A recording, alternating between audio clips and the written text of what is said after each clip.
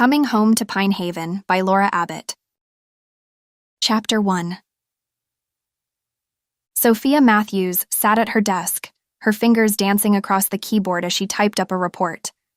Her long, curly brown hair was pulled back in a messy bun held in place with a ballpoint pen, and her deep green eyes were filled with determination. The office buzzed around her, but Sophia was lost in her work, the dim glow of her computer screen casting an ethereal light on her face. Late nights, weekends spent strategizing, and countless meetings had become her norm. She had invested her heart and soul into her work, believing that hard work and dedication were the keys to success. She had dreams of rising to the top, becoming the creative genius that everyone admired and respected. "Hey, great job on landing the Bennett account, Sophia," called out her coworker, Mark, as he passed by her cubicle. "Thanks, Mark," Sophia responded, offering him a quick smile before diving back into her work. It was well after 6 p.m., and many of her colleagues had already left for the day. But Sophia, ever the ambitious marketing executive, was still hard at work. The clock on the wall may have been inching closer to 7, but that didn't bother her. Sophia thrived on the late nights and extra projects. It was what fueled her meteoric rise within the company. As she finished up the last few lines of her report, her boss, Mr. Johnson, appeared beside her desk, his arms crossed over his chest. "Ms. Matthews, do you ever go home?" he asked, a hint of amusement in his voice. "Only when I absolutely have to, sir," she replied, adding a touch of playful sarcasm. Mr. Johnson chuckled. "Well, I just wanted to say how impressed I am with your dedication to your job, Sophia. You have been an invaluable asset to this team since the day you walked through those doors." "Thank you, Mr. Johnson," Sophia said, feeling a swell of pride in her chest.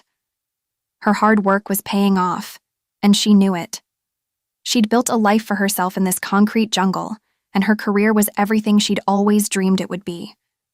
Stability, success, and the respect of her peers. She had it all. "Keep up the good work, and I foresee a great career ahead of you," Mr. Johnson continued, giving her a sad smile before turning to leave. Sophia allowed herself a small sigh of relief as she saved her document and shut down her computer for the evening. She knew that her job was demanding, but it was also incredibly rewarding. And it was all worth it when she thought about the life she was building for herself and her fiancé, Michael. As she gathered her belongings, preparing to finally head home, Sophia's heart swelled with contentment. Life was good, and she was exactly where she wanted to be. Little did she know that everything was about to change.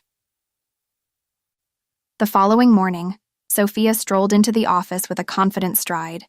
She clutched her coffee in one hand and her planner in the other, mentally preparing for the day ahead. A whirlwind of meetings, project updates, and brainstorming sessions. Her heart soared as she recalled the praise she'd received from Mr. Johnson. All those late nights and extra projects were beginning to pay off. "Morning, Janine," she called out to the receptionist, her voice filled with warmth and excitement. Janine's face broke into a wide smile. "Morning, Sophia. You look positively radiant today. Big plans after work?" Janine teased, her eyes twinkling with mischief. "Nothing special, just dinner with Michael."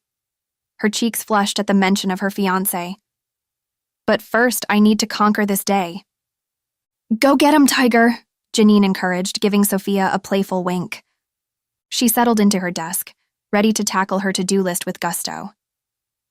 But before she could even open her laptop, Mr. Johnson appeared at her cubicle, his brow furrowed and lips pressed into a thin line, a stark contrast to his cheerful demeanor just the night before.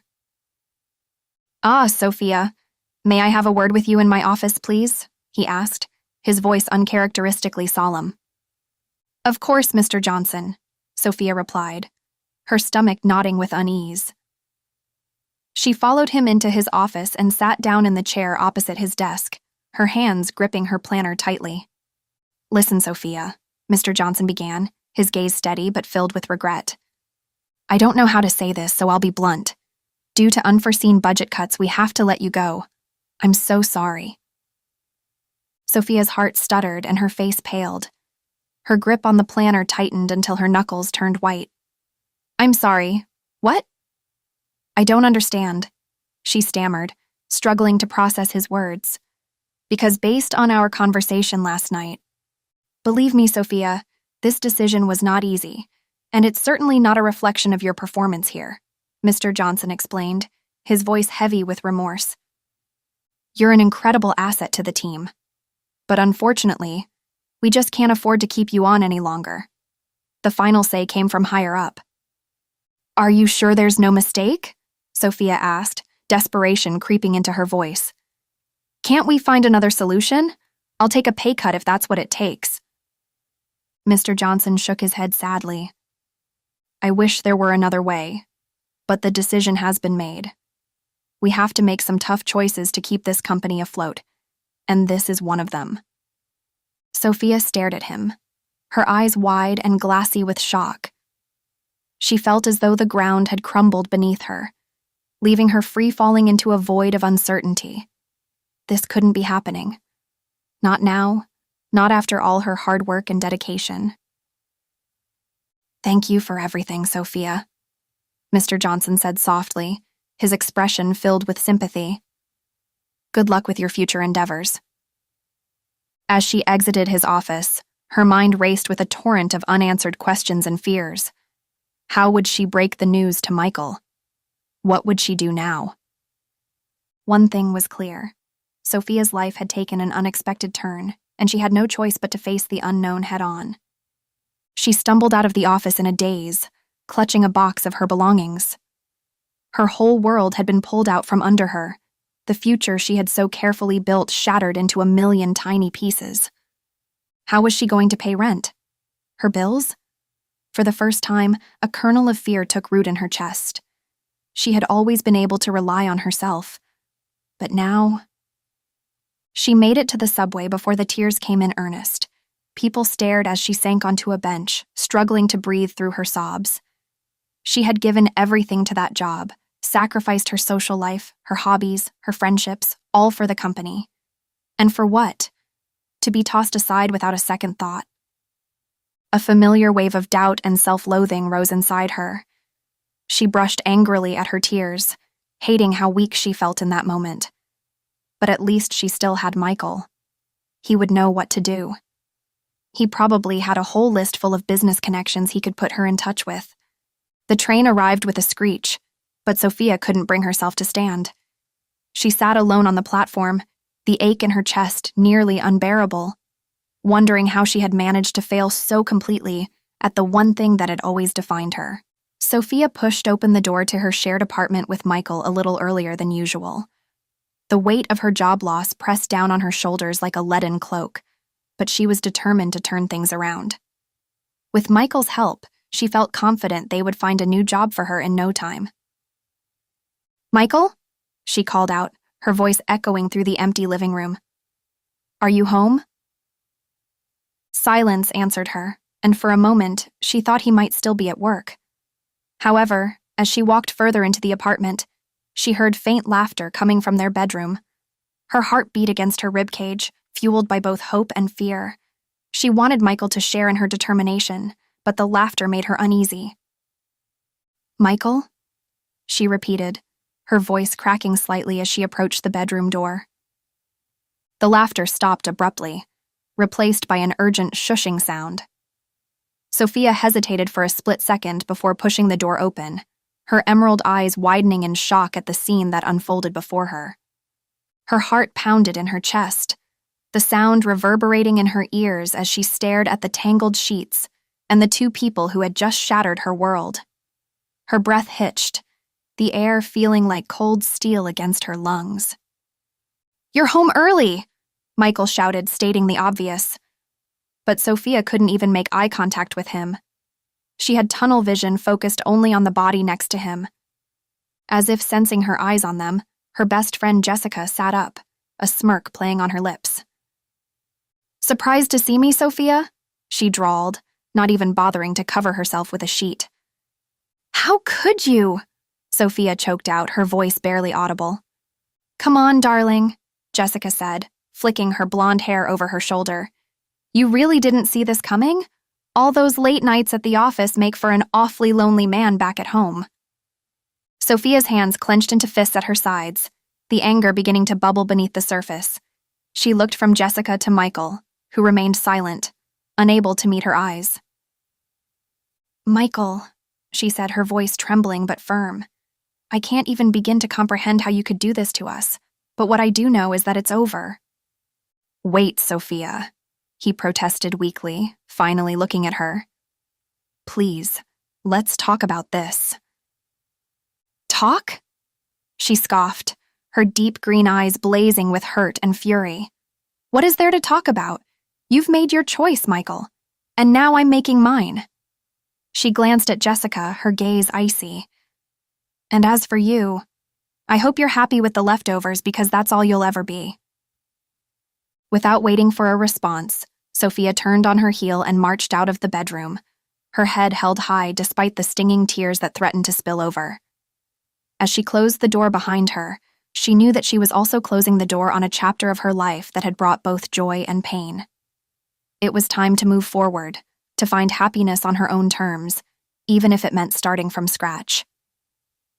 Sitting in the driver's seat of her car, she could do nothing but stare at the windows of the empty living room in the apartment she had once shared with Michael, feeling as if the world was closing in around her.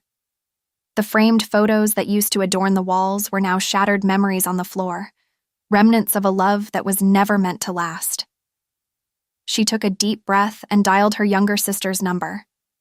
"Hey, Sophia, what's up?" Lily's cheerful voice greeted her from the other end.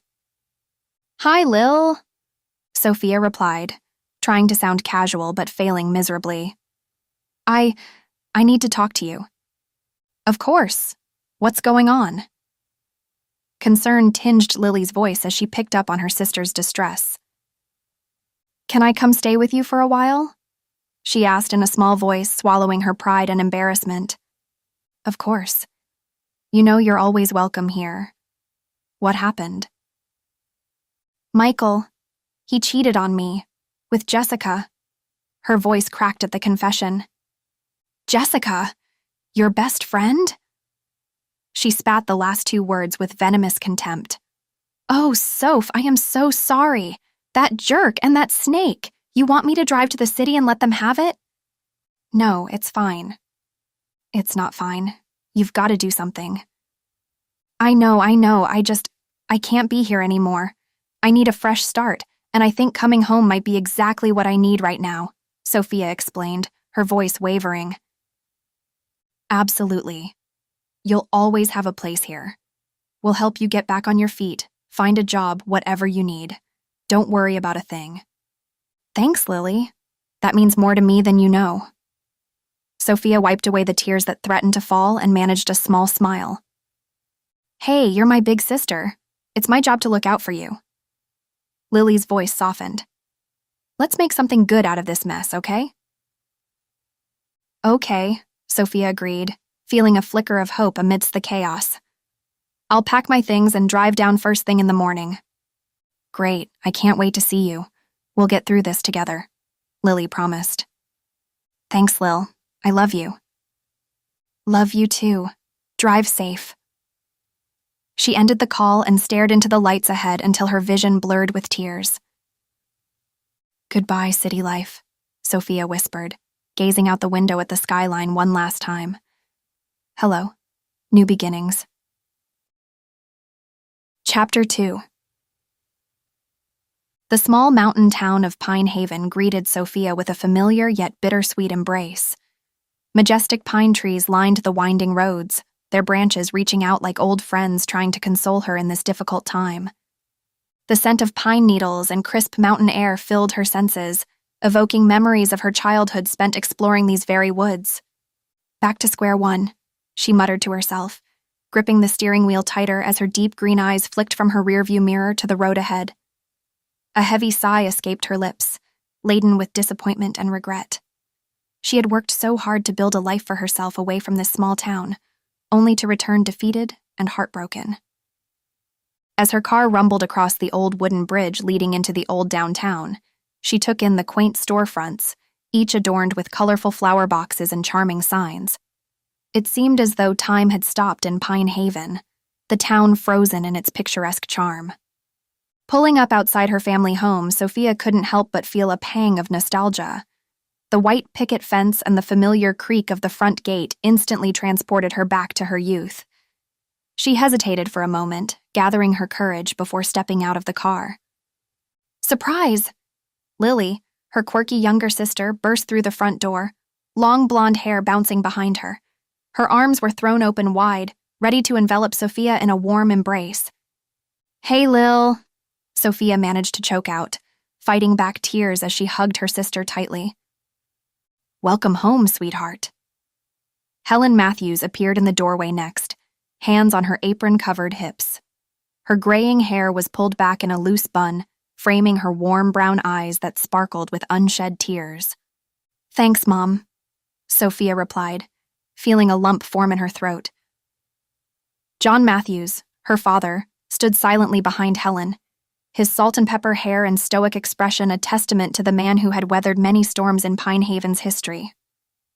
"Look at you," he said, finally breaking his silence. "You've grown up so much since you left." "Thanks, Dad. It's been too long." Sophia couldn't help but smile at her father's quiet pride, even though she still felt very much like a little girl, running back home because she got hurt outside on her own. Her father didn't see her that way, though. She knew that beneath his reserved demeanor, there was a deep well of love and concern for his family. As they all gathered around her, their loving embrace felt like a balm on her wounded heart. The warmth and support of her family were exactly what she needed as she took the first steps toward rebuilding her life in the town she had once been so desperate to escape. In the hours following her arrival, Sophia found comfort in the familiarity of her childhood home. The creaking floorboards and the smell of her mother's homemade bread seemed to ease the pain of her recent heartbreak. As she wandered through the rooms, memories flooded back, laughter echoing from sleepovers with friends, the sound of her father playing guitar on the porch, and the soft hum of her mother sewing in the corner. That afternoon, Sophia settled into her old bedroom, surveying the familiar space. Her mother had kept it untouched, a time capsule of her youth. She ran a hand over the quilt on her bed, remembering the hours she'd spent reading books beneath its warmth. A knock rattled the doorframe and Lily entered. "Do you remember this?" She held up an old photograph of the two sisters as children, dressed in matching overalls, posing in front of their lemonade stand. Sophia grinned. "Oh my gosh, we were quite the entrepreneurs, weren't we?" "Absolutely," Lily replied, chuckling. "We made a fortune that summer." "Seems like a lifetime ago," Sophia mused, lost in thought. "I suppose it's time I rediscover Pine Haven, huh?" "Definitely. Let me take you around. It'll be just like old times." Sophia smiled. "I'd love that." They strolled through town under the dappled shade of oak trees, Lily chattering about local gossip. Everything was both exactly as Sophia remembered, yet somehow different. The park was newly landscaped, some shops had closed down, and new families moved in. But there was a timeless quality to Pine Haven that soothed her restless spirit. When they passed Java Joy, their family's coffee shop, Sophia's steps slowed. The old red brick building sagged under the weight of years, paint peeling away to reveal the bones beneath. The windows were dark and dingy, masking the warmth and laughter that used to spill out onto the street. "It's been tough to keep up with repairs since you and Dad left the business," Lily said quietly. "We do our best with the resources we have, but..." She shrugged helplessly. "Now that I've got a full-time job, there's only so much time in the day. And Mom's no spring chicken anymore. It's pretty much being run by local high schoolers." Guilt gnawed at Sophia's insides. She had abandoned her family to chase empty dreams, and now the foundation of their lives sat crumbling. "I'm so sorry," she said thickly. "I never should have left." "You had to follow your own path," Lily said. "Now your path has led you home, and we have a chance to rebuild what was lost." She bumped Sophia's shoulder, eyes glinting with mischief. "Besides, every good story needs a little conflict to keep it interesting, right?" Sophia barked a laugh and slung an arm around her sister. "What would I do without you?" "Crash and burn, probably." Lily's smile faded into seriousness. Mom and Dad aren't as young as they used to be. I think having you home will do them a world of good. She had a lot to make up for, but she was ready to put in the work, starting with restoring the cafe to its former glory. I have an idea, she said, giving the place another once-over. But this time, Sophia didn't see the cafe for what it was. She saw what it could be. A fresh coat of paint, new windows to let in the light, outdoor seating for people watching on lazy afternoons, the latest equipment to serve up her mom's famous coffee and pastries, drawing in regulars and visitors alike. A community hub once more, filled with music and conversation, and joy. Her heart swelled in her chest until she thought it might burst. This was it. This was her purpose, her redemption, her way to start over and rebuild what she had once abandoned. She turned to her sister, eyes bright. "Lily, do you trust me?" Lily blinked at her abrupt question but nodded without hesitation. "Of course I do." Sophia took a deep breath and smiled, feeling as though she could take on the world. "I think I want to bring Java Joy back to life." Lily gasped, glancing between Sophia and the coffee shop. "Are you serious?" "Absolutely."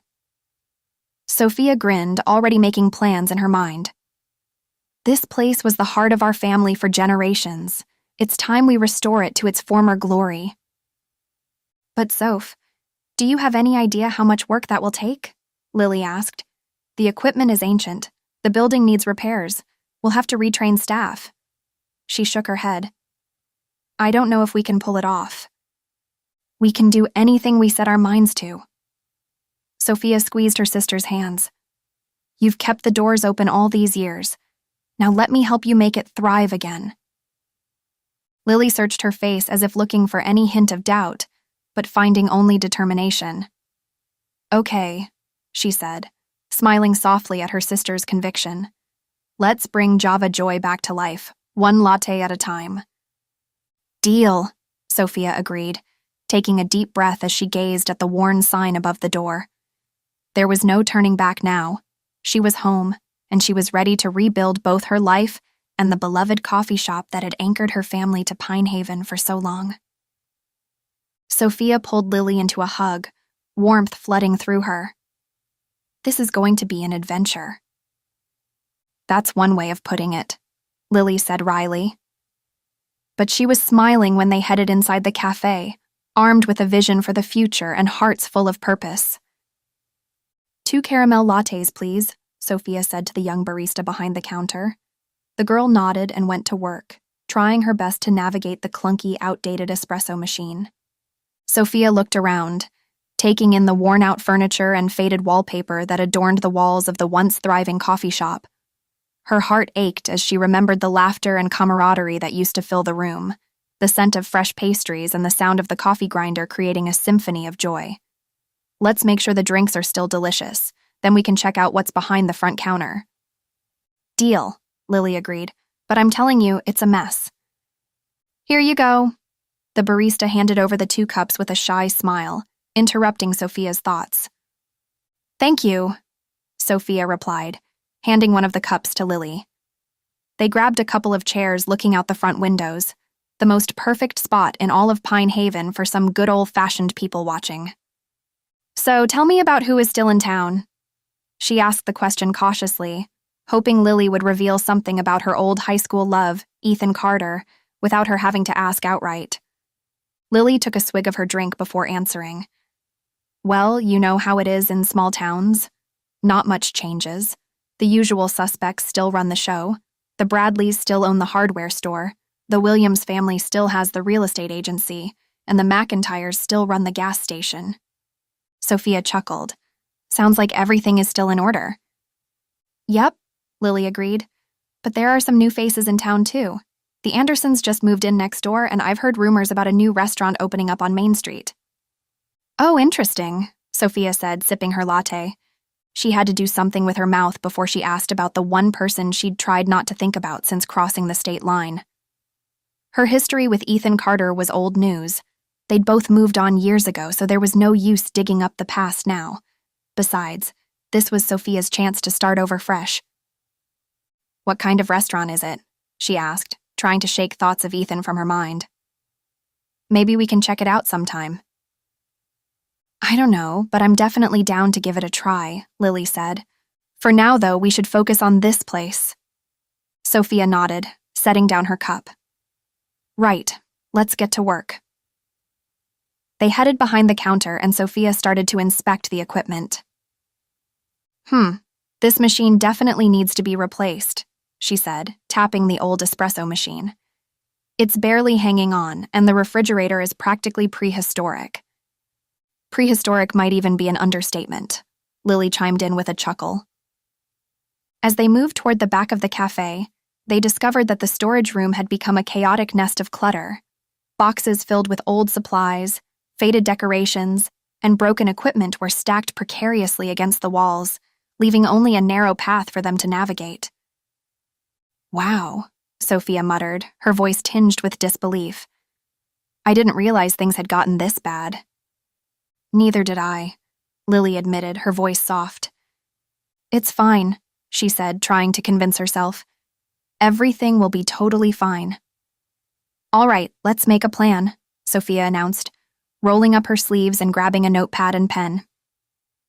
First things first, we need to update the interior. Definitely, Lily agreed, grimacing at the thought of the peeling paint. I know a contractor who could help us out. I'll give him a call right now. Great, Sophia nodded, scribbling down a list of items they would need for the renovation. As they continued making plans, however, Sophia couldn't shake the nagging feeling that restoring the coffee shop wouldn't be as simple as she hoped. She sighed, rubbing her temples as she stared down at their rapidly growing to-do list. What's wrong? Lily asked, concern etching her features. Money, Sophia admitted, her voice barely a whisper. We're going to need a lot more than we have to get this place up and running again. Lily's face fell at the mention of money. I know, she said quietly. I've been barely keeping things afloat as it is, and that's without any major renovations. Sophia's mind started racing, looking for a solution. We could try crowdfunding, she suggested. People love supporting local businesses, especially ones with history like this. Lily raised an eyebrow. Crowdfunding? Do you really think people would donate to help us renovate a coffee shop? Sophia sighed, knowing it was a long shot. It's worth a try, right? And if that doesn't work, we could always get a small business loan. Lily nodded, looking a little more hopeful. Okay, let's do it. We can make a video showcasing the history and importance of Java Joy. Maybe that will convince people to donate. Sophia smiled, grateful for her sister's unwavering support. That's a great idea. We can start by going through all that junk in the storeroom. Surely we'll find a little history in there. Chapter 3. The espresso machine let out an ear-piercing shriek the next morning as Sophia tried in vain to coax it back to life. She sighed and wiped the sweat from her brow, smearing a streak of grease across her forehead. Another repair attempt failed. The bell on the front door jingled, and Sophia called out from the back room, "Be right there." She grabbed a rag to clean her hands, muttering under her breath about the infernal machine. A familiar voice echoed through the shop. Sophia? She froze. No, it couldn't be. Poking her head around the corner, she saw him standing there, Ethan Carter, her high school sweetheart. He still had that charming smile that made her weak in the knees. Ethan, what are you doing here? Sophia stammered, her heart suddenly racing. He rubbed the back of his neck. Well, I got a call about some repair work needed on the espresso machine. Sophia's eyes went wide. You're the contractor Lily called? Sure am, he said with a grin. Small world, huh? A nervous laugh escaped her lips. The guy she never quite got over was now here to fix the family coffee shop. She wasn't prepared for this wave of old feelings crashing over her. Why didn't Lily give her some kind of heads up? Stay focused, she told herself, pushing aside memories of late-night drives and stolen kisses. This was just business, strictly professional. She cleared her throat. Right, well, let me show you the problem. As they got to work inspecting the faulty machine, Sophia couldn't help but steal glances at Ethan, the way his brow furrowed in concentration, just like when they studied together. The warmth of his hand as it accidentally brushed against hers, sending a spark up her spine. "Stop it," she chided herself. "Don't go down that road again." It had only led to heartbreak the last time she and Ethan tried to make it work. He didn't want her then, so he certainly won't want her now. She tried to keep her mind on the task at hand as she and Ethan inspected the broken espresso machine, but having him so close again was playing havoc with her emotions. "Looks like the pump needs to be replaced," Ethan said, glancing up at her. Their eyes met and Sophia felt her cheeks grow warm. "Oh, right. Yes, that makes sense," she stammered, looking away. "Get it together," she scolded herself. Ethan gave her a knowing smile and she felt her blush deepen. He always could see right through her calm exterior. "I can order the part and come back to install it later this week," he said. "Anything else around here need fixing up?" Sophia nodded, pushing a stray curl behind her ear nervously. "The front door is sticking too, and some of the floor tiles in the back are cracked." "No problem, I can take care of all that," Ethan said. They hashed out the rest of the repair details, Sophia trying her best to remain professional. As they finished up, Ethan packed up his toolbox and turned to her. "It's really great to see you again, Soph," he said warmly. "Maybe after I'm done with all this, we could grab dinner for old time's sake?"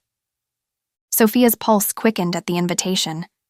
Part of her wanted to say yes so badly, but the other part still felt the sting of their breakup senior year. She didn't know if she could open that door again. "I'd love to catch up properly," she said finally. "Maybe we could grab breakfast at Lou's instead.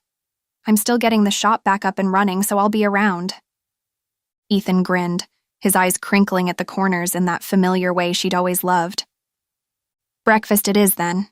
It's a date." Sophia's cheeks flushed. "So, what have you been up to all these years?" she asked, trying to steer the conversation to safer waters. "Oh, a bit of this, a bit of that," Ethan said with an easy laugh. "Took over my dad's contracting business a few years back, keeping busy around town, meeting new people." He gave her a meaningful look and she felt her pulse quicken again. "What about you?" he continued. "I heard you just moved back into town." Sophia nodded, fidgeting with her apron strings. "Yeah, after I lost my job in the city, I just wanted something simpler, I guess. Somewhere I could figure things out." Ethan nodded. "Well, I'm glad you're back," he said softly. An awkward silence fell between them. Sophia's mind was flooded with memories, late nights talking in the diner parking lot, dancing under the stars at prom, their first kiss by the lake. She shook her head slightly. That was all in the past. She couldn't go through heartbreak again, not so soon after calling off her engagement. "I should really get back to work," she said briskly, avoiding Ethan's gaze. "Of course, yeah," he said, rubbing the back of his neck. "I'll come by first thing tomorrow to fix that door." Sophia gave him a small smile. "Sounds good. I'll see you then." She watched Ethan walk out the door, her emotions swirling. It seemed their unfinished business wasn't quite over yet. A deep breath blew from her lips as the door swung shut behind him. Her heart was still pounding from their unexpected encounter. She busied herself wiping down the counter, trying to ignore the flood of memories his presence had brought back. But her mind kept drifting to late nights in the diner parking lot, talking for hours with the radio on low. She could almost hear his laugh, rich and warm, as they danced under the stars at prom. Feel his hand on her back as they swayed to the music. The bell on the door jingled again, and Sophia looked up, half expecting to see Ethan there again. But it was just Miss Lena, Pine Haven's self-proclaimed town historian, which was actually code for busybody. Miss Lena's age was really showing now, though. She had to be in her 80s by now, so surely she wouldn't be quite so nosy anymore. "Hello, Miss Lena. What can I get you?" Miss Lena shuffled up to the counter, her eyes scanning the menu board. "Well, I'll have a regular coffee, dear. And say, Who was that young man who just left? Was that little Ethan Carter? Sophia felt her cheeks flush again. It was. He's going to act as our contractor, here to fix up the place. Miss Lena leaned in, her voice dropping to a conspiratorial whisper. Well, he's not so little anymore now, is he? Is he single? Sophia couldn't help but laugh. I have no idea, Miss Lena. Well, you should find out, the old woman said, winking at her. You two looked mighty cozy together. Sophia's mind flashed back to Ethan's easy smile and the warm way he'd looked at her. Could it be possible he was still interested in her after all these years? Or was she just reading too much into it? She shook her head, trying to push the thoughts away. I'm not really thinking about that right now, Miss Lena. I've got a business to run. Miss Lena chuckled. You remind me of myself at your age, always too busy for love. But don't let it pass you by, dear. Life has a way of moving faster than you expect. Sophia nodded, a pang of regret tugging at her heart. She'd been so focused on her career and building a life in the city that she'd let her personal life fall by the wayside. And now, at 32, she was back in her small hometown, single and starting over. As Miss Lena shuffled out the door, Sophia let out a deep sigh. Maybe it was time to take a chance on love again. But could she really risk opening her heart to Ethan, only to have it broken all over again? She shook her head, trying to clear her thoughts. For now, she needed to focus on getting the coffee shop up and running again. There would be time for romance later. Chapter 4. The aroma of pot roast wafted through the house as Sophia walked through the front door. Family photos adorned the walls, capturing moments frozen in time and reminding Sophia of simpler days. A plump, well-worn couch faced a brick fireplace, inviting loved ones to gather around and share stories. In the dining room, her mom had gone all out. The family table was laden with mashed potatoes, asparagus, rolls, and 2 kinds of pie for dessert. There's my girl. Her dad enveloped her in a hug, the familiar scent of Old Spice aftershave comforting her like a warm blanket. Lily popped up from the sofa, blonde ponytail bouncing. Did you get the paint samples? Sophia patted her purse. Yep, and the fabric swatches for the new booths and chairs. The coffee shop was her baby now, her lifeline after getting laid off. Pouring her heart into the renovation kept her mind off her breakup with Michael. Mostly. Ooh, let me see. Lily grabbed the samples, sorting through them. How about this coral shade for an accent wall? It'll make the shop bright and cheerful. Perfect. Sophia peered over Lily's shoulder, ideas swirling in her mind. We could do the entryway in beadboard and add greenery for a cottage feel, and the booths in a navy blue vinyl. We should try out some seasonal specials, too. You know, pumpkin spice lattes in the fall and peppermint mochas during the holidays. Girls, dinner's ready, their mom called from the kitchen. Sophia squeezed Lily's hand. Thanks for helping with this. I couldn't do it without you. Lily bumped her hip. That's what sisters are for. Besides, I have a vested interest in making sure my future coffee fix is stylish and Instagram-worthy. She grinned. Now let's eat. I'm starving. Sophia laughed, warmth flooding her at being surrounded by the people who loved her most in the world. She took a seat at the table, ready to enjoy her mom's cooking and dream big dreams for her little coffee shop. Her broken heart was slowly mending, held together by the bonds of family. Sounds like you girls are hard at work in there. Got some big plans in place? Huge. Lily flashed Sophia a conspiratorial grin. Sounds wonderful. I can't wait to see the shop once it's all done. Sophia slid into her old seat at the table, inhaling the aroma of her mom's pot roast. This smells amazing, Mom. Thank you for cooking. Her mom waved a hand, cheeks pink with pleasure. Anything for my girls. Besides, your father has been so busy lately, I'm happy to have you both here for a home-cooked meal. Sophia glanced at her dad, noticing the furrow in his brow as he scanned through emails on his phone. He'd always been career-driven, but lately seemed more distracted than ever. Sophia chalked it up to the new remote consulting position he'd taken, but it sure seemed to pull him away much more than when he was still running the coffee shop. She cleared her throat. "Dad, you're missing Mom's pot roast." He blinked up from the screen. "Oh, sorry, dear. Big project at work." But he set down his phone, smiling at Sophia's mom. "It does smell wonderful. Thank you for cooking tonight." Lily snorted, and Sophia hid a smile behind her hand. Their dad was hopeless. "So, did you pick a contractor for the renovations yet?" her mom asked, passing the pot roast.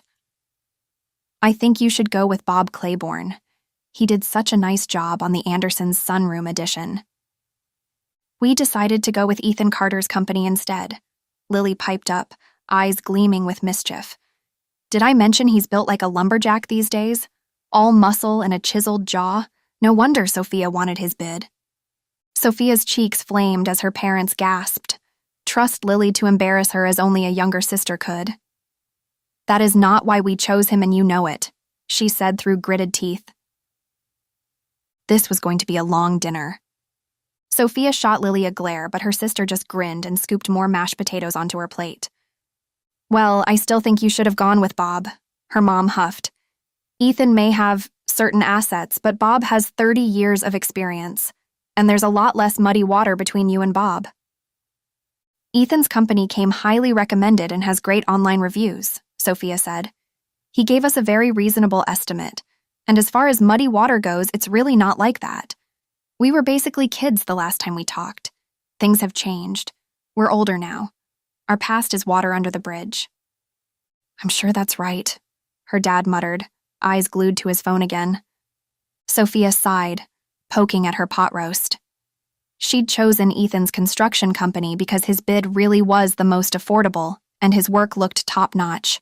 The fact that he happened to be her high school sweetheart was irrelevant. Completely irrelevant. And it wasn't that her mom didn't like Ethan. She'd liked him quite a bit when they were dating. But mothers don't forgive easily when it comes to broken-hearted daughters. And her mom was there when it all fell apart. She just didn't know the whole story. "Anyway," Lily said, looking around the table, "I think we can all agree that this is going to be a wonderful new chapter for the coffee shop." "Here's to new beginnings," Sophia agreed, raising her glass in a toast. As she caught her father's eye, she couldn't help but notice his distant expression once again. It made her wonder what was on his mind, but she decided not to press him about it, at least not yet.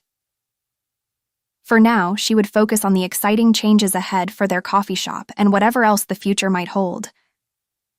After dinner, Sophia cornered Lily in the kitchen. "What was that all about? Why did you have to mention Ethan like that in front of Mom and Dad?" Lily blinked innocently. "What? I was just describing our handsome contractor." "You're up to something. Did you set me up with Ethan on purpose?" Lily feigned innocence, widening her eyes and placing a hand over her heart. "Moi? I would never." "Cut the act, Lil." Sophia couldn't help but smile at her sister's antics, despite her growing suspicion. "I know that look. You're definitely up to something." Okay, you got me," Lily admitted with a laugh. "I may have known that Ethan was an old flame of yours, and I thought getting you two back together might be just the thing to help you move on from your recent heartbreak." "Really?" Sophia shook her head, amusement mixed with disbelief. "You don't think that's a little underhanded?" "Maybe, but I had good intentions." Lily defended herself, grinning cheekily. "Besides, you can't deny he's easy on the eyes. Remember those biceps? They could give The Rock a run for his money." "His muscles are not the point here," Sophia retorted, though she couldn't argue with her sister's assessment. "What if things get awkward between us while working on the remodel? I'm trying to focus on rebuilding my life, not diving into another complicated relationship." "Who said anything about a relationship?" Lily teased, waggling her eyebrows suggestively. "I just thought it might be fun for you two to reconnect, see if there's still a spark there. No pressure, no expectations, just a little harmless flirting to boost your spirits." Sophia sighed, knowing there was no point in arguing with her sister once she'd set her mind on something. "All right, fine, But just so you know, I'm not looking for anything serious right now. Of course not, Lily agreed readily, her eyes twinkling with mischief. But who knows? Maybe fate has other plans. Very funny, Sophia muttered, rolling her eyes even as she felt a small kernel of hope take root within her. Maybe reconnecting with Ethan wouldn't be such a bad thing after all. But I need you to understand that I'm not ready for anything serious yet. I just got out of a long-term relationship and I need time to heal. Sure, Lily replied, raising her hands in surrender. I hear you loud and clear. No pressure, no expectations. Just take things slow and see how they go. Exactly, Sophia agreed, nodding firmly. Her thoughts drifted momentarily to Ethan, and a surge of butterflies took flight in her stomach. She shook her head, trying to dispel the unexpected reaction. Now was not the time to get swept up in old feelings. Speaking of taking things slow, Sophia continued, trying to regain control of the conversation. I've actually made plans to have breakfast with Ethan tomorrow morning at Lou's Diner. Not as a date, but just to catch up and discuss some plans for the renovation. Really? Lily's eyes lit up and a wide grin spread across her face. That's fantastic. How are you feeling about it? Sophia hesitated before answering, searching for the right words to describe the mix of emotions she was experiencing. I guess I'm a little nervous, honestly. It's been so long since we last sat and really talked with each other, and I don't know what to expect. Hey, it's just breakfast, Lily reassured her, resting a comforting hand on Sophia's shoulder. You'll catch up, chat about the coffee shop, and who knows, maybe you'll find out you still enjoy each other's company. Maybe, Sophia conceded, biting her lip as she considered the possibility. She knew deep down that she wasn't ready to jump back into a serious relationship, but perhaps there was no harm in exploring the connection she once shared with Ethan. After all, hadn't her most recent heartbreak taught her the importance of taking risks and embracing new opportunities? All right, Sophia said finally, meeting Lily's gaze with a mixture of resolve and uncertainty. I'll go to breakfast with Ethan tomorrow, but I'm doing this for me, not because you set us up. Fair enough, Lily agreed, her eyes twinkling with unspoken delight. Just promise me one thing. What's that? Sophia asked warily, eyeing her sister with suspicion. Promise me, Lily said solemnly, that you'll order the biggest stack of pancakes on the menu and enjoy every single bite. Sophia couldn't help but laugh, feeling her tension and nerves dissipate as she realized how ridiculous the situation had become. Deal, she replied, shaking her head in amusement. Now, can we please get back to discussing the coffee shop? Of course, Lily agreed, her laughter joining Sophia's. Let's focus on building your dream business. And who knows? Maybe along the way you'll rebuild your heart too. They continued to discuss the coffee shop renovations as they made their way back into the dining room to clear the table, and Sophia couldn't help but steal glances at her father. He had been unusually quiet throughout the conversation, his eyes distant as he fiddled with a napkin in his hands. Knowing her father was typically a lively and engaging presence at family gatherings, Sophia's concern grew with every passing minute. Hey, Dad? She asked tentatively, interrupting Lily's enthusiastic description of their plans for new furniture. Is everything all right? You seem a bit preoccupied. Her father looked up, startled, as if he hadn't even realized he'd been lost in thought. Oh, I'm sorry, sweetheart, he apologized, forcing a smile onto his face. I didn't mean to drift off like that. It's just something on my mind. Nothing to worry about. Are you sure? Sophia pressed gently, unconvinced by his reassurances. You know you can talk to us if something's bothering you. Really, it's nothing, her father insisted, waving off her concerns with a dismissive gesture. Just some old memories resurfacing, that's all. Old memories? Lily echoed curiously, her interest piqued. Like all those old memories Sophia's enjoying about Ethan Carter? Sophia shot her sister a warning glance, but it was too late. Their father's expression had darkened, and he seemed to be struggling for words. Well, yes, he admitted finally, his voice strained. But it's not something you girls need to worry about. Just an old disagreement between our families, water under the bridge now. An old disagreement? Sophia repeated, her heart pounding in her chest as she recognized the tension in her father's demeanor. It was clear there was more to the story than he was willing to share, and she couldn't help but wonder how this mysterious conflict might affect her budding relationship with Ethan. Look, her father sighed, running a hand through his graying hair. I don't want to get into the details right now. It's ancient history, and I'd rather focus on the present, on your coffee shop and your new life here in town. Just be careful, Sophia. People have long memories in this town, and sometimes the past has a way of catching up with you when you least expect it. Sophia swallowed hard at her father's ominous words, feeling a chill run down her spine as she considered the implications of what he was saying. Was there more to her connection with Ethan than she had realized? And could their family's shared history derail her chance at happiness before it even began? All right, Dad. Sophia agreed reluctantly, her voice barely above a whisper. I'll be careful. Good, her father replied, his eyes filled with concern as he reached across the table to squeeze her hand. Just remember, sweetheart, no matter what happens, we'll always be here for you. The room fell silent, the weight of his words heavy in the air. The tension still hovered over them like a dark cloud, a sense of foreboding that lingered long after they had finished their meal and said their goodbyes. As she lay awake in bed that night, her thoughts raced with unanswered questions and unspoken fears, unsure of what the future might hold, but certain that her life was about to change in ways she could never have anticipated. Chapter 5. Steam swirled around Sophia as she rushed through the front door of Lou's diner the next morning, escaping the cold front that had rolled through overnight. The aroma of fresh coffee and cinnamon rolls enveloped her. Over here! Ethan waved from a cozy booth in the corner, 2 mugs already on the table. Sophia hurried over, clutching her knitted scarf. Sorry I'm late. No worries. His warm smile melted her nerves. I got you your usual. You remembered. She slid into the seat across from him, admiring his broad shoulders beneath a well-worn flannel shirt.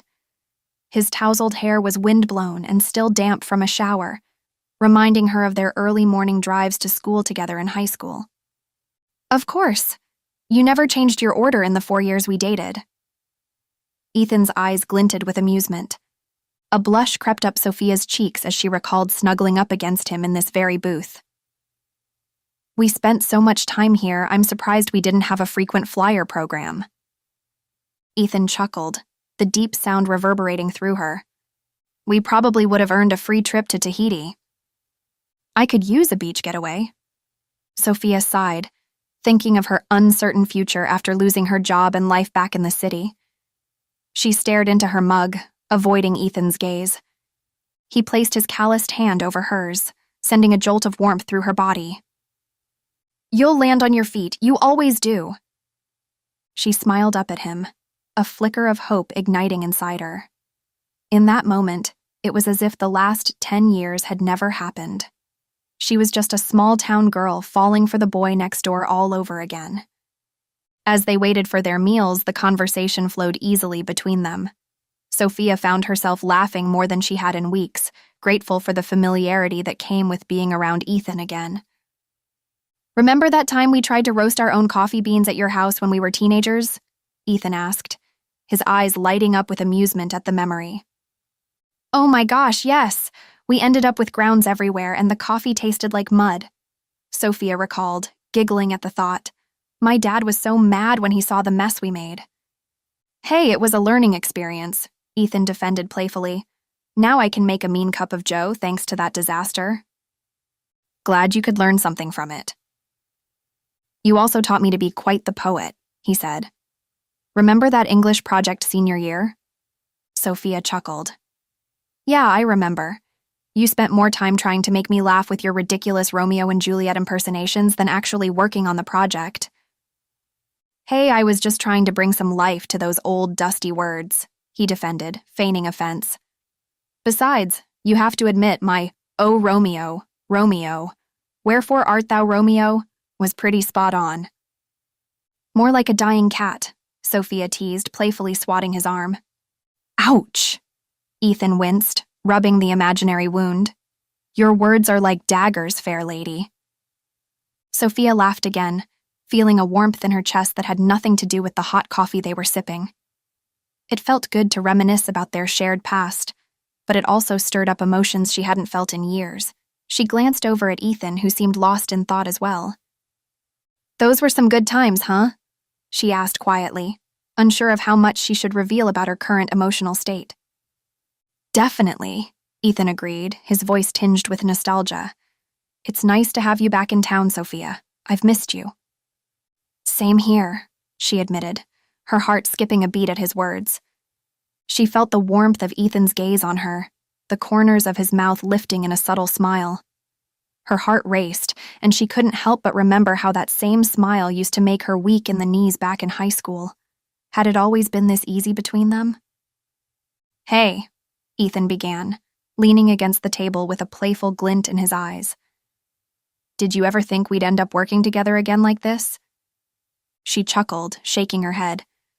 Not in a million years, but I guess life has a funny way of bringing people back together.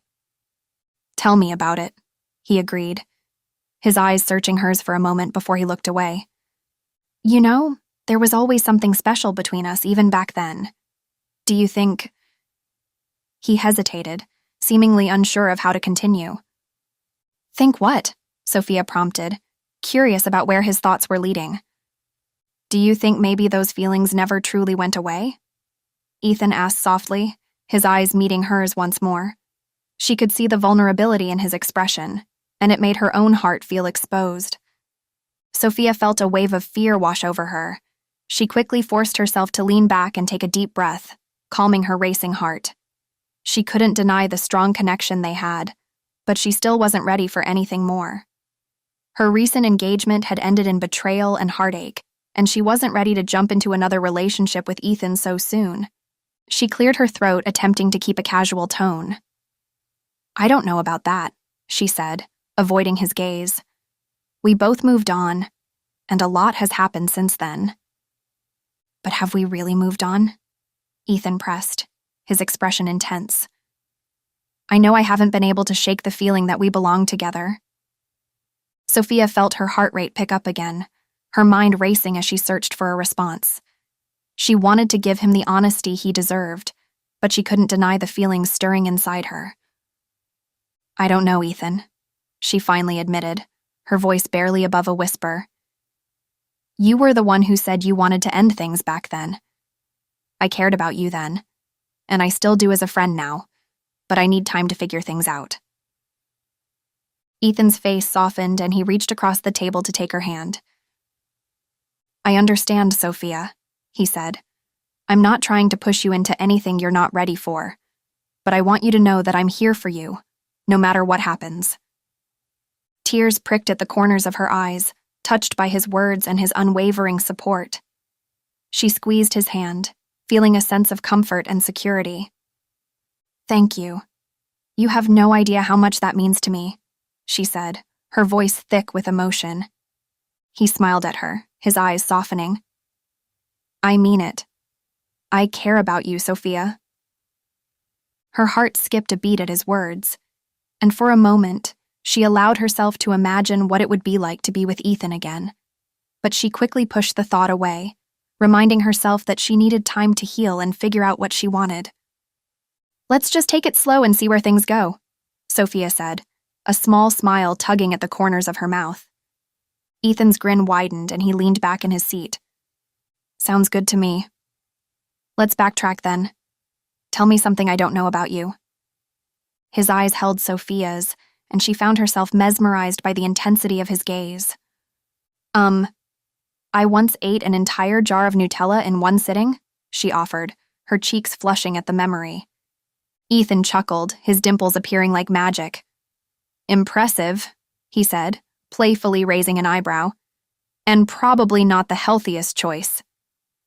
Definitely not, she conceded, laughing along with him. But it was during finals week in college, so I think I get a pass.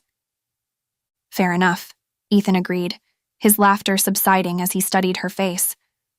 Now it's your turn to ask me something. All right, Sophia replied, feeling an inexplicable tension building between them. Their bodies seemed to lean closer to each other, as if pulled by an invisible force. What's the craziest thing you've ever done?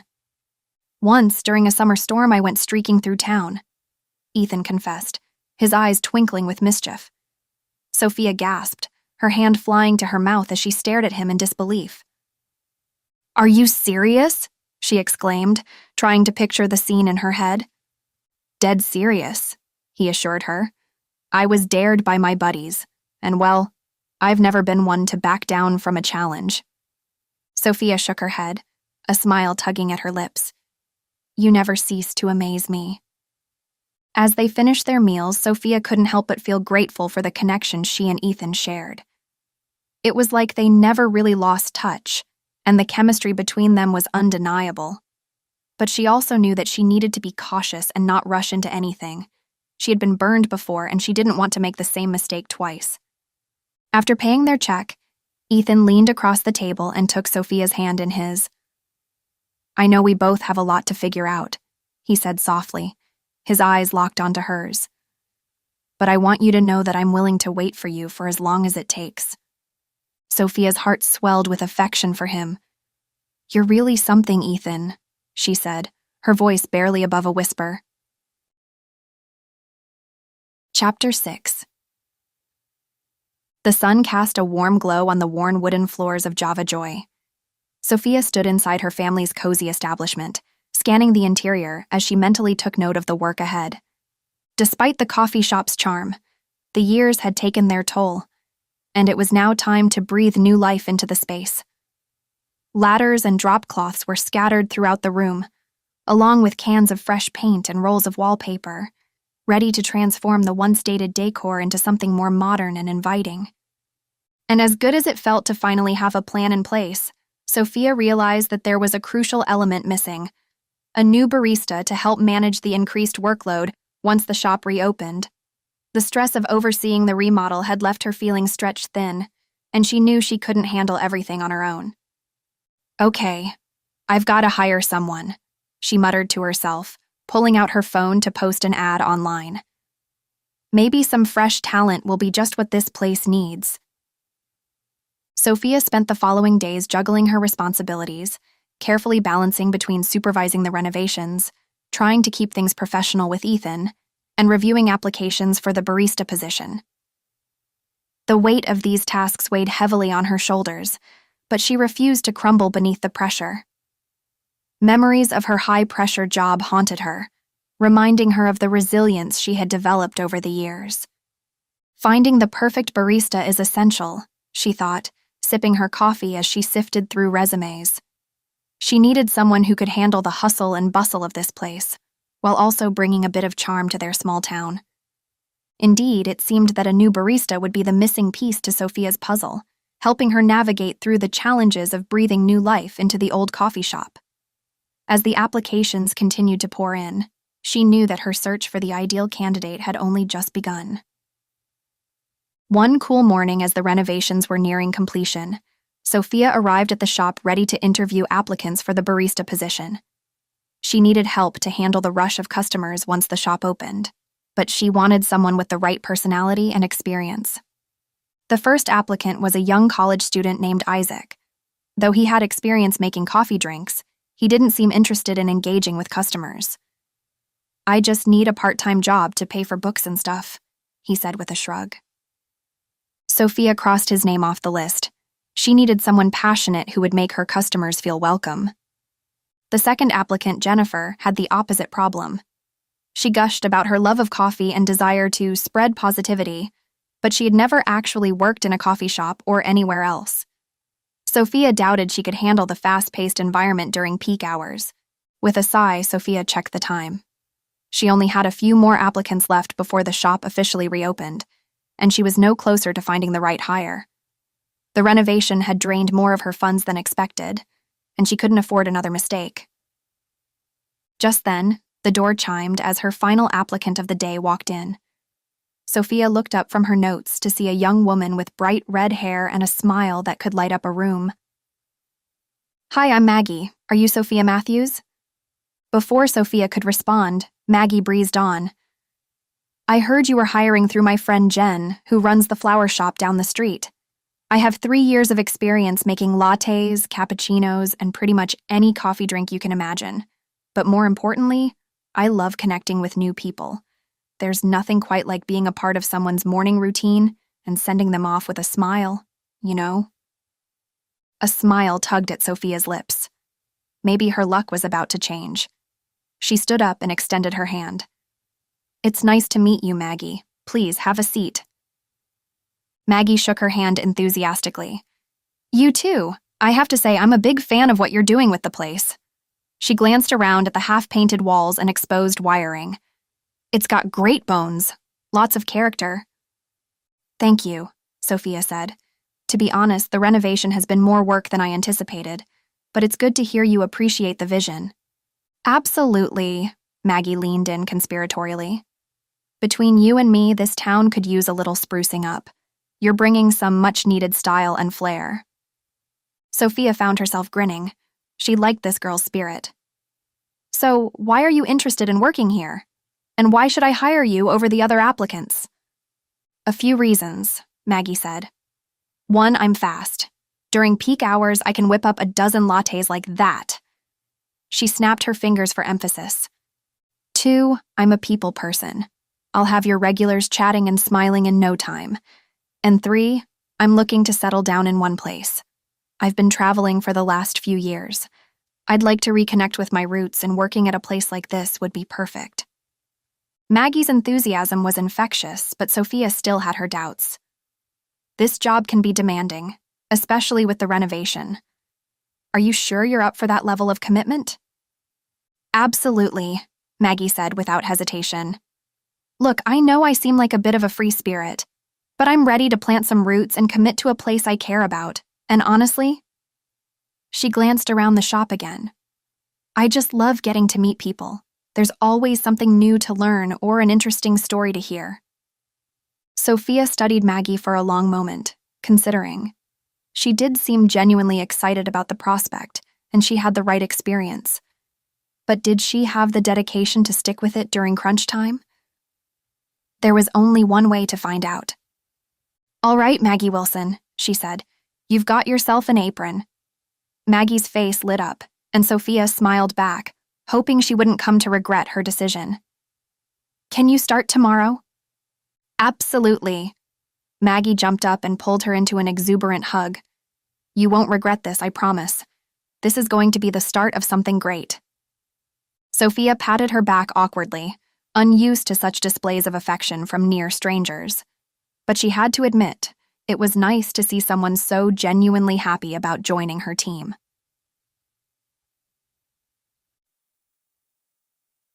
The next morning, Maggie burst through the front door of the coffee shop, red hair flying behind her as she rushed to tie on her apron. "I'm so sorry I'm late," she exclaimed. "There was a kitten stuck in a tree on my street and the fire department had to come rescue it. I didn't want to leave until I knew it was safe." Sophia blinked at the odd explanation, then shook her head with a smile. "It's all right. You're only 5 minutes late. Just jump in and I'll get you up to speed." "Perfect. You won't even know I was gone," Maggie said cheerfully. She popped behind the counter and set to work preparing for the morning rush. As the first customers trickled in, Maggie's bright laughter rang out, charming several regulars who were usually grumpy before their coffee. She rattled off orders at record speed, never losing her enthusiasm or bubbly demeanor. When the initial rush died down, Maggie leaned against the counter with a contented sigh. "This is even more fun than I thought it would be. All these interesting characters coming through the door, and getting to make each one their perfect pick-me-up. I can see why you love it here so much." "You're catching on quick," Sophia said, impressed in spite of herself.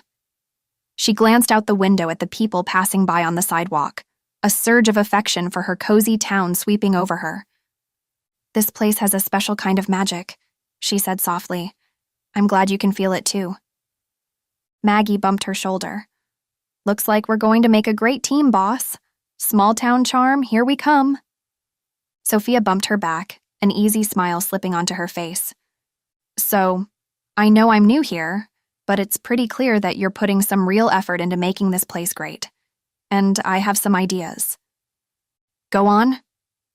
A smile pulled at Sophia's lips as she braced herself for whatever was coming next. Okay. So I was thinking we should start planning some events to really get the community involved.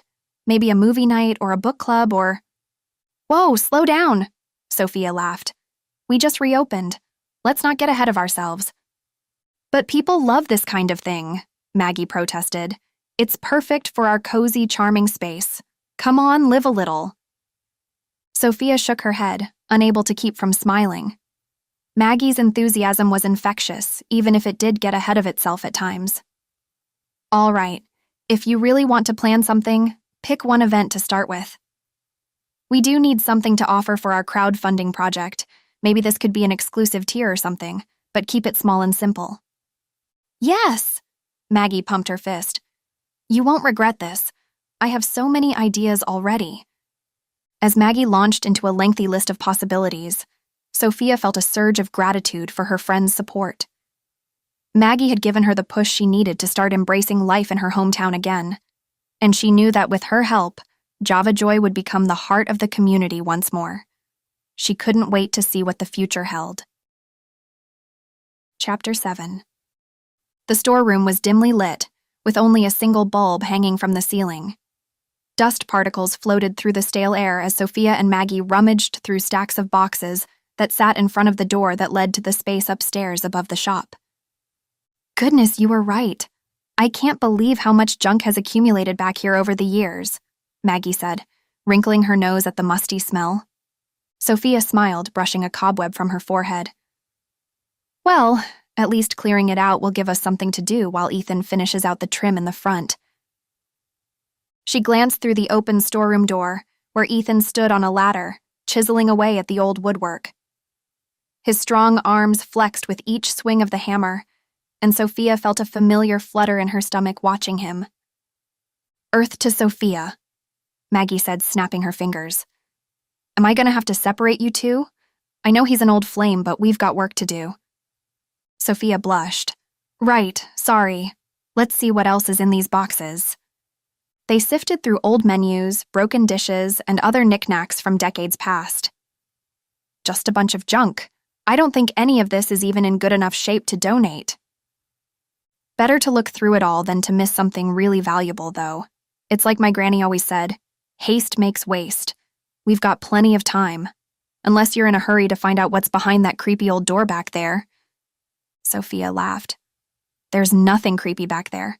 It just leads upstairs to the unfinished second story. Knowing my mother, it's probably full of even more boxes of junk. She shuddered at the thought of going through a whole extra floor full of this stuff. They continued for a bit longer, and Sophia was about ready to give up for the day when Maggie gasped. What did you find? She asked, moving beside her new friend. Maggie held up a faded manila folder. I think these are really old documents about your family's business. Sophia's eyes widened. Neat! These must go all the way back to when my great-grandparents got settled in town. She took the folder, her thoughts racing. What treasures from her family's past could be hidden in these pages? She met Maggie's curious gaze, knowing they were both wondering the same thing. Should we take a look? Maggie asked. Absolutely. Let's see what my family was up to all those years ago. She opened the folder slowly, the old pages crackling. Maggie leaned in as Sophia began to read, the storeroom fading away as some unexpected secrets of the past finally came to light. Inside the folder were copies of legal documents between her great-grandparents, and to her surprise, their counterparts from Ethan's side, a dispute over the land rights where the coffee shop was built. As Sophia read, she could almost hear her ancestors' voices in each faded word, as if they were speaking to her across time. This must have been quite a scandal back in the day. As she continued to read, the situation only got worse. Ethan's great-grandparents had accused Sophia's great-grandparents of stealing their land, and it had resulted in a long and bitter feud between the two families many years before she was born. Sophia's heart sank as she read through the legal jargon, shame rising in her chest. How could she have not known this about her own family's history? Did we really steal this very land that we're standing on? Maggie's hand found her shoulder, squeezing gently. Hey, don't beat yourself up over this. There are two sides to every story, and even if it's true, it's not like you had control over what your ancestors did. Worst case scenario, maybe this could be an opportunity for you and Ethan to finally put this old family feud to rest. Sophia nodded, grateful for her friend's support. You're right. Maybe I should fill Ethan in on all of this and see if we can be the ones to bury the hatchet. What hatchet? Ethan's deep voice interrupted from the doorway, making Sophia and Maggie jump. He was covered in sawdust and wore a playful smirk on his handsome face. Sophia took a deep breath, clutching the old documents in her hand. I found something interesting in these old papers. It turns out that our families had a dispute over this land when the coffee shop was first built. Ethan's expression turned serious as Sophia handed him the documents to read, and Maggie stood awkwardly to the side, unsure whether to stay or give them privacy. I had no idea, he said after a moment. But that was so long ago. We shouldn't let something like this get in the way of what we're working on today. Sophia felt a weight lift from her shoulders at his easy acceptance. I agree. Let's keep the past in the past. Maggie clasped her hands together. I love happy endings. Sophia smiled, but inside she wasn't sure it would be so easy. If they had truly stolen this land, then she would have to find a way to make it right. If not for her family's reputation, then for her own conscience. She remembered her father's words from dinner. People have long memories in this town, and sometimes the past has a way of catching up with you when you least expect it. A shiver worked its way up her spine. You all finished out there? She asked, turning her attention back to Ethan. For today. Great. You want to take a walk? They had some things to discuss. Ethan smiled. Sure. Where to? Let's go to the park, Sophia said, picking up her bag from the floor and stuffing the documents inside. I could use some fresh air. Ethan nodded and followed her out of the storeroom. As they stepped outside and into the fading twilight of fall, a cool breeze brushed against their cheeks. The leaves were starting to turn orange and red, fluttering down from their branches like fiery stars in the night sky. They took a quiet path through the town square, Sophia leading them with determination as if she knew exactly where they were going. Conversation was normally easy between them, but Sophia found herself growing more nervous with each step closer to the park. When they finally arrived at their destination, Ethan guided her over to an empty bench beneath a sprawling oak tree. As he held her gaze before sitting down beside her, his expression softened with compassion, like he knew whatever she was about to say wouldn't be easy. Is everything okay? I hope so. Sophia sat and steeled herself for what she had to ask. Do you think your family knows? About the dispute? Ethan sighed. I don't know. I haven't spoken to my family about anything Pinehaven related in years, ever since they moved back to the city, and I doubt they would even care at this point, but it's possible. Sophia nibbled on her lip, trying to keep her emotions in check. And what if they do? What if they come after us for the land? Ethan casually stretched his arm across the bench behind her, just like he used to do when they were young, and it took everything she had not to curl into his side for the comfort she knew she'd find there. I wouldn't let them bring you any strife. If my family was involved in something unethical, I want to make it right, she said quietly. We've always prided ourselves on being pillars of the community. Ethan gently squeezed her hands. I know, but the sins of the fathers aren't yours to bear. People know you, Sophia. They won't judge you for the actions of your ancestors. Sophia sighed. I hope you're right. But if this caused real harm, I have a responsibility to make it right somehow. She thought of the close-knit small businesses around the town square. Had they also suffered from her family's greed? What about the working class families just scraping by? Had her privilege come at their expense? The questions weighed heavily on her. "Hey," Ethan said, tilting her chin up to meet her eyes. "Whatever happened, we'll face it together. I'm here for you." Despite the gravity of the situation, Sophia's heart fluttered at his touch. She managed a small, grateful smile. With Ethan by her side, she could be brave. "We should figure out if this land is legally still yours," she said finally, turning to Ethan with determination in her eyes. "But we'll need to research more into the legalities of it all and see what our options are. It might take some time, but in the end, I want us to find a solution that works for both of us." He smiled, reaching out for her hand and giving it a gentle squeeze. "It's a deal." Sophia took a deep breath and collected her thoughts. "Okay, first things first. We need more information. I'll call my dad in the morning to see if he knows anything about these documents." Ethan nodded. "Good idea. And I have a buddy who works at the Historical Society. He might be able to dig something up in their archives." "Then it's a plan. Let's meet up again after lunch to compare notes." "I will see you then." Ethan hesitated, like there was more he wanted to say, but after a long pause, he stood, stretching out his hand to help Sophia up. He didn't let go as they made their way back to the coffee shop where their cars were parked. And Sophia was happy to feel his fingers in hers again. They fit like an old glove, and that was exactly the kind of comfort she needed after the day's discovery. Chapter 8. Sophia sat at her parents' mahogany dining table, the sun streaming in through the bay window. The scent of freshly brewed coffee and buttery croissants filled the room, and it was nice to enjoy a morning at home now that she had Maggie taking care of things up at the shop. Or it would have been nice if not for the task at hand. Her fingers danced across the keyboard of her laptop as she dove further into her family's history. She had been researching for hours, uncovering stories and secrets from generations past. Yet, nothing could have prepared her for what she discovered next. "Mayor Thomas Caldwell?" she whispered, her green eyes widening with disbelief. The name jumped out at her from an old newspaper article. It detailed a scandal involving her parents and the charismatic mayor, who was accused of embezzlement and bribery. A cold wave of anxiety washed over her. This just kept getting messier. Were her parents actively involved? Sophia bit her lip, trying to suppress the panic that threatened to bubble over.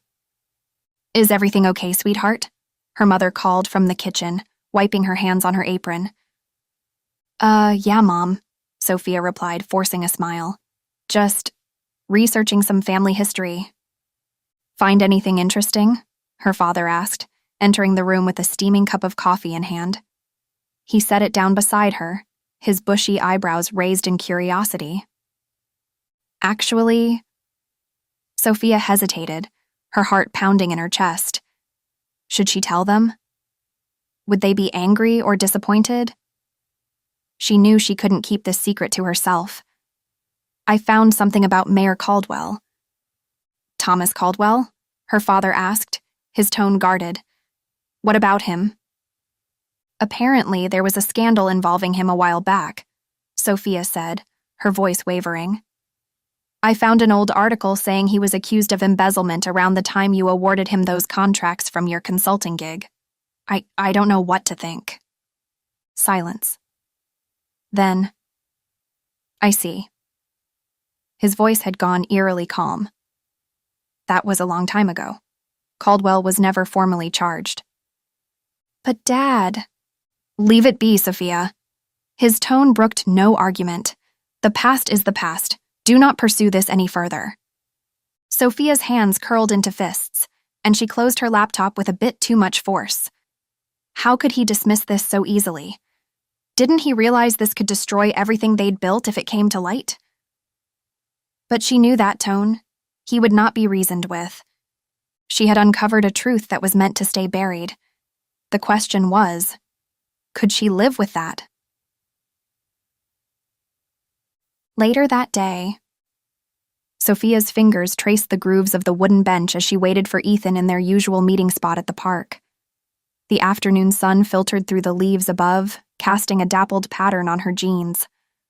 Her heart felt heavy with the weight of her family's secret, and she hoped that opening up to Ethan would offer some semblance of relief.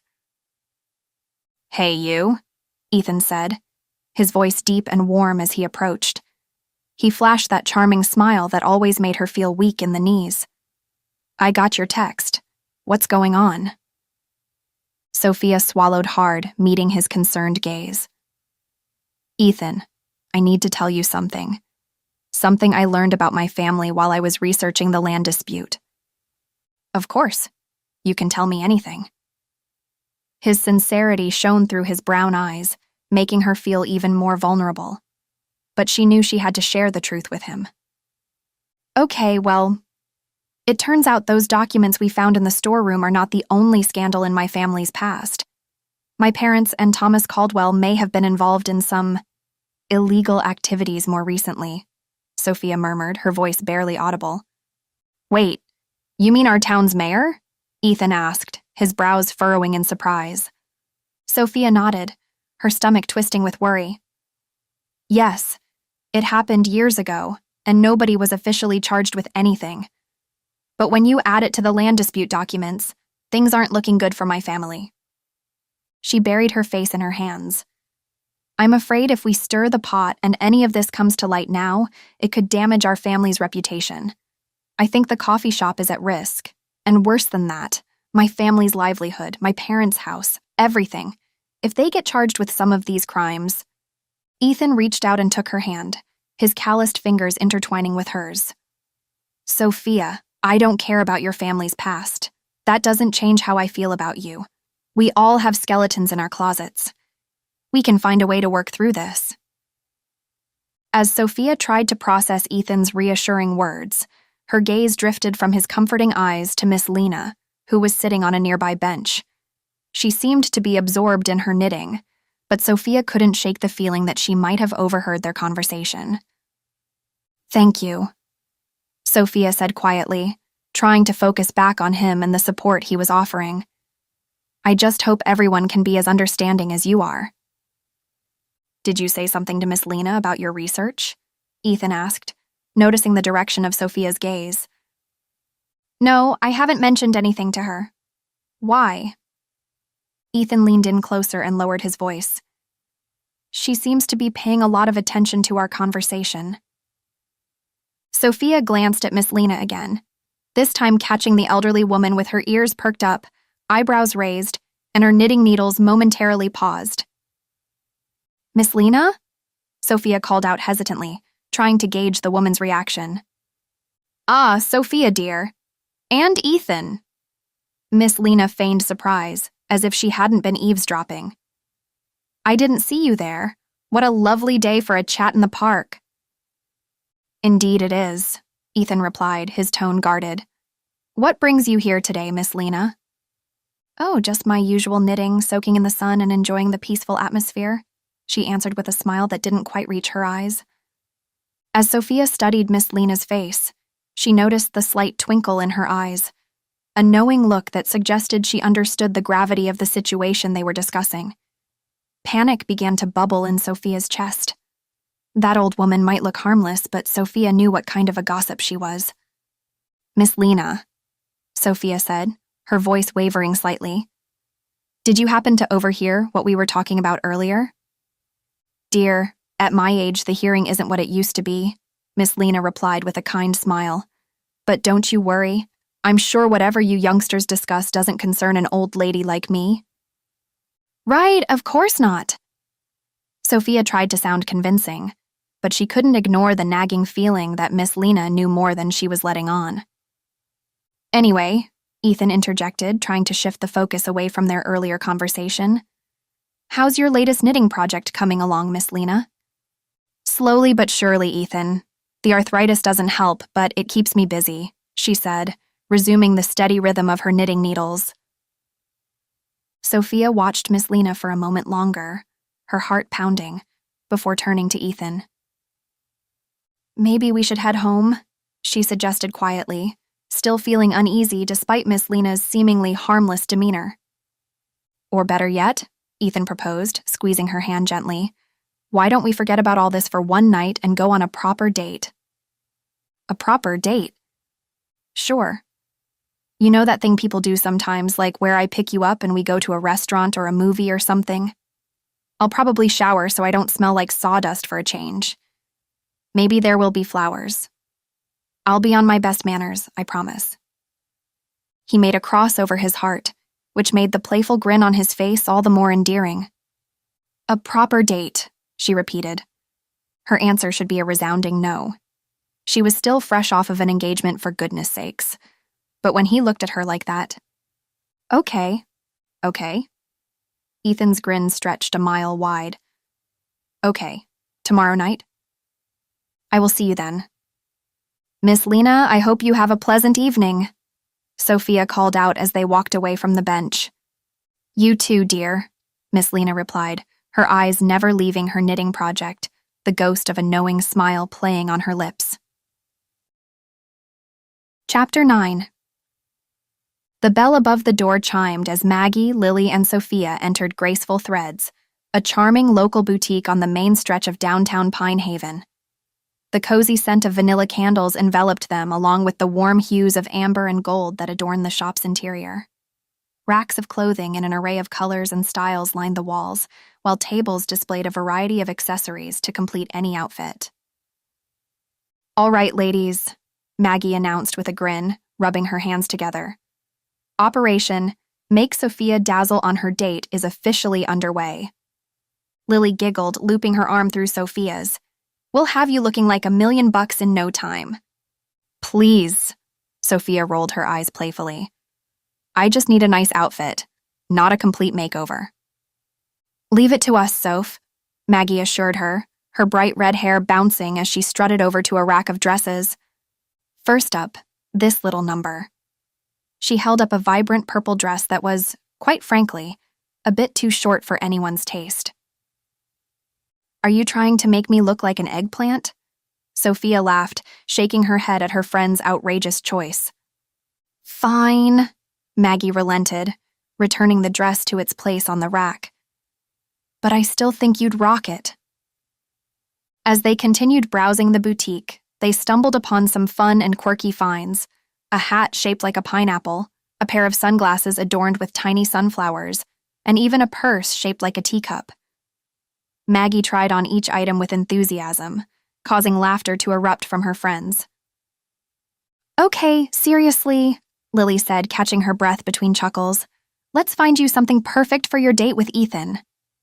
Agreed, Sophia nodded, growing more excited at the prospect of seeing him again. They had just started sifting through a collection of elegant blouses when Sophia's ears perked up at the sound of her family's name being mentioned by a group of women standing near the cash register of the boutique. She tensed, her heart pounding as she strained to hear their conversation. Could they be discussing the scandal? Her past? The changes that Matthew's girl has made at Java Joy have been fantastic, haven't they? One of the women said, and Sophia let out a pent-up breath. It was just a false alarm. They were only talking about the recent improvements at the coffee shop. Hey, what about this one? Lily suggested, drawing Sophia's attention back to the task at hand. She held up a soft, cream-colored blouse with delicate lace detailing around the neckline. That's beautiful, Maggie agreed, nodding her approval. It would look amazing on you, Sophia. Thanks, Sophia smiled, grateful for her friend's unwavering support and their ability to keep things light even when the weight of her past threatened to bring her down. The high afternoon sun cast a warm glow on the quaint downtown streets as the women continued their outing a while later, multiple shopping bags swinging from each of their arms. All right, ladies, I'm starving, Maggie announced, her stomach audibly growling. Shall we make our way to that cute little cafe over there? Perfect, Sophia agreed, grateful for the chance to sit down and catch her breath after their shopping spree. The three women made their way to a cozy outdoor table nestled under a vibrant canopy of orange and red maple leaves. As they browsed through the menu, Maggie leaned forward, mischief sparkling in her eyes. So, details. What are you eating tonight? Where is he taking you? Have you thought about how the evening might end? A blush crept up Sophia's neck as she took a sip of her lemonade. I haven't even seen Ethan yet today. We're meeting at the trailhead at 6, and he said to wear durable shoes. Beyond that, I have no idea what he has planned.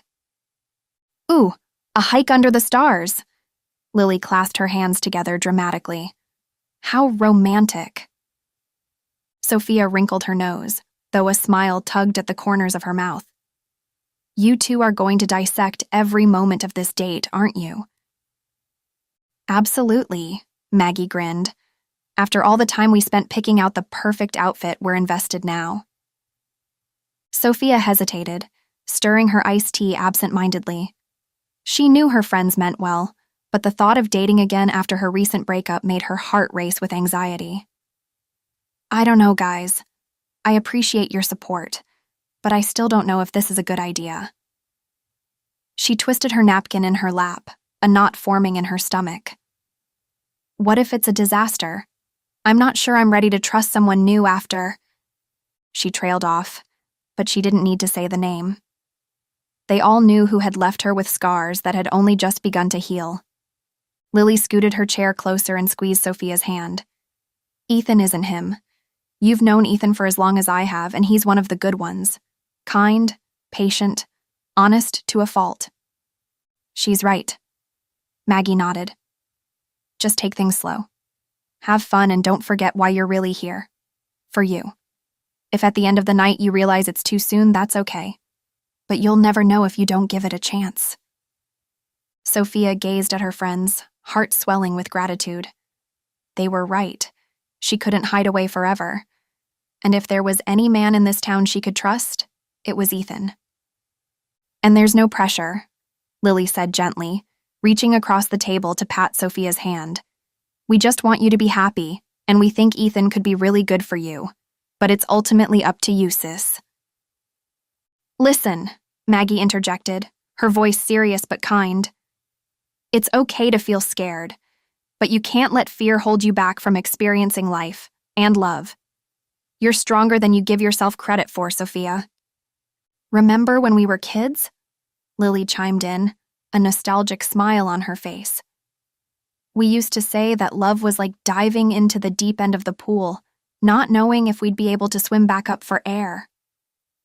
Exactly, Maggie exclaimed, grinning. You just have to take the plunge, Sophia. Trust yourself, and trust Ethan. Give him a chance to show you what real love can be. Sophia took a deep breath, letting their words wash over her as she mulled them over. She knew they were right. If she didn't at least try, she'd never know what could have been. And maybe, just maybe, she could find happiness with Ethan again. Okay, she finally conceded, meeting her friends' encouraging gazes. I'll give it a shot. I'll try to be more open-minded and give Ethan a real chance. Yay! Lily cheered, clapping her hands together. Maggie smiled warmly at Sophia, proud of her friend's decision to embrace vulnerability and take a chance on love. As the conversation continued, Maggie took a sip of her iced tea and leaned back in her chair, a thoughtful smile on her face. You know, Sophia, I totally get where you're coming from. Honestly, after all my travels and adventures, I'm not really interested in finding love right now either. Sophia raised an eyebrow, intrigued by Maggie's admission. Really? She asked, genuinely surprised. Yup, Maggie replied with a shrug, tucking a strand of her bright red hair behind her ear. Before I settled down here in Pine Haven, I was always on the move, exploring new places, meeting interesting people, living life to the fullest. And even though I love it here, I still have that itch for adventure, you know? So, for now, I'm happy just being me. No romantic entanglements necessary. Lily sighed dreamily as she listened to Maggie's words, her gaze drifting across the street to a couple holding hands as they strolled along the sidewalk. That sounds wonderful, Maggie. But, unlike you, I've always dreamed of finding a man to settle down with, she confessed, her voice tinged with longing. Unfortunately, it seems like everyone in Pine Haven is either taken or just not worth my time. Maggie chuckled, nodding her agreement. Yeah, it can be tough to find Mr. Right in such a small town, huh? Absolutely. Lily grumbled, absently stirring her salad with her fork. But who knows? Maybe one day someone new will come into town and sweep me off my feet. Or maybe, Sophia suggested gently, you just need to give some of the local guys a chance.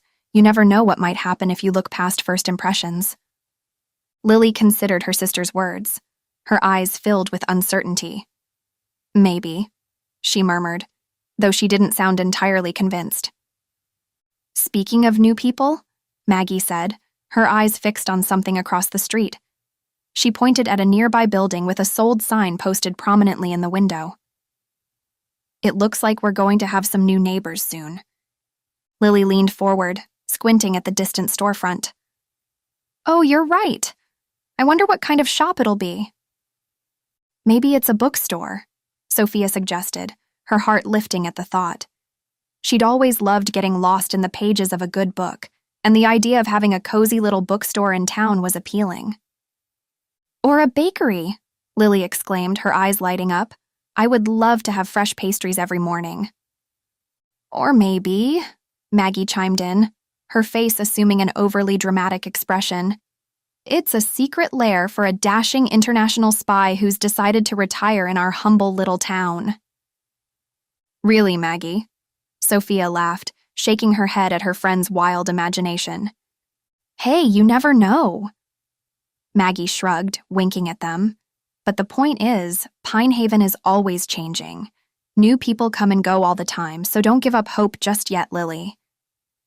True, Lily admitted, still eyeing the sold sign thoughtfully. Who knows? Maybe my Prince Charming will walk right into this town one day. See? Maggie grinned. Anything can happen. I wish I had that kind of confidence in love, Sophia said with a sigh. It's okay to question things, Maggie assured her, her tone kind and understanding. After all, love isn't something you can fully understand or predict. It's messy and complicated, but that's what makes it beautiful too. Definitely, Lily agreed. And sometimes you learn the most about yourself and what you want in a partner when things don't work out. Like my travels before settling down here, Maggie added, her eyes twinkling with memories of adventure. I had some wild flings and heartbreaks, but they all helped me become the person I am now, and I wouldn't trade that for anything. Exactly, Lily nodded. So instead of focusing on finding the one, maybe we should just enjoy the journey and learn from our experiences.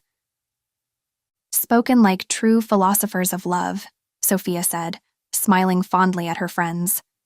Their words of wisdom and encouragement warmed her heart, and she knew she was lucky to have them by her side as she navigated the uncertain waters of romance. Anyway, Lily chimed in, eager to lighten the mood, the important thing is that we're all here for each other, right? Whatever our romantic futures hold, or don't hold, we've got a pretty amazing friendship to lean on. Let's toast to that, Maggie suggested, raising her coffee cup. To love, life, and the lessons we learn along the way. Cheers, Lily and Sophia echoed, their cups clinking together as they celebrated this new bond of friendship that would carry them through whatever adventures lay ahead. Chapter 10. Sophia pulled into the gravel parking lot, the crunch of stones under her tires breaking the silence of dusk. As the trailhead came into view, she spotted Ethan's familiar form leaning against a wooden signpost, his dark hair tousled by the gentle breeze. I was starting to think you'd stood me up, he teased as she got out of the car. Sophia smiled sheepishly. Sorry I'm late. You know how my mom is. She talked my ear off as I was trying to leave. Ethan chuckled, his laugh warm and comforting. No need to apologize. I'm just happy you're here. He stepped closer and Sophia's breath caught, her nerves vanishing instantly. His presence was so inviting, so genuine. She had forgotten how good it felt to be around him. The trailhead was bathed in the soft golden glow of twilight, the sun dipping below the horizon and casting long shadows across the path ahead. The atmosphere was peaceful and enchanting, with the sound of crickets providing a melodic backdrop to their conversation. A cool breeze rustled through the trees, carrying the scent of pine and fresh earth, making Sophia feel truly alive in the moment. It was peaceful. Perfect. Wow, it's so beautiful up here, she breathed, gazing around at the stunning landscape. Isn't it? Ethan agreed, his eyes following hers. I thought this would be the perfect spot for us to reconnect. Reconnect. The word seemed to hang in the air between them, heavy with the weight of their shared history and unspoken feelings. They both knew, however, that they were on the precipice of something new and exciting. Ethan offered his arm. Shall we? Sophia looped her hand through, skin tingling where they touched. Lead the way. They started down the trail, gravel crunching underfoot. You know, I was surprised when you suggested this, Sophia said with a playful grin. Hiking under the stars seems awfully romantic for two old friends catching up. Ethan glanced sidelong at her, lips quirked. Catching up? I thought this was a proper date. You're right, I did concede to a proper date, didn't I? She laughed. That's right, and you know it has been 10 years. I thought we could stand to get reacquainted. Is that so? Sophia kept her tone light despite the flutter in her chest. Absolutely. For example, I don't know your favorite constellation anymore. Sophia laughed again. Oh, well, that simply won't do. The banter came so easily, so naturally. It amazed her sometimes how she could just fall right back into rhythm with Ethan, like no time had passed at all. He had always been able to put her at ease. They continued down the trail, the comfortable conversation flowing. The nerves Sophia had felt earlier melted away completely, replaced by a warmth that had everything to do with the man at her side. She had missed this, missed him, more than she cared to admit. As they rounded a bend in the trail, Sophia caught sight of a small clearing bathed in silvery moonlight. A cozy picnic setup awaited them beneath the stars. Plaid blanket, wicker basket, battery-powered candles. He'd thought of everything. Wow, Ethan, you really went all out, she marveled at the romantic scene before her. Only the best for our special night, he replied with a wink, leading her to the blanket. He carefully helped her sit down, making sure she was comfortable before settling beside her. Let's see what we have here, Ethan said, opening the basket. He pulled out a bottle of wine, an assortment of cheeses, and fresh fruit, each item making Sophia's eyes widen with delight. Perfect, she murmured, her stomach rumbling in anticipation.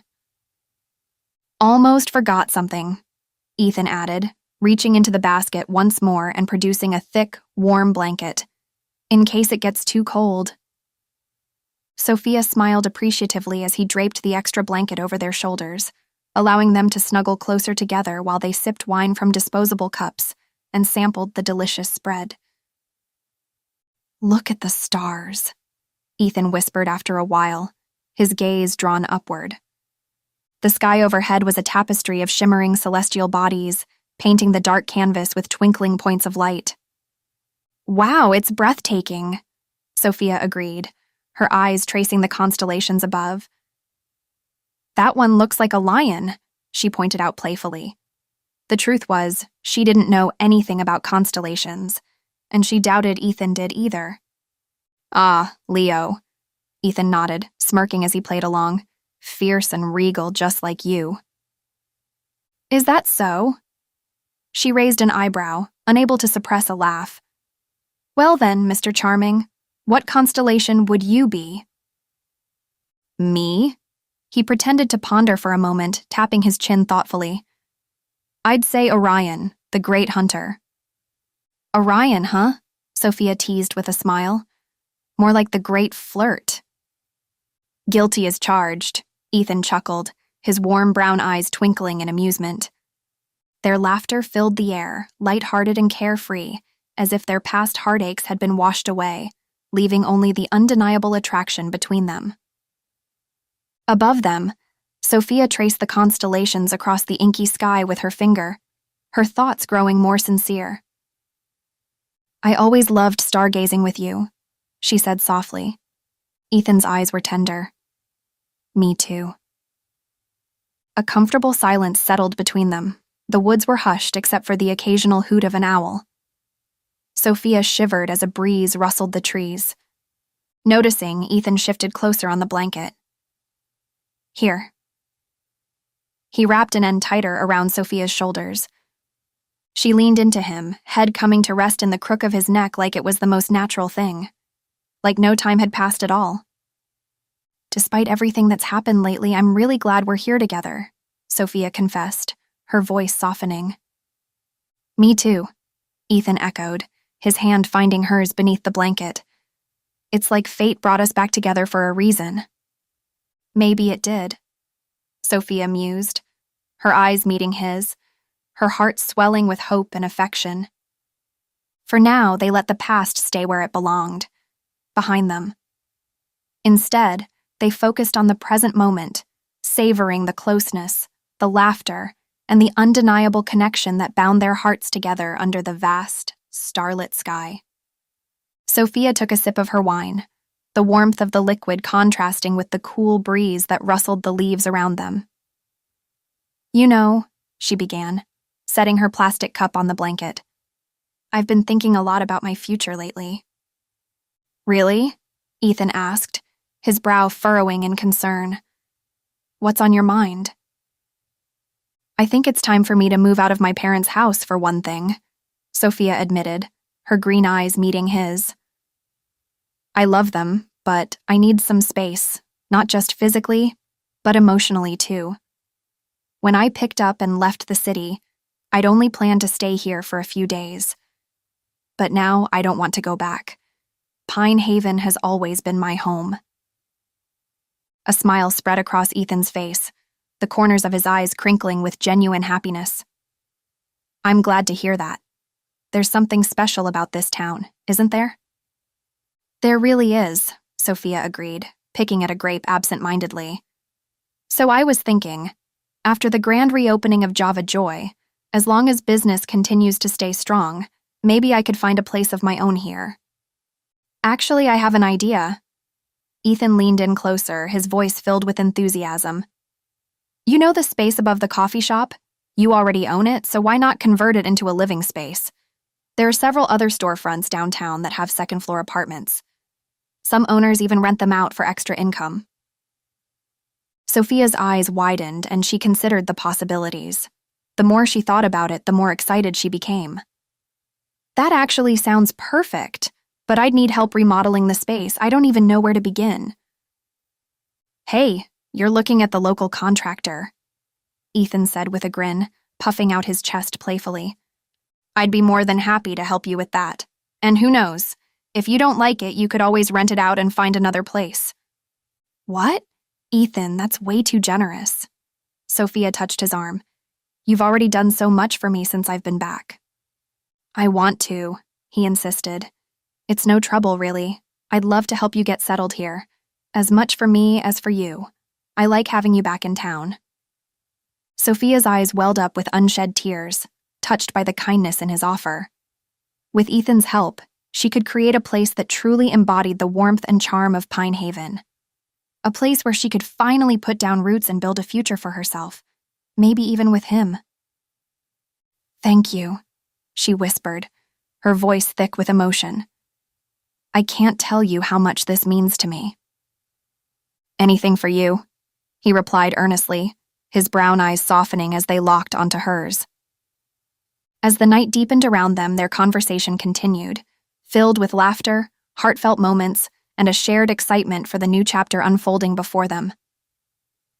I'm really glad you decided to stay, he said softly. I know Pine Haven must seem small compared to the city, but it's perfect, Sophia finished. She meant it. This little town had a charm she'd never found anywhere else, and the company wasn't bad either. Ethan reached over and tucked a stray curl behind her ear. Sophia's breath caught at his touch. I missed you, Soph. His voice was low and rough. All these years apart, I could never stop thinking about you. Me too. The words slipped out unbidden. But they were true. No one had ever made her feel the way Ethan did. His face was so close now she could feel his breath, warm on her cheek. Sophia's pulse quickened. She wet her lips unconsciously. Ethan's eyes dropped to her mouth, and before she knew what she was doing, she closed the space between them. As their lips met, a rush of emotions flooded through Sophia: warmth, comfort, joy, and an undeniable sense of belonging. The kiss was tender, yet filled with a passion that had been simmering beneath the surface for years. It was like coming home. Ethan's lips were firm yet yielding against hers. His hand slid into her hair, angling her head to deepen the contact. Sophia melted into him and sighed into the kiss, all the tension and hurt from their years apart dissolving. In this perfect moment, nothing else mattered but the two of them together under the stars. When they finally broke for air, Ethan rested his forehead against hers. "I'd forgotten how amazing that feels." "Me too," Sophia admitted, her heart still racing. "I don't want to mess this up again," he murmured. Sophia stroked his cheek. "We won't. We're not the same people we used to be." He turned his head to press a kiss to her palm. "I'm still going to help you with that apartment. No arguments." His eyes twinkled. Sophia laughed. "Fine, but I'm helping too. It's my place after all." "Deal." Ethan pulled her close again. Sophia grinned, her green eyes glistening with unshed tears. She suddenly felt lighter, as if a weight she hadn't even realized she was carrying had been lifted from her shoulders. Together, they sat on the picnic blanket, hands intertwined, embracing the renewed bond between them. "Here's to new beginnings," she toasted, raising her glass of wine, "and to rediscovering old connections." "Cheers," Ethan agreed, clinking his glass against hers. As they sipped their wine, side by side under the starlit sky, Sophia couldn't help but feel that everything was falling into place, just as it was always meant to be. Chapter 11. The bell attached to the door of the coffee shop jingled frantically as Miss Lena Johnson fussed with the handle and finally burst through, her cheeks flushed and silvery hair askew. Her hazel eyes scanned the room nervously, finally settling on Sophia, who was wiping down a counter near the entrance. "Oh, sweet heavens!" Miss Lena exclaimed, fanning herself with one hand while clutching her cane tightly in the other. "Sophia, child, I need to speak with you." Sophia took note of the urgency in Miss Lena's voice and immediately set aside her cleaning rag. She shot a concerned look at the elderly woman, trying to assess whether this had to do with what she had overheard during Sophia's conversation with Ethan in the park. Suppressing her own worries, Sophia put on a warm smile and approached her. "Miss Lena, what's wrong?" she asked gently, guiding her to a booth in the back corner, away from the other customers. "Come, let's sit down." "Thank you, dear," Miss Lena panted, easing into the seat with visible relief. I couldn't wait any longer. This is too important." Sophia poured her a cup of coffee, black, just the way she liked it, and handed it to her before sliding into the seat across from her. She studied the older woman's face, trying to decipher what could have caused such distress. As much as she wanted to directly question Miss Lena about listening in on her conversation with Ethan, she knew the woman's well-being was a priority. "Miss Lena, please tell me what's going on," Sophia urged, her green eyes filled with concern. "You're scaring me a little." "Forgive me, dear," Miss Lena said, sipping her coffee and visibly calming down.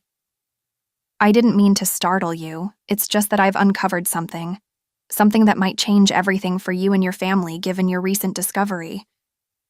She knew Miss Lena had been listening, but it didn't seem like she was keeping it much of a secret anymore. Something had happened. "Change everything?"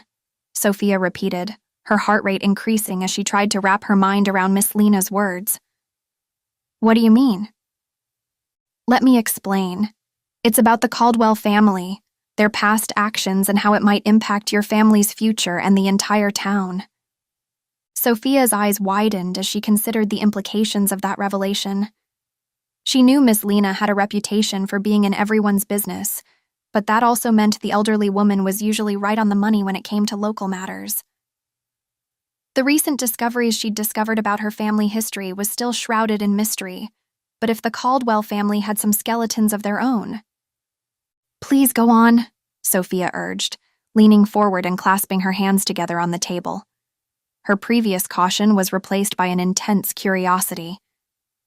Maybe this new information could help her make sense of her own family's past. Miss Lena took a deep breath, as if steeling herself for what was to come. The Caldwell family has been rotten for as long as I can remember. Thomas Caldwell likes to put on a charming act for the public, but behind closed doors, that family is involved in all sorts of unscrupulous behavior. Sophia's stomach tightened into knots. She wanted to protest that the mayor had always seemed like an upstanding member of the community, but she held her tongue. After what she'd discovered about the near scandal between him and her parents, she wasn't so sure anymore. She needed to hear Miss Lena out. Blackmail, bribery, swindling hardworking people out of their livelihoods, the old woman continued, her voice lowering to a harsh whisper. And it goes back generations. Thomas's father and grandfather were no better. How is this possible? Sophia asked, genuine shock etched across her features. Someone would have spoken up before now. Not in Pine Haven, Miss Lena replied grimly. The Caldwells have been controlling this town for over a century. They target vulnerable families and businesses, get them in their debt, and then force them to stay silent. It's a vicious cycle, and now it seems they have their sights set on your family's prosperity.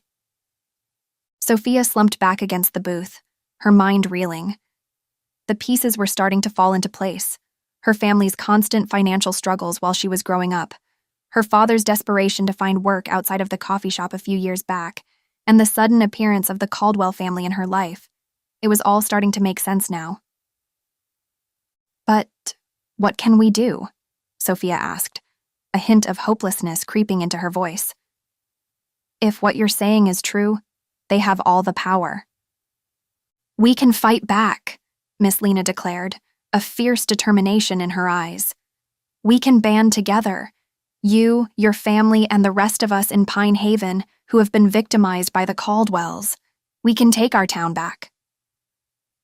Hope filled her chest at Miss Lena's words, but she couldn't shake off the fear and uncertainty that still lingered in her mind. But what if we fail? What if they come after us? Miss Lena reached across the table to grasp her hand. We won't fail, and even if they do come after us, we'll face it together. I'm telling you this because you deserve the truth, and because it's time someone put a stop to them once and for all, she said fiercely, covering Sophia's hand with her own. The fate of Pine Haven depends on it. Sophia gave Miss Lena's hand a gentle squeeze, gratitude and determination warring inside her. Thank you for telling me the truth. I promise you, we won't let the Caldwells get away with this any longer. The older woman nodded, her eyes shining with purpose. That's exactly what I hoped you'd say. Now, would you like to hear the whole story? Sophia nodded eagerly. Where do you want me to start? At the beginning, Sophia said. Tell me everything about how my family got tangled up in this mess. It was back in the late 1800s, Lena began. Your great-grandparents moved to Pine Haven and purchased 200 acres of beautiful farmland. Even then, the Caldwells had their greedy eyes on controlling as much of the town as possible. When your family refused to sell their land, the Caldwells started a nasty smear campaign, spreading lies and rumors to turn the town against them. Sophia frowned. But that doesn't explain how they ended up with half the land. What did the Caldwells do? They didn't just spread rumors, Lena said darkly. They resorted to threats and violence. Your great-great-grandfather was attacked one night and left for dead. The Caldwells made it clear that the rest of the family would suffer the same fate if they didn't sign over half their land. Sophia gasped, appalled at the cruelty and injustice of it all. Her hands curled into fists as anger bubbled up inside her. They can't just take what they want through force and intimidation. But they did. And not just to your family. They sold those same 200 acres to the Carters as well. Sophia gasped. You're kidding. How could they get away with that? By preying on the Carters' desperation. They had lost their own land and had nowhere else to go. The Caldwells offered them a deal, half the land, at a price they could barely afford. But of course, they couldn't pay the full amount, and so the Caldwells squeezed them until they had no choice but to sell their halfback to the Caldwells at a fraction of the price they had bought it for. Miss Lena shook her head in disgust. It was a despicable way to do business, but they've been doing it for decades, ruining families, monopolizing the town's resources, and expanding their own power and influence. Sophia leaned back in her seat, her mind reeling with the weight of Miss Lena's revelations. She had always known there was something rotten at the heart of Pine Haven, but she had never imagined it was this bad. And now, with her family's livelihood at stake, she knew she had to take action. "We have to stop them," Sophia said firmly, her vision clear. "We can't let them keep doing this to our town and our families." Miss Lena nodded firmly. "I agree, and I think I have an idea of where we can start." Sophia leaned forward, hungry for any plan that could help her take down the Caldwells. "We need to make sure the truth about their business practices and their past is known," Miss Lena said. "They've been able to keep everything under wraps because they control so much of the town's resources, but if we can get the word out, it could be enough to turn the tide." Sophia's heart lifted at the idea. How do we do that? "We start by gathering evidence. I've been keeping track of their activities for years, and I know plenty of other people who have stories to tell. We just need to find a way to get it out. I was thinking the Harvest Festival might be the perfect place to set the truth free. Most of the town will be in attendance." Sophia met Miss Lena's determined gaze and set her jaw. "Tell me what I need to do. How do we find this proof? The Caldwells have had decades to cover their tracks. Anything incriminating is surely long gone by now." "Not necessarily," Miss Lena said with a sly smile. "The Caldwells have always been arrogant, believing they're untouchable in this town. They've left clues if you know where to look. We search public records at the library, historical society archives, even abandoned properties around town. And we ask questions, discreetly of course. There are lifetime residents with long memories who may know things they've kept secret out of fear. If we dig deep enough, we'll find what we need." Sophia considered the monumental task ahead. Taking on the powerful Caldwell family wouldn't be easy, or without risk. But how could she walk away from this? Pine Haven deserved justice and freedom from the Caldwells' corruption, and her family deserved to reclaim what was rightfully theirs. Ethan's family deserved that too. She looked at Miss Lena with renewed determination. "Where do we start?" The woman's wrinkled face split into a triumphant grin. "Follow my lead, my dear. We have work to do." She grabbed her bag and trailed Miss Lena out of the coffee shop, her mind racing with plans for the Caldwells' downfall. The family had ruled over Pine Haven for far too long. It was time for a revolution. Chapter 12. Sophia paced the floor of the empty coffee shop, impatiently awaiting Ethan's arrival. He'd sent her a text earlier about some exciting plans he had in mind for the remodel, and as badly as she'd wanted to call him and tell him everything she'd learned from Miss Lena, she knew a face-to-face conversation would be better, especially with this new revelation that his family may have been swindled as well. Finally, he walked in the door, his face lit up with excitement.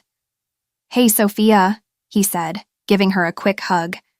"You won't believe what I came up with for your new apartment. Come upstairs and I'll show you."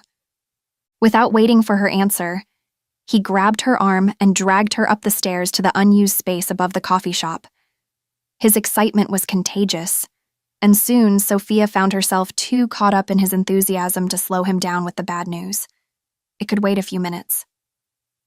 "Before we go inside," Ethan said, pausing outside the door, "try to envision the possibilities, not just what you see now." His voice carried a note of hope, and Sophia couldn't deny the infectious nature of his optimism.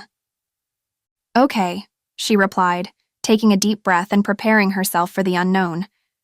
And with that, Ethan opened the door, ushering her into the dusty space above the coffee shop. The door creaked open to reveal a large open space that spanned the entire width of the coffee shop below. Sunlight filtered through grimy windows, illuminating years of dust motes floating lazily in the air, creating an illusion of tiny galaxies swirling about. The room had been gutted down to its bare bones, with only a few support beams breaking up the vastness. The original hardwood floor groaned under their feet as Ethan and Sophia stepped inside, curiosity taking hold of them. "Wow," Sophia muttered, her voice barely audible over the soft creaking of the floorboards. "This place is huge." "Isn't it?" Ethan beamed, his eyes sparkling with excitement. "I know it's a bit rough around the edges, but just imagine it all fixed up. Walls here, a kitchen there." He gestured vaguely around the room, trying to paint a picture for her. Sophia squinted, attempting to see what he saw, but all she could envision were the cobwebs hanging from the ceiling like tattered curtains and the cracked plaster that lined the walls. "I don't know," she began, doubt creeping into her voice. "It's going to take a lot of work to make this place livable." "Of course it will," he agreed, undeterred by her skepticism. "But that's part of the charm, isn't it? We'll be able to create something truly special here." She glanced around again, trying to find the allure that Ethan seemed to see so clearly. "All right, let's say we do manage to fix this place up. What about the noise from the coffee shop downstairs?" He grinned, stepping closer to one of the grimy windows. "That's easy," he said, sliding it open with a slight struggle. "We'll install soundproof insulation between the floors and these old windows. We'll replace them with double-paned glass to keep the noise out." Sophia raised an eyebrow, impressed by his confident response. "Okay, but what about privacy? I mean, we're right in the heart of town." "Simple," he replied, tapping one of the support beams. "We'll put up walls where they make sense, like around the bedroom and bathroom, and we can get you some custom coverings for these giant front-facing windows to use in the evenings." Despite her doubts, Sophia couldn't help but smile at Ethan's unwavering enthusiasm. She took another look around, trying to see the potential through the layers of dirt and dust. "And the layout?" she asked, her voice still tinged with uncertainty. Ethan stepped over to her side, his arm brushing against hers as he gestured to various points in the room. "Picture this: open-concept living and dining area, a cozy little kitchen tucked away in the back corner, and a spacious master suite with a walk-in closet and ensuite bathroom." He paused, searching her eyes for any sign of approval. "What do you think?" She considered the space once more, attempting to overlay Ethan's vision onto the dusty reality before her. She could feel the warmth of his body next to hers, and it was becoming difficult to separate her growing feelings for him from the task at hand. Despite her lingering reservations, she found herself nodding slowly. "All right," she conceded. "I can see it. It's going to take a lot of work, but maybe we can make something wonderful here." "Plus," Ethan added, grinning as he looked around the space, "there's plenty of room for a small family to grow, or, a dog." He winked at Sophia, his eyes twinkling with mischief. She couldn't help but laugh, her earlier hesitation momentarily forgotten. "A dog, huh? You think I'm ready for that kind of responsibility?" "Absolutely," Ethan replied, playfully nudging her shoulder with his own. "I've seen you handle a coffee machine during the morning rush. If you can survive that, you can handle anything." "Ha! Funny you should mention that," she said, rolling her eyes and smirking. "I was actually thinking about getting a dog before, well, everything happened."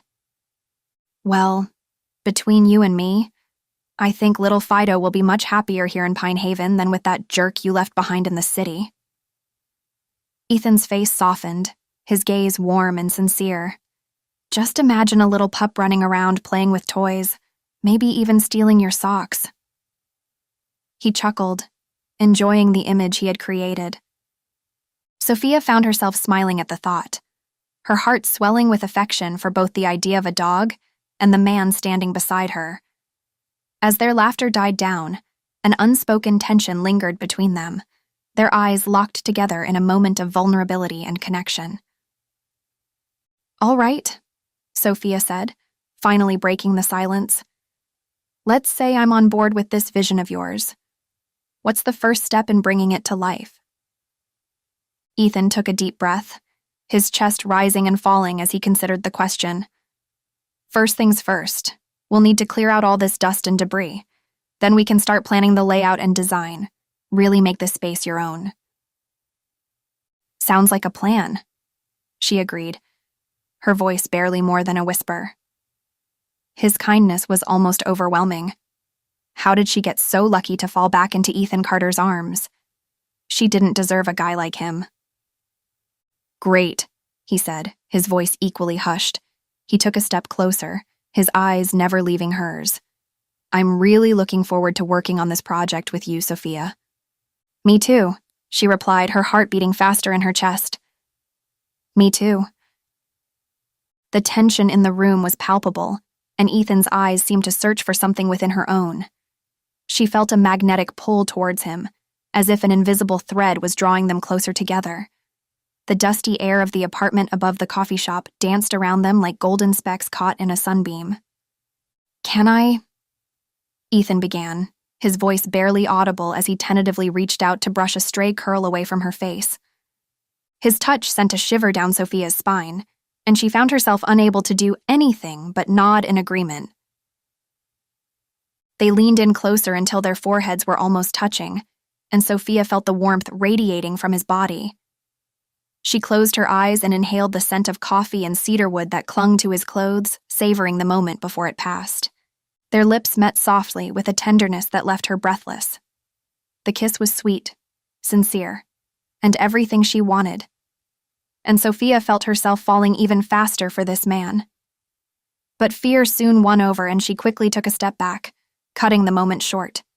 Even so, she couldn't deny the ache in her heart as Ethan stepped away from her, an ache that reminded her of all the things they had endured over the years. So, I wanted to tell you about an interesting conversation I had earlier. Sophia cleared her throat and stepped toward the windows overlooking the busy main street down below. She needed to put some space between her and Ethan if she wanted any hope of thinking clearly. Miss Lena came into the shop earlier in a tizzy. All right, he said, his eyebrows furrowing in concern. What did she say? She mentioned that the Caldwells have a history with your family. Apparently there have been bad blood and disputes between the Caldwells and many of Pine Haven's founding families for generations. Sophia paused, trying to gauge Ethan's reaction. And she thinks they might have had a hand in causing the land dispute between our families way back when, too. Ethan's eyes narrowed in thought as he considered the Caldwells' history. You know, now that I think about it, there have been several instances where the Caldwells have tried to buy land from families around town just before some kind of dispute or financial trouble surfaced. Really? Sophia asked, her curiosity piqued. Yep, Ethan confirmed. Sophia chewed on her lower lip, mulling over this new information. Do you think they wanted to weaken our families by causing the dispute and then swoop in to acquire our lands? Could be, Ethan said with a shrug. Or maybe they simply enjoy watching others struggle. Hard to say for sure without more evidence. Ugh, people like that make me so angry, Sophia huffed, her green eyes flashing with indignation. How can anyone take pleasure in seeing others suffer? Unfortunately, there are all kinds of people in this world, Ethan replied, his jaw tightening in a show of disapproval. But we won't let them win, Sophia. We'll figure this out and set things right. She looked at him, grateful for his unwavering support. Thank you, Ethan. It means a lot to have you by my side through all this. Always, he promised, his dark eyes filled with sincerity. She glanced around the apartment, seeing it with fresh eyes. You know, now that we're in this together, I think I can really start to see the potential in this place. Really? Ethan said, the corners of his mouth lifting into a smile. What do you envision? Maybe a cozy living room over there, she said, pointing to one corner of the dusty space. And a spacious kitchen where someone could cook delicious meals for their family. Sounds lovely, Ethan agreed, his voice softening at her slip of the tongue. Of course, there'd have to be room for Fido, too, Sophia added with a teasing smile. Absolutely, He chuckled, playing along. I figured he'd get the second bedroom. Perfect, she sighed, leaning against him as they shared a quiet moment. No matter how complicated her life had become over the last several weeks, somehow being with Ethan made it all seem a little more clear. Chapter 13. The autumn sun cast its warm glow over the town square as Sophia and Lily strolled past the bustling city workers. They were setting up for the annual Harvest Festival, which was always a highlight in their small mountain town. The colorful leaves on the trees surrounding the square seemed to dance in the crisp breeze, creating a picturesque scene that could have easily been plucked from a postcard. "Look at all this," Lily exclaimed, her eyes wide with excitement as she took in the preparations. "I love this time of year. The whole town comes together for the Harvest Festival."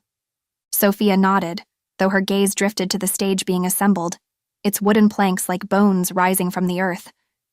This year the festival felt hollow, the joy stained by her family's downfall. Mayor Thomas Caldwell emerged from behind a group of workers, his short graying hair perfectly coiffed, and his piercing blue eyes scanning the scene before him. "There's Mayor Caldwell," Sophia observed quietly to Lily as she watched him approach. He wore his signature navy suit, impeccably tailored to fit his trim figure, and a red power tie that screamed confidence. "Ah, yes, our beloved mayor," Lily replied sarcastically, rolling her eyes.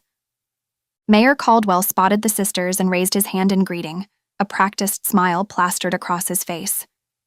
It was the kind of smile that politicians mastered early in their careers, the kind that made them appear warm and friendly while concealing their true intentions. "Hello, ladies," he called out, his voice booming with faux cheerfulness. "Are you looking forward to the festival this weekend?" "Of course, Mayor Caldwell," Sophia replied politely, returning his smile with one of her own. She had learned long ago that it was best to play nice with the influential people in life and business, even if their motives weren't always clear. "It's always a wonderful event." "Indeed it is," he agreed, his eyes flitting between the sisters as if trying to gauge their sincerity. "Well, I hope you both have a fantastic time. Enjoy the festivities."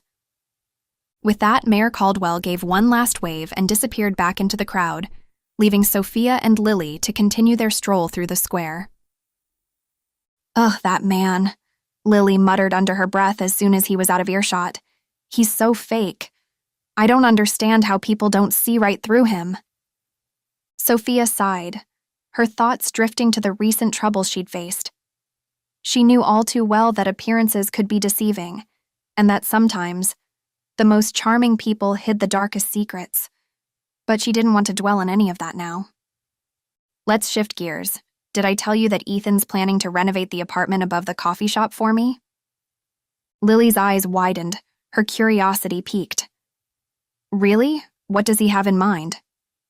Sophia grinned, eager to share the details.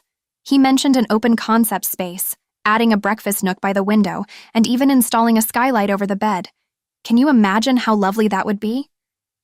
"Wow, that sounds amazing," Lily gushed, her eyes sparkling with enthusiasm. "I'm so happy for you, Soph. You deserve something nice like that after everything you've been through." "Thank you," Sophia replied, touched by her sister's genuine happiness for her. "There's just one thing, though." "What's that?"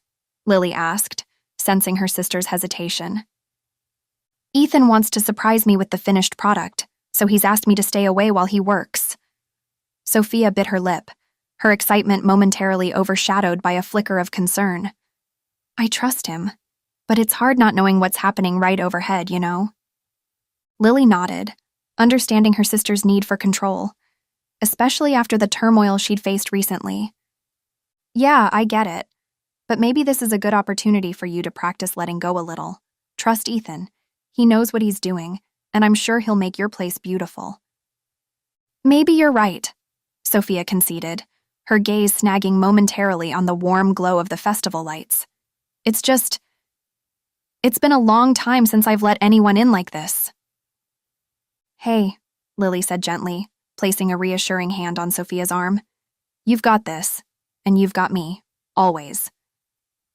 That's what he said too. And Ethan is, well, he's just wonderful.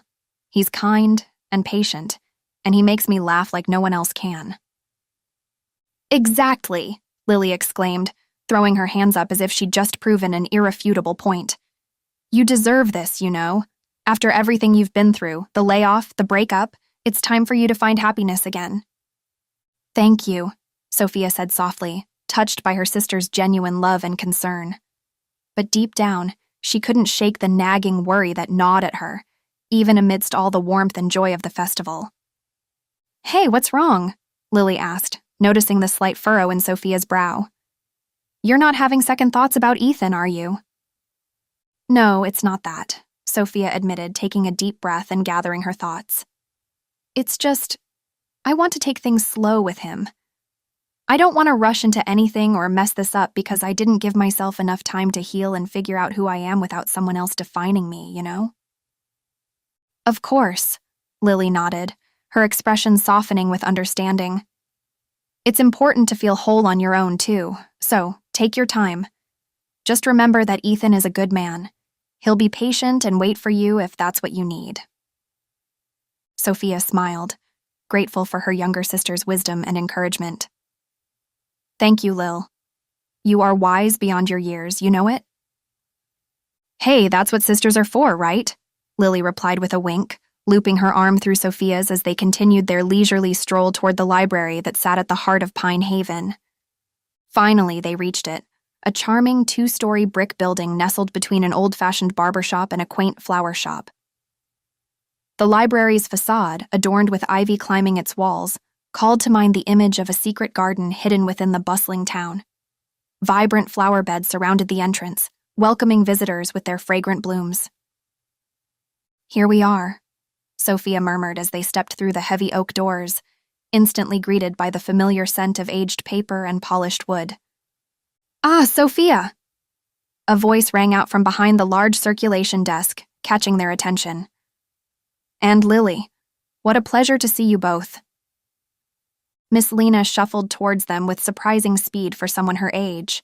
Her thinning gray hair was pulled back in a messy bun, and her oversized glasses perched precariously on the tip of her nose, threatening to fall at any moment. Hello, Miss Lena, Sophia greeted with a warm smile.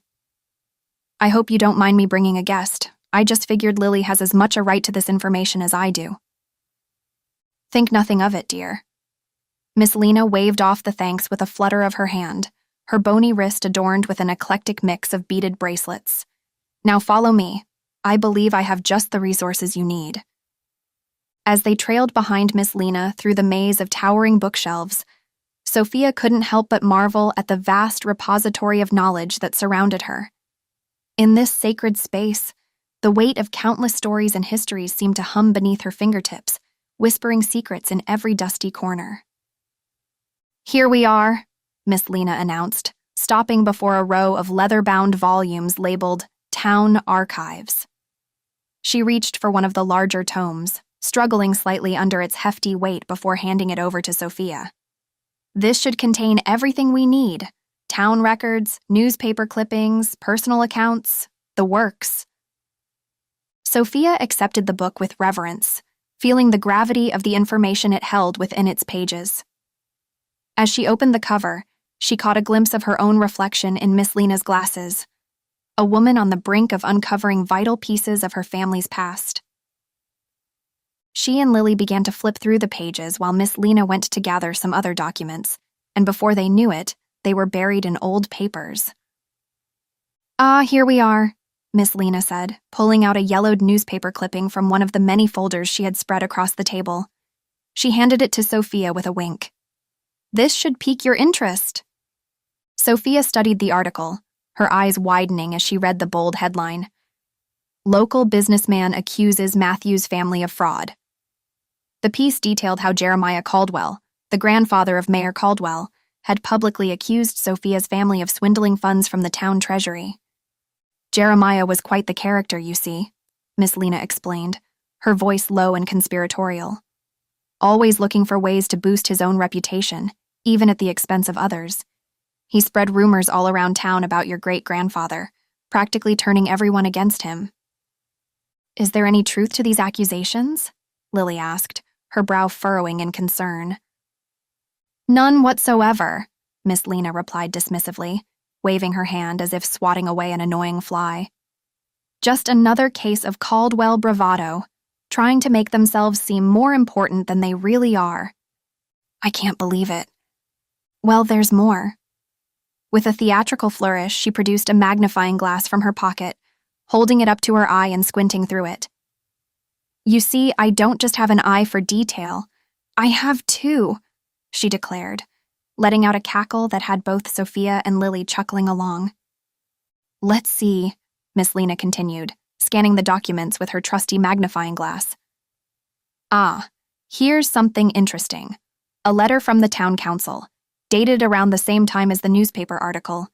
It seems they conducted an investigation into your great-grandfather's finances and found no evidence of wrongdoing. Oh, thank goodness. Sophia felt a surge of relief, tempered by frustration at the damage Jeremiah's lies had caused her family. Indeed, Miss Lena confirmed, handing over the letter.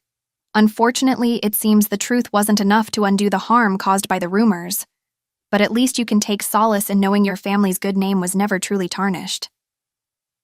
Miss Lena had been right. The Caldwells' arrogance had left a trail of clues, as long as you knew where to look.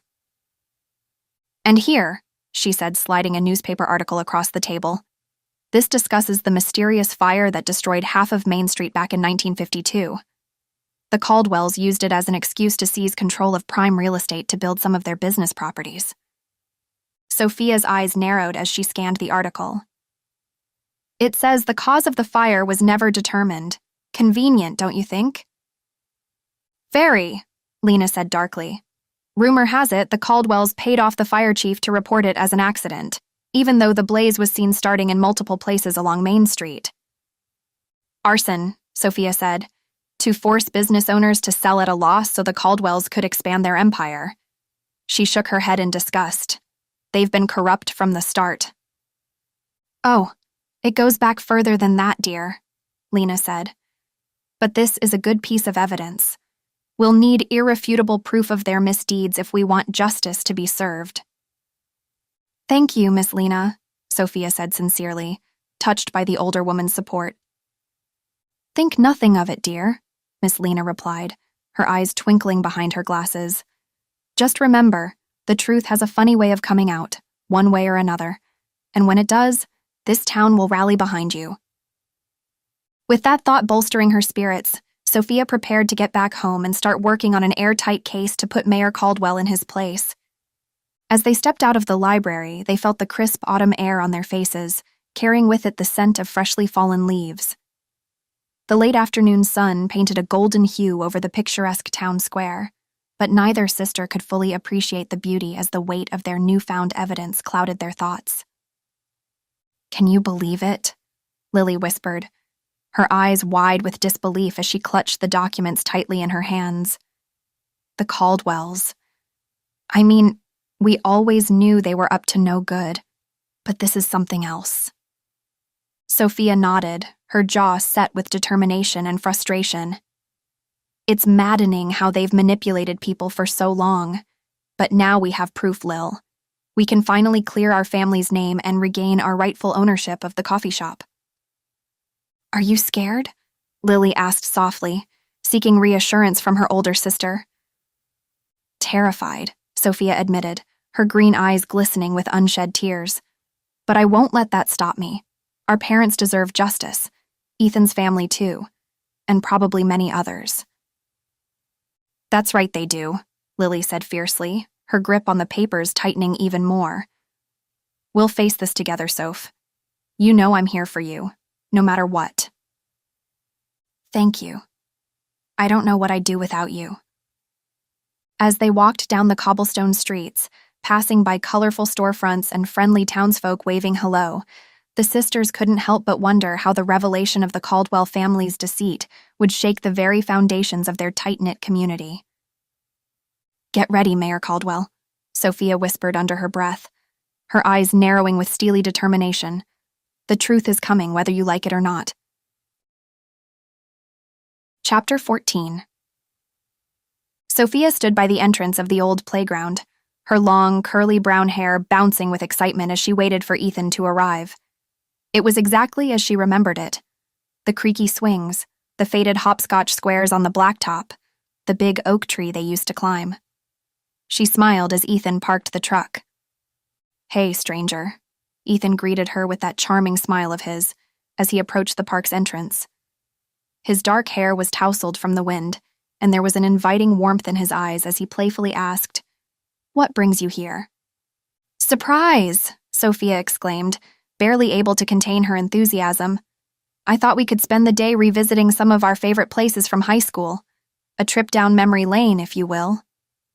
"For what occasion?" "Just to say thank you for everything you've done, the coffee shop and now the apartment.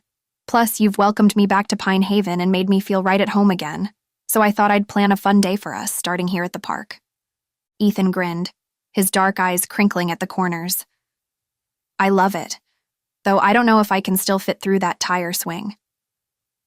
They climbed out of the truck and headed toward the playground. Sophia's heart fluttered as Ethan reached for her hand. His palm was rough and warm against hers.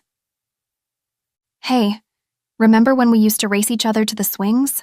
Sophia asked, her eyes sparkling with mischief. "Of course. I'd always let you win," Ethan teased, his voice laced with warmth and affection. "Let me win? Pfft, hardly." Sophia shot back playfully, nudging him with her elbow. "I beat you fair and square every time." All right, he laughed, holding up his hands in surrender. "You were definitely the faster one." They shared a prolonged glance, and Sophia felt a familiar fluttering in her stomach. It had been years since she had felt this way around Ethan, but it seemed like their connection hadn't faded in the slightest. "Come on," she said, grabbing his hand and pulling him towards the swings. "Let's see if you can keep up now." They raced each other, their laughter cutting through the crisp autumn air. As they reached the swings, Sophia's heart pounded in her chest, not only from the exertion, but from the sheer joy of being with Ethan again. At the swings, Ethan gave her a playful push.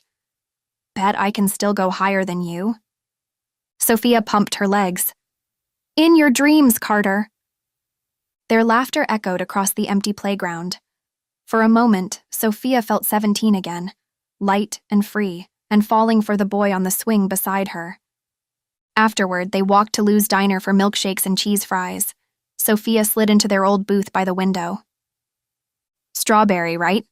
Ethan asked, heading for the counter. "You know it." She watched him chat with Lou, the white-haired owner. Some things never changed. Ethan returned with 2 tall shakes. "I don't know if I can finish this by myself," he said with a wink. Sophia grinned and stole a sip of his chocolate. "We'll just have to help each other out." They traded their straws and drank in companionable silence. It was moments like these that she had missed most, the little quirks and details, the warmth of his hand on hers, the way he always remembered her favorite milkshake flavor. No matter what happened with the Caldwell family's scandal, Sophia knew that she would always remember these moments with Ethan. Their next destination was the old movie theater downtown.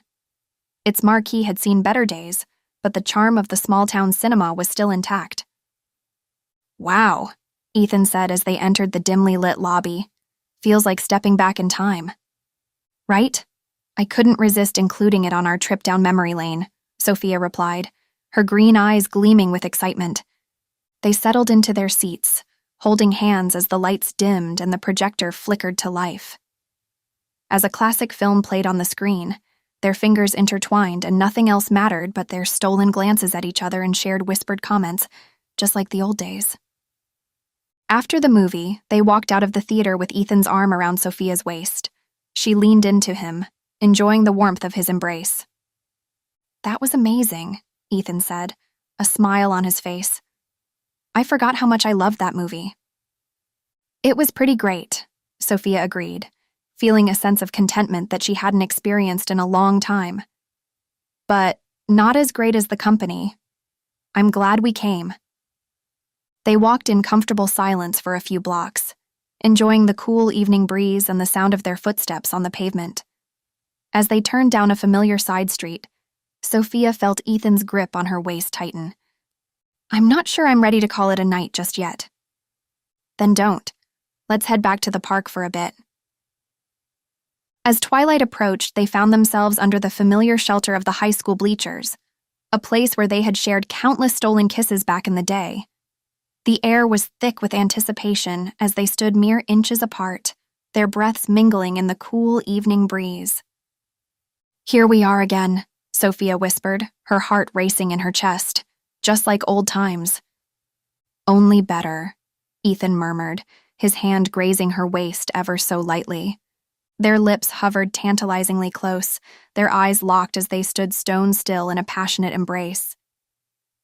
Just as they were about to bridge the gap between them, a football came careening out of nowhere, hitting Ethan's shoulder with a solid thud. Whoa! He exclaimed, rubbing his shoulder and looking around for the source. Sophia's heart was pounding, the intimate moment shattered. She too glanced around in confusion. Are you okay? She asked, concern lacing her voice. Yeah, I'm fine, Ethan reassured her, still rubbing his shoulder. That football came out of nowhere. Seems like we can never catch a break, huh? She sighed, a wistful smile playing on her lips. Maybe not, he agreed, a hint of longing in his eyes. Ethan picked up the football, his hand brushing over the laces as he spotted the high school player a few feet away. With a confident flick of his wrist, he sent the ball spiraling back towards the teenager who caught it with a cocky smirk. Nice arm, the player called out, sauntering over to them. You two are quite the pair, aren't you? I've heard some interesting things about you two. Sophia's brows furrowed, her curiosity piqued, while Ethan remained unflinchingly poised, his eyes locked onto the smirking teen. The park was filled with the sound of distant laughter and the rustle of leaves, but for a moment all Sophia could hear was the pounding of her own heart. What do you mean? Ethan asked, his voice steady even as Sophia's mind raced with questions. Just some juicy gossip, the player said, tossing the football in the air and catching it with exaggerated flair.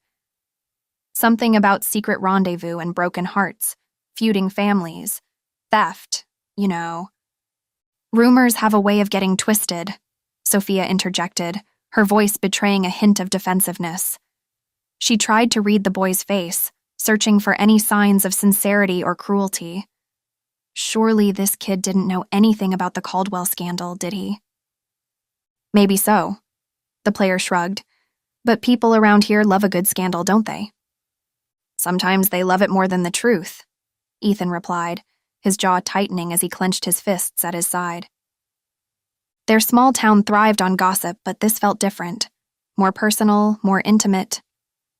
Anyway, have a great evening, lovebirds, the player said, a mischievous gleam in his eye. Try not to cause too much trouble under those bleachers. And with that, he jogged off, leaving Sophia and Ethan standing in a cloud of confusion and frustration. Who was that?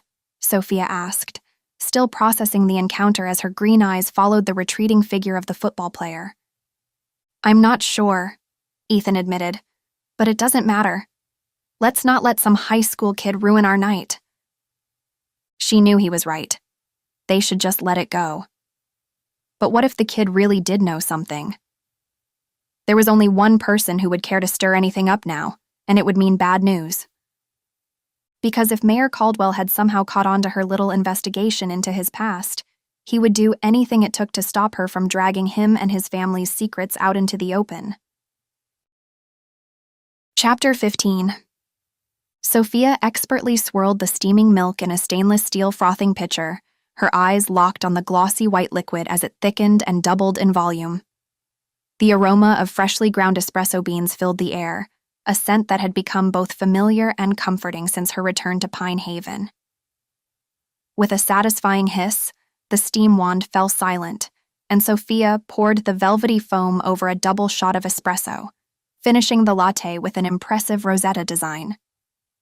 Order up, she called to Maggie, who was busy chatting with a pair of young mothers at the counter.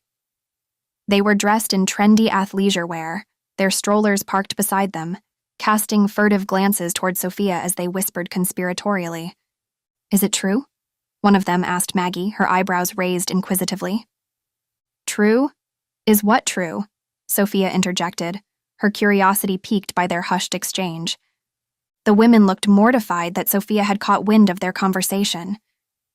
Oh, well, the other mother stammered, her cheeks flushed pink with embarrassment.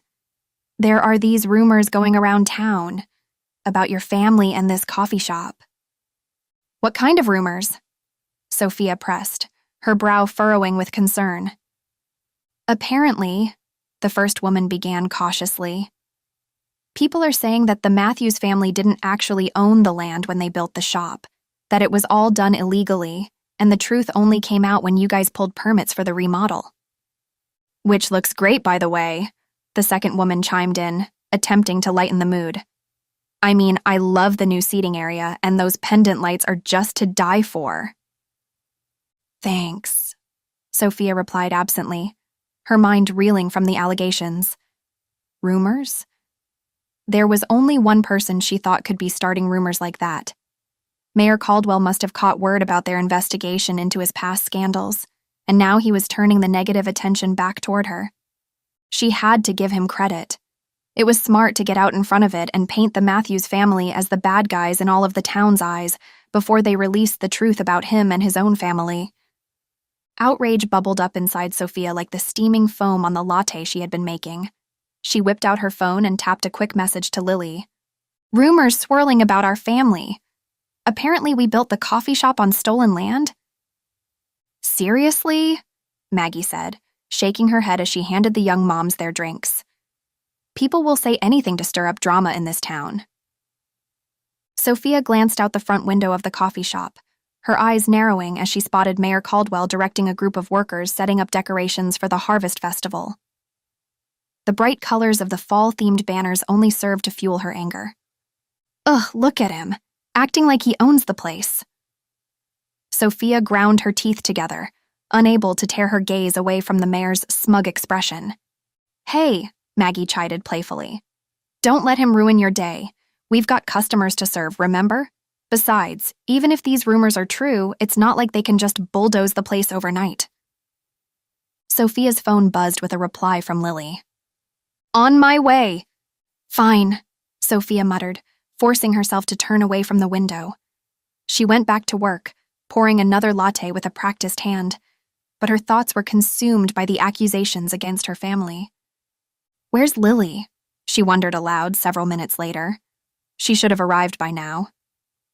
Stealing another glance through the window, she found her sister already outside, engaged in a heated conversation with Mayor Caldwell. Well, that was fast. Whoa! Maggie exclaimed, craning her neck to see what Sophia was looking at. Talk about confronting the issue head-on. Knowing Lily, she probably sprinted here, Sophia mused, admiring her sister's fierce determination. But as she watched Lily and the mayor continue their verbal sparring match, a gnawing worry settled in her stomach. Let's just hope this doesn't make things worse, she murmured, feeling the weight of uncertainty settling over the coffee shop like a dense fog.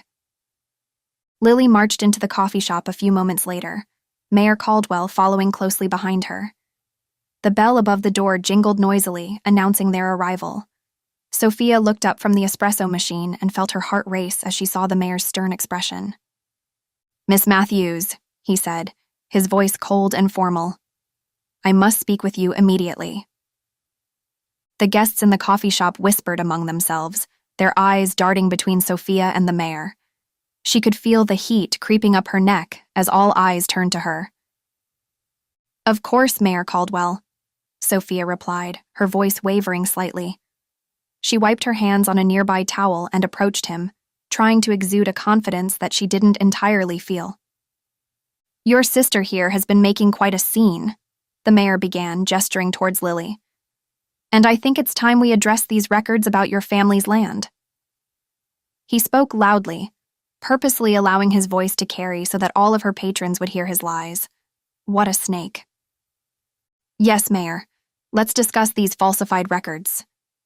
Anger flashed in his eyes as he directed her toward the back of the shop, suddenly more eager to keep the conversation private.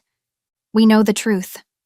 Sophia feigned confidence, but her cheeks burned under his piercing gaze. And any inaccurate records out there are a result of your family's dirty work. This land and this shop are ours, and you know it." "Cut the act, Miss Matthews," Mayor Caldwell snapped. "If you don't back off from these accusations, I'll have no choice but to shut down this coffee shop. Do you know the consequences of such an action?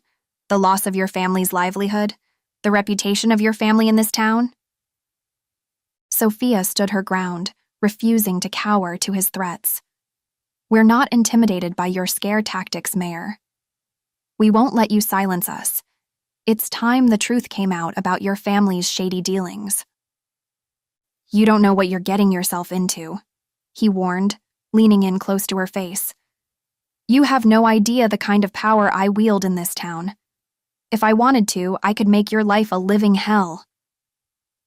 "I'm not afraid of you," Sophia spat, her eyes blazing with anger. "I won't back down until justice is served, and if that means exposing your family's corruption, then so be it." Mayor Caldwell's expression twisted into a snarl, and Sophia braced herself for his next move. But instead of lashing out, he straightened his suit and took a step back, his face a mask of icy composure. "Fine," he said through gritted teeth. "Have it your way, but mark my words, Miss Matthews. You'll regret crossing me." With that, the mayor turned on his heel and stormed out of the coffee shop, his parting words hanging heavily in the air. Sophia let out a sigh of relief as the tension in the room dissipated. She turned to face the small crowd of customers, her heart racing at the thought of how close she had come to losing everything. I'm sorry about that, everyone," she said, her voice shaking slightly. "But I promise you, we won't let anyone intimidate us or shut us down. This coffee shop is a part of our family, and we'll fight tooth and nail to protect it." The guests who had been eavesdropping on the conversation began to murmur amongst themselves, eyeing her and Lily with a mixture of awe and suspicion. Ignoring their stares, Sophia walked back to the counter, determined not to let the mayor's threats get to her. "Well," she said briskly, clapping her hands together, "that was exciting, wasn't it?" Maggie let out a nervous laugh, her eyes darting around the shop. "I can't believe he threatened to shut us down." "He's just bluffing," Lily said, joining them. "He knows we have the upper hand." Sophia nodded, forcing a smile. "Yeah, we won't let him win. We'll fight back and expose his lies." But deep down, she couldn't shake the feeling of unease. The mayor was a powerful man, with connections and resources that could crush their family in a heartbeat. Was she willing to risk everything to take him down? As the guests in the coffee shop began to disperse, Sophia leaned against the counter and closed her eyes, taking a deep breath to calm her racing heart. She knew that the road ahead would be long and fraught with danger, but she was determined to see it through to the end. Chapter 16. The scent of caramel apples and kettle corn wafted through the town square, accompanied by the faint sounds of acoustic guitars and laughter. The Harvest Festival was in full swing, with colorful fall leaves swirling around Sophia's feet and warm notes of cinnamon-spiced apple cider wafting through the air. She inhaled deeply, savoring the comforting aroma that brought back fond memories of her youth. "Hey, careful!" Ethan called out with a light-hearted grin as he gently nudged her elbow, guiding her away from an oncoming horde of eager children racing toward the candy stand. "Thanks," Sophia replied, a sheepish smile playing on her lips. "I guess I got a little lost in thought." "Understandable," Ethan said, his dark eyes twinkling with amusement. "This place does have a way of bringing back memories." Sophia nodded. "It certainly does." She gazed at the bustling crowd, a mix of anticipation and uncertainty settling in her stomach. She knew that Ethan's parents would be arriving at any moment, and despite their history, she couldn't shake the feeling that this meeting held more weight than ever before. "Speaking of memories," Ethan began, shifting his weight nervously. "My parents should be here soon." Just then, a dark blue sedan pulled up to the curb, and Sophia's heart skipped a beat. As the doors opened, a middle-aged couple stepped out, their faces filled with excitement and curiosity. Ethan's father, Charles, had aged gracefully, his silver hair giving him a distinguished look, while his mother, Evelyn, still radiated a youthful exuberance that defied her years. "Mom, Dad," Ethan called out, embracing them warmly. "I'm so glad you could make it." "Of course, we wouldn't miss it," Evelyn exclaimed, her eyes scanning the crowd before locking onto Sophia. "Oh my, is that—" "Hello, Mrs. Carter," Sophia said, trying to sound confident despite her quivering nerves. "Please call me Evelyn," she replied with a genuine smile. "It's been far too long." "Hi, Mr. Carter," Sophia added, nodding toward Charles. "Nice to see you again, Sophia," he responded, his tone polite but guarded. Ethan shifted his weight, sensing the tension in the air. "Well, I guess reintroductions are in order." He placed a reassuring hand on Sophia's shoulder. "Mom, Dad, you remember Sophia Matthews. We've recently reconnected and, well, things have been going really well for us." "Indeed," Evelyn said, her gaze darting between Sophia and Ethan. "You two always had a special connection, even back in high school." "Right," Charles interjected, his voice a bit more curt than his wife's. "And from what Ethan has told us, you've been through quite a lot since then." "Unfortunately, yes," Sophia admitted, feeling the weight of her past heartbreaks and failures press down on her shoulders. "But I'm grateful for the chance to start fresh here, in Pine Haven." "Let's hope so," Charles said cryptically, leaving Sophia wondering whether she'd ever truly be able to escape her troubled past. Ethan glanced at his parents, a comforting smile playing on his lips. "But enough about the past," he said with a light-hearted tone that eased the tension in the air. "Let's enjoy this beautiful evening and explore all this wonderful festival has to offer." The four of them began to wander through the town square, taking in all of the sights and sounds of the Harvest Festival. They stopped by a petting zoo filled with fuzzy rabbits and lively goats, oohing and ahing over each animal they encountered. They sampled fresh-pressed apple cider from local farms, accompanied by piping hot slices of warm apple pie, homemade buttery shortbread cookies, and freshly caramelized popcorn. As they walked hand in hand, Sophia felt her heart fill with warmth as she realized that this was more than just another festival. It was an opportunity for her to form new memories with Ethan and his family. Just then, a loud voice broke the peaceful atmosphere, and Sophia's heart sank as she heard the familiar tones of Mayor Caldwell. He was making his rounds, shaking hands with festival goers and flashing his trademark smile for all to see. Sophia's stomach turned at the sight of him. "Well, if it isn't the Carter family—" Mayor Caldwell stepped out from behind a nearby booth, beaming with faux enthusiasm.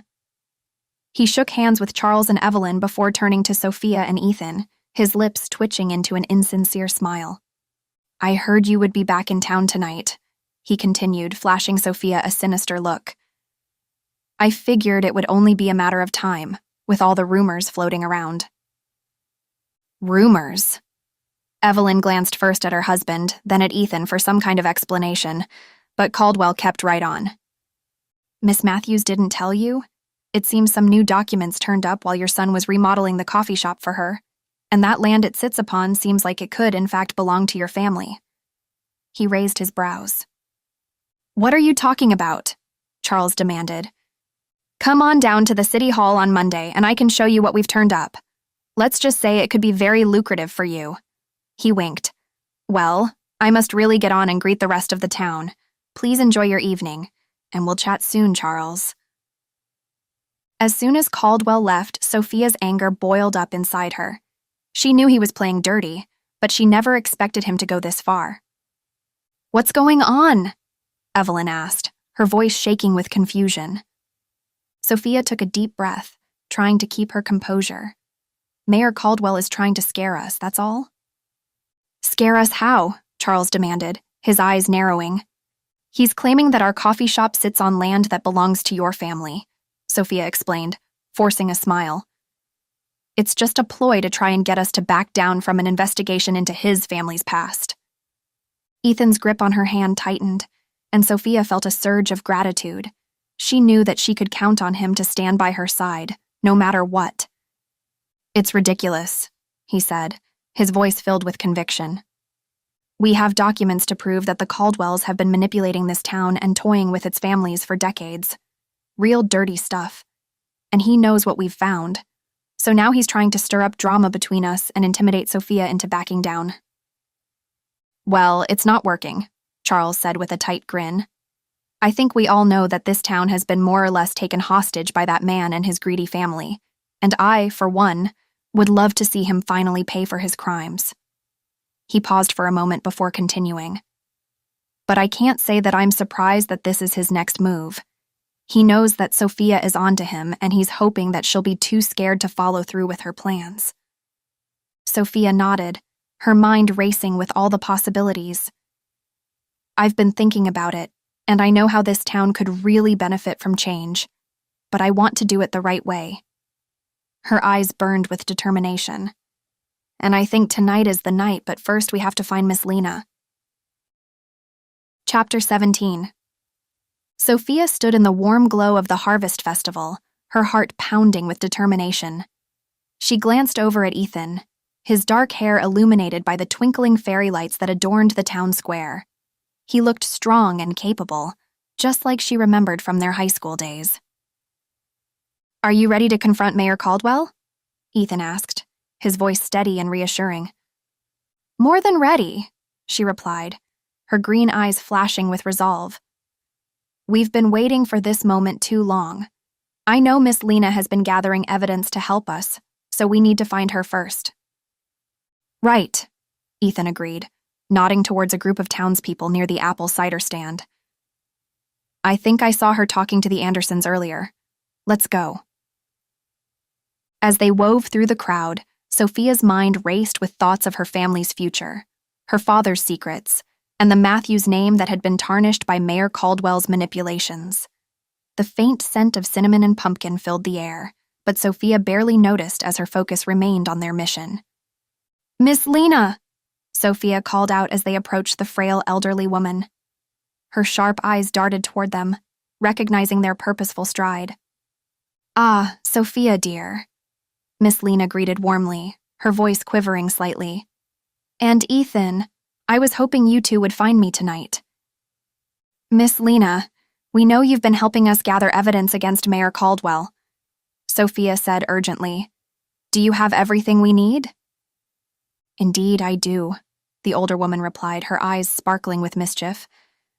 I've spent quite some time digging through town records, and let's just say the Caldwells have a lot to answer for. And I'm not the only one who thinks so. She gestured to the group of families surrounding her, all nodding in agreement. They too had suffered at the hands of Mayor Caldwell, and their collective strength bolstered Sophia's resolve. Thank you, Miss Lena, Ethan said earnestly, clasping her frail hand in his strong grip. We couldn't do this without you. Of course, dear, she replied with a warm smile. The truth will always come out eventually, especially in a small town like ours. Sophia took a deep breath, feeling the weight of responsibility on her shoulders. This was it. Their chance to expose the mayor's deceit and clear her family's name once and for all. With Ethan by her side and the support of the townspeople behind her, she felt an unexpected surge of confidence. Are you ready? Ethan asked, looking down at Sophia with unwavering support. Sophia took a deep breath, her pulse racing, and nodded. Let's do this. As they approached the center of the festival grounds, Mayor Caldwell stood atop a platform, his charismatic smile captivating the crowd as he regaled them with stories of the town's history. Excuse me, Mayor Caldwell, Sophia called out, her voice cutting through the mayor's honeyed words like a sharp knife. The crowd's attention shifted towards her, their curiosity piqued by the interruption. Ah, Miss Matthews, Mayor Caldwell exclaimed, feigning surprise. What can I do for you on this fine evening? Actually, sir, Ethan chimed in, stepping forward. We have something for you. Really? Mayor Caldwell raised an eyebrow, his piercing blue eyes narrowing ever so slightly. Well, please, do share. Miss Lena, frail but fierce, held up a folder stuffed with documents. Mayor Caldwell, we've been doing some digging, and it seems that you've been less than honest with our townspeople. A collective gasp echoed through the crowd, and whispers spread like wildfire. Mayor Caldwell's confident grin faltered for just a moment before returning full force. "I'm afraid I don't know what you're talking about, dear Miss Johnson." "Allow us to refresh your memory," Sophia said, her heart pounding as she began to list off the evidence they had collected. Witness statements from families who have been hurt by your actions, documents proving shady land deals, and even a few receipts that don't quite add up. "Care to explain?" Ethan added, his tone as sharp as his gaze. Mayor Caldwell's smile never wavered, but the crowd could see the sweat beginning to bead at his temples. "My dear friends, I assure you, these allegations are baseless. I've always had the best interests of our town in mind." "Really?" Miss Lena scoffed, her eyes gleaming with defiance. "Then how do you explain this?" She waved a particular document triumphantly above her head. "The Matthews family has been wrongfully accused for years because of your schemes." "Is that true, Mayor Caldwell?" a voice called out from the crowd, followed by murmurs of agreement and demands for answers. "Everyone, please," Mayor Caldwell implored, his facade beginning to crack. "I can explain." "Save it," Sophia said firmly, locking eyes with the mayor. "We know the truth now, and so does everyone else." As the crowd's anger rose, Mayor Caldwell seemed to shrink before their very eyes. The once powerful figure appeared small and vulnerable on the platform, his lies exposed for all to see. "Let's just hope," Ethan whispered into Sophia's ear, "that justice prevails." "Friends and neighbors," Sophia called out, her voice carrying over the din of the Harvest Festival. "Please gather round. We have something important to share with you all." As the crowd began to close in, drawn by curiosity and anticipation, Ethan stood beside Sophia on the small stage. Their eyes met for a moment, and she could see the fire burning in his gaze, a testament to his unwavering support.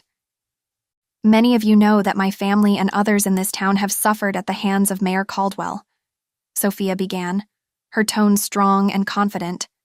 "But tonight, we are here to expose the truth and seek justice." "Justice!"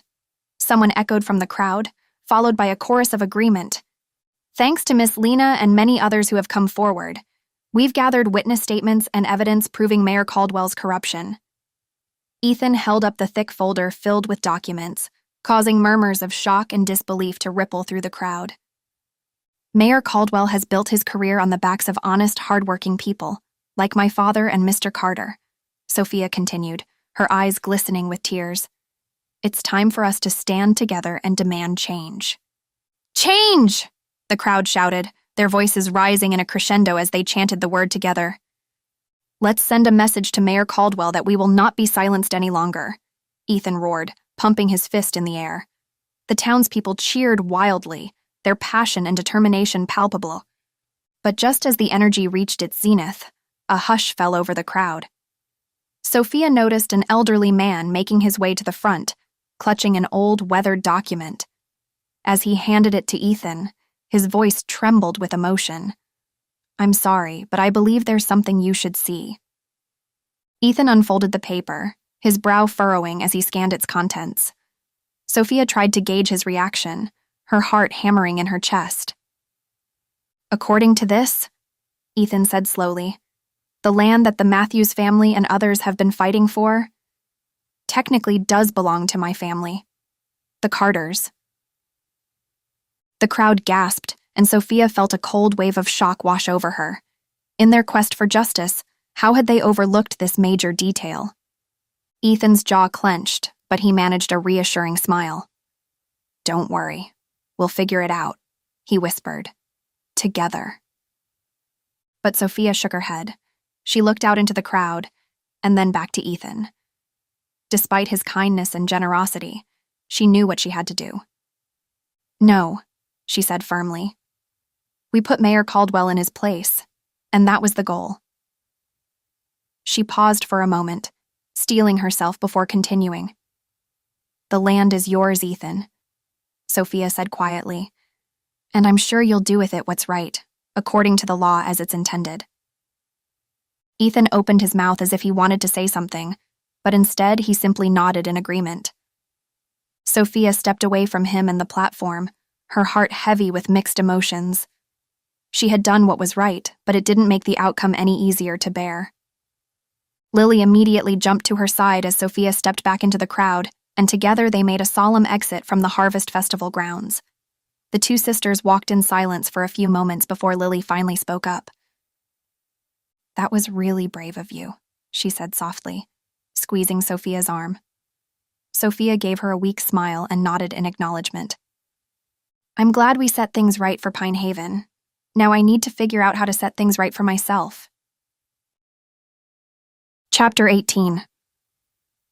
Sophia and Lily's footsteps echoed through the empty hallway as they entered their childhood home, carrying with them the weight of the day's events.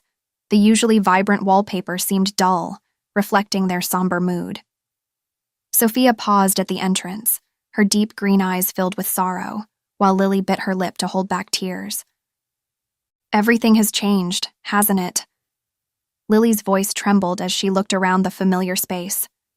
Sophia sighed, running her fingers through her long, curly brown hair. "It feels like it." "Can you believe all this chaos? I mean, what happened to our quiet little town?" Lily asked, fiddling with a loose thread on her sweater. Sophia's shoulders slumped as she leaned against the doorframe. "I know. And the worst part is, I feel responsible for it all." "Responsible?" "Sophia, that's not fair to yourself," Lily said, stepping closer to her sister. Concern etched into her features. "No, really. If I hadn't come back to Pine Haven, none of this would have happened," Sophia insisted, her voice firm. "Maybe it's a sign, Lil. It might be time for me to leave again." "Leave?" Lily's eyes widened in disbelief. "You can't be serious. What about everyone here? What about the coffee shop?" "Sometimes we have to make tough decisions, Lily," Sophia replied, her eyes betraying the pain she felt at the thought of leaving. "I care about this town and everyone in it, but if my presence is causing more harm than good, then maybe it's best for me to go back to the city." "Is that what you really want?" Lily asked, desperation creeping into her voice as she grabbed Sophia's arm. Sophia hesitated before answering, her gaze drifting toward the window where the last rays of sunlight were fading. "I don't know, Lily. I don't know what I want anymore." Lily's grip on her sister's arm tightened as she searched Sophia's eyes for any sign of doubt. "Sophia, I'm begging you. Don't make any hasty decisions.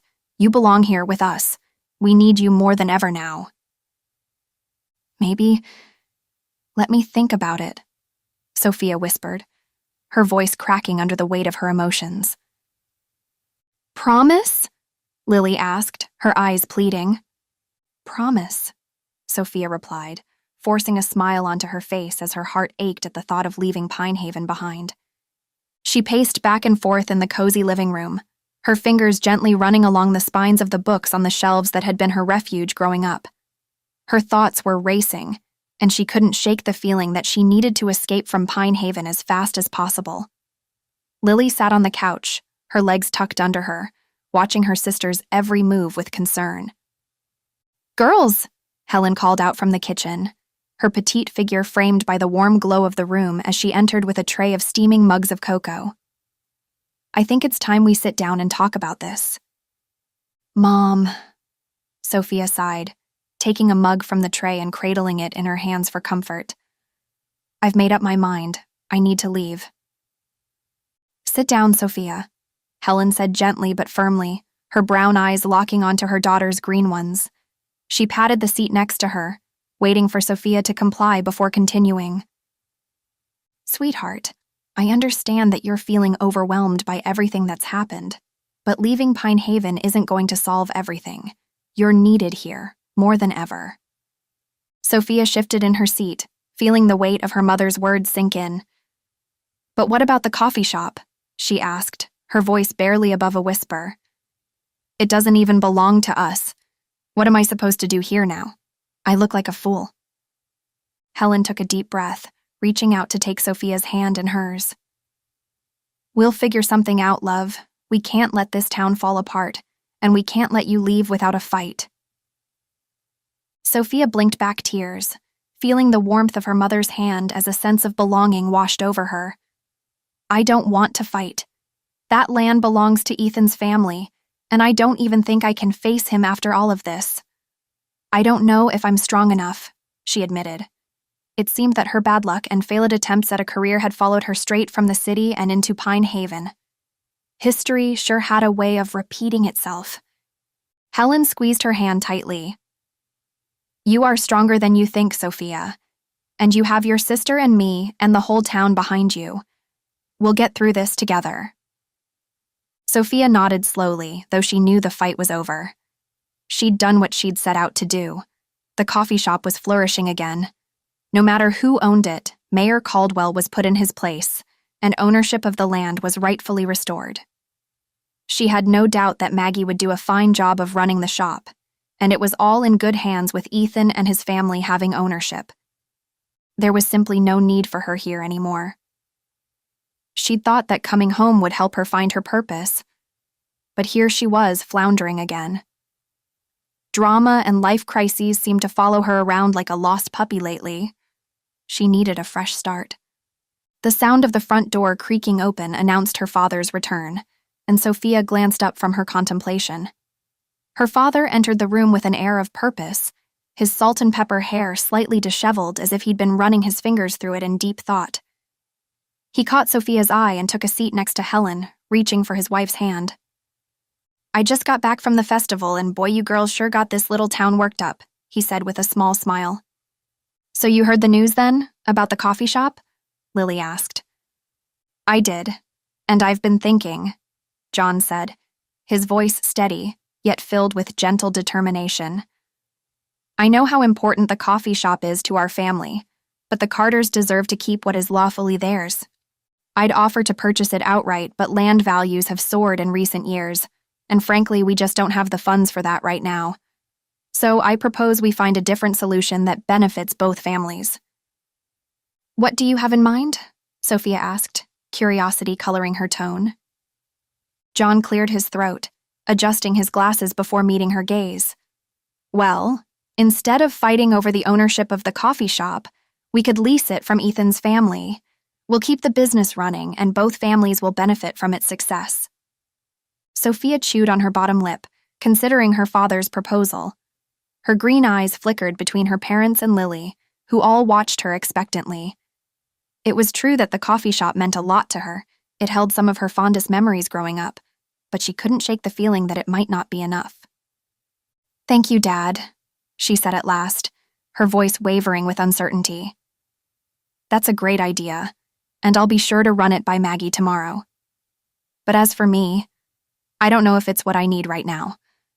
I'm grateful for your support, but sometimes I wonder if a fresh start elsewhere might be best for me. Silence settled over the room, heavy with unsaid thoughts and emotions swirling between them. Sophia fiddled with the hem of her shirt, her heart racing as she awaited their reactions. Sweetheart, Helen began, her voice gentle and understanding. It's okay to be unsure, but remember, you're not alone in this. We're here to help you through whatever decision you make.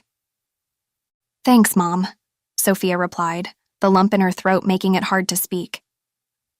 Your happiness is what matters most to us, John added, his tone resolute as he squeezed Helen's hand. If you need time to figure things out, we'll give you that. Just know that we're always here for you, no matter where life takes you.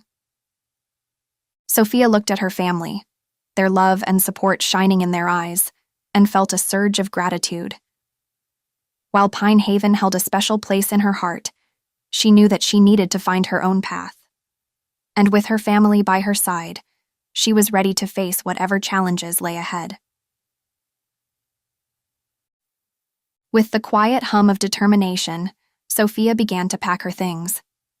She pulled out a large suitcase from underneath her bed and unzipped it, laying it open on the floor. Her long, curly brown hair fell over her face as she bent down, meticulously folding her clothes and placing them in neat stacks before sliding them into the suitcase. The process was therapeutic for her, even though she knew that her departure would be anything but. Wait, you're actually leaving Pine Haven? Lily burst into Sophia's room, her blue eyes wide with disbelief. "Sis, come on! You can't just abandon everything here like that." "Abandon is a strong word, Lily," Sophia replied, setting her jaw in determination.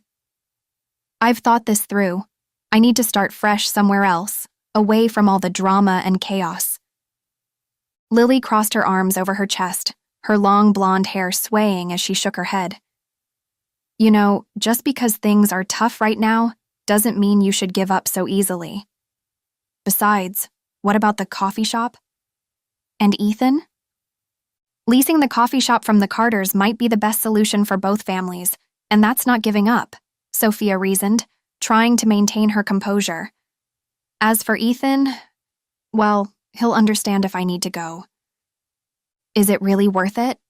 Lily pressed on, her voice cracking with emotion.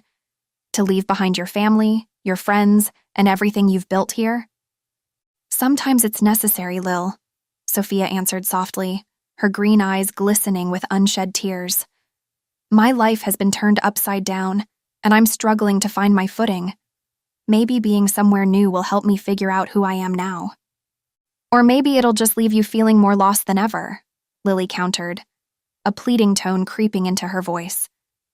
"Please, Sophia, don't let recent events drive you away from the people who love you most." "Love works both ways, Lily," Sophia said, her voice barely above a whisper. "I need to do this for myself, and I hope you can understand that." Lily frowned, crossing her arms over her chest. "You're just running away because you're scared." "Maybe I am," Sophia admitted, tucking a stray curl behind her ear. "But isn't that what everyone does sometimes? We run when we're scared, hoping to find something better on the other side. That's all I'm trying to do." "Is there really nothing I can say to change your mind?" Lily asked, her eyes pleading with her older sister. "Nothing you haven't already said," Sophia responded, her voice gentle. "I've made my decision, Lil. I need to do this for myself." "Fine," Lily huffed, tears welling in her eyes. "Just promise me one thing, okay?" Sophia looked up at her sister, curiosity shining in her green eyes. "What's that?" "Promise me that you'll be happy wherever you go, that you'll find what you're looking for and come back to visit us." Sophia smiled softly, feeling a mix of sadness and gratitude for her sister's support. "I promise," she said, sealing the vow with a nod. Sophia closed her eyes, allowing a tear to roll down her cheek. She knew leaving Pine Haven wouldn't be easy, but it was a decision she had to make for her own well-being, and as much as she longed for the comfort of the familiar, she couldn't deny the excitement of starting anew, her heart pounding with anticipation, even as she braced herself for the inevitable goodbyes. Chapter 19. Heart pounding, Sophia glanced at her phone for the 10th time, counting the missed calls from Ethan. Lily had spilled the beans about her plan to leave town, and now Ethan was trying to reach her in a desperate attempt to change her mind. "Ugh, why can't he just let it go?" she muttered under her breath, tucking a stray strand of hair behind her ear. She knew that the right thing to do was to answer his calls or at least listen to his voicemails, but she couldn't bring herself to do it. Instead, she focused on the task at hand, leaving instructions for Maggie, who would be taking over the coffee shop in her absence. As she approached the entrance, she took a deep breath, bracing herself for the conversation ahead. The bell above the door jingled merrily as she entered, a stark contrast to the turmoil bubbling inside her. "Hey, Sophia," Maggie greeted her with a bright smile, her red hair bouncing as she waved. "You're here early today." "Hi, Maggie," Sophia replied, forcing a smile. "I wanted to go over a few things with you before I'm gone." Maggie's eyebrows knit together in concern. "Is everything okay? You seem upset." "Everything's fine," Sophia assured her, though her green eyes betrayed her unease. "I'll explain later, but first, let's go through these notes I made for you." "Sure thing," Maggie said, her curiosity piqued but respecting Sophia's boundaries. Just as they started reviewing the instructions, the door swung open once more, and Ethan's strong build and dark hair were instantly recognizable, even without the charming smile that usually accompanied them. Today, his expression was one of determination. "Hey, Ethan!" Maggie greeted him cheerfully, oblivious to the tension that filled the room. "How's it going?" "Hey, Maggie," he replied, his eyes locked on Sophia. "Sophia, we need to talk." "Actually, Ethan, now's not a good time," she said, avoiding his gaze. "I'm in the middle of something with Maggie." "Fine," he replied, his voice tight, "but I won't leave until we've talked." Okay, Sophia conceded, her heart racing. "Just give me a few minutes." She turned back to Maggie, trying and failing to focus on their conversation, while Ethan silently watched. As they neared the end of the instructions, Maggie picked up her phone and gasped, her face turning pale. "Sophia, did you see this?" she asked, pointing to the screen. A closer look revealed the results of their crowdfunding project going haywire. The totals shown on the screen were beyond her wildest dreams, and they seemed to be increasing by the minute. How can this be? The truth was, she'd forgotten all about Maggie's little project to raise funds for the coffee shop remodel. That seemed like it was a lifetime ago. "Word gets around fast in Pine Haven," Maggie said with a grin. "And everyone is cheering for you after that speech you gave last night. Turns out Caldwell had swindled more people than we knew." "I can't believe it," Sophia said on a whisper. "I can. This is what we've been trying to tell you, Soph." Ethan stood and placed his hand tenderly on the small of her back. "We need you here." "But it's not me that anyone needs. It was Maggie who spearheaded this whole crowdfunding project. The success belongs to her," Sophia insisted, pointing at the younger woman. "She'll be running the coffee shop from now on anyway." "Hey, don't sell yourself short," Maggie interjected, clearly uncomfortable with the sole credit. "We did this together." "Besides," Ethan added, his eyes pleading, "you're as much a part of this town as any of us. You can make a home here, Sophia." Turning away from them, she stared at the light reflecting off of the familiar countertops. She couldn't help but think of all the recent failures and setbacks that had led her back to Pine Haven. Could she really put down roots again? "Look, I appreciate your help, I do," she said softly. "But I'm just not sure I'm capable of making this work." "Of course you are," Ethan argued, frustration creeping into his voice. "Just give it a chance, Sophia. Let me help you." "Help me?"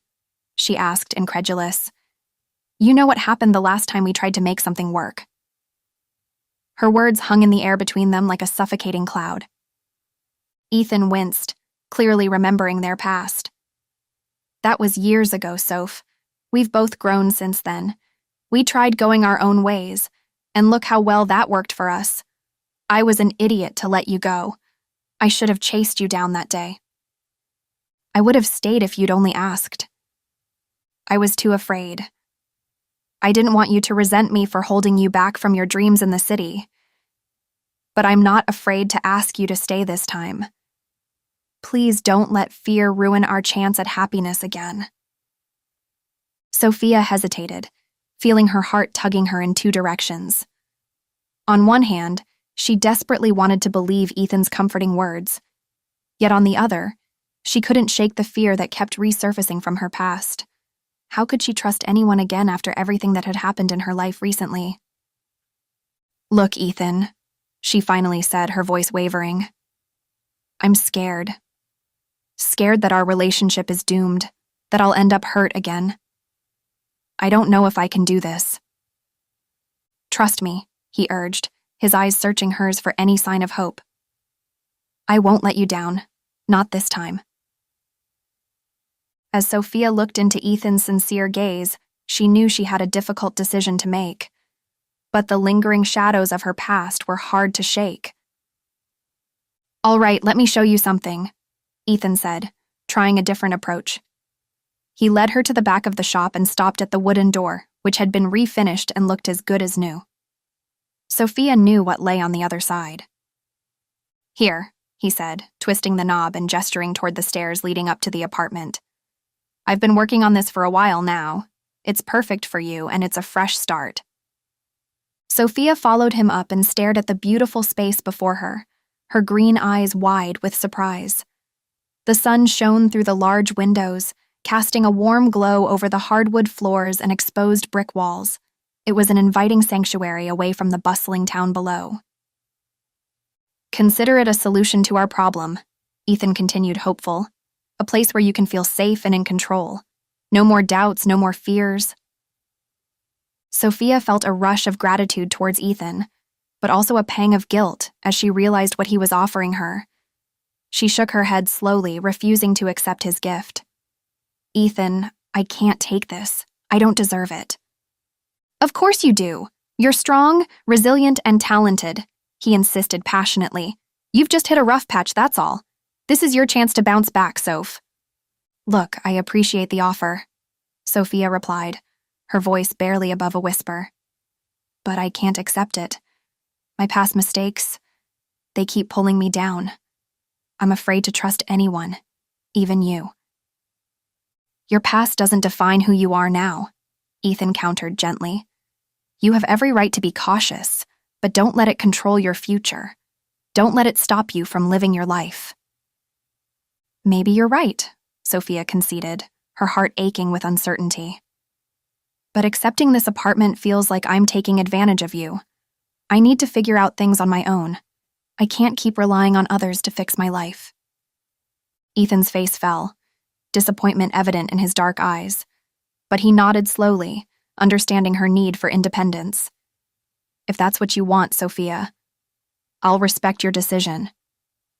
"Thank you," she whispered, feeling both relieved and heartbroken at the same time. As they stood there, side by side yet worlds apart, the tension between them grew palpable. Both were grappling with their emotions, trying to reconcile the hope of a shared future with the pain of their pasts. Sophia took a deep breath, her green eyes shimmering with unshed tears.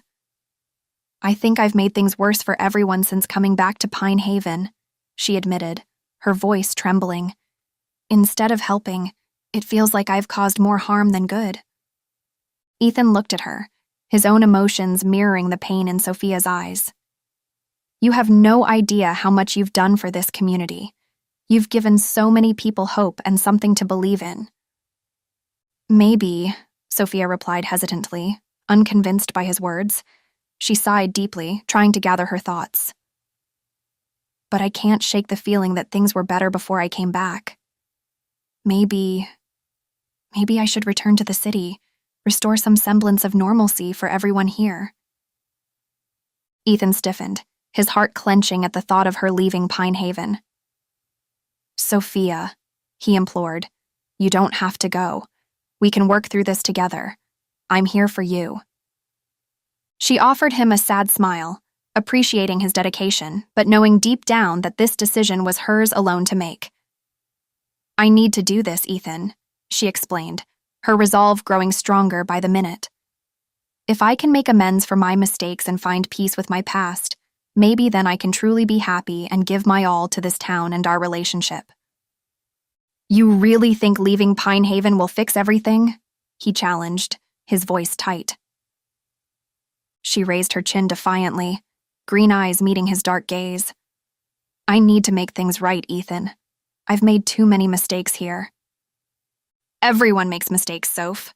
Running away won't solve anything," he retorted, running a hand through his short, dark hair. "Look, I know you're scared. I am too. But I believe in us, in what we can achieve together." "Is that enough, though?" she asked, biting her lip, her heart heavy with doubt. "Maybe it has to be," he replied, reaching out to gently touch her arm. The contact sent shivers down her spine, but she remained steadfast in her decision. "Trust me when I say that sometimes, trying harder leads to even bigger disappointments," Sophia said, her voice strained. She thought about her previous job and past relationships, feeling the sting of failure all over again. "Let me help you," Ethan pleaded, his eyes filled with sincerity. "Let's face this together. The Sophia I know didn't give up easily." "Maybe she doesn't exist anymore," Sophia murmured, her heart aching at the distance growing between them. "Can you look me in the eyes and tell me that without any doubt?" Ethan pressed, his voice gentle yet firm, conveying the depth of his feelings for her. Sophia hesitated, torn between her desire to stay and make things work and the fear that she'd only hurt Ethan and the town further. She could feel the tension building between them, the air thick with unspoken words and unresolved emotions. "I can't. Look, I'm sorry, but I've got to go." "Please, wait." She ran down the stairs and through the coffee shop, never once stopping to look back. And she somehow made it all the way back into her old bedroom before the tears came streaming down. Chapter 20. Sophia stared at the battered suitcase lying open on her bed, her heart heavy with the weight of her decision. She couldn't shake the feeling that leaving Pine Haven was like ripping out a piece of her soul. Yet, she knew it was necessary if she wanted to find a place where she truly belonged, a place where she could establish roots and call home. Thoughts of Ethan tugged at her heart, making it even harder to leave him behind once again. "Ugh!" Sophia groaned, pushing the suitcase aside and flopping onto the bed, tears welling up in her eyes. A knock sounded at the door, and she quickly wiped her face, clearing her throat. Swinging her legs off the bed, she went to answer it, finding Lily and Maggie standing on the other side with an assortment of Chinese takeout containers in their hands. "Hey, sis," Lily said, stepping inside and placing the containers on her dresser. "We thought you might need some company tonight."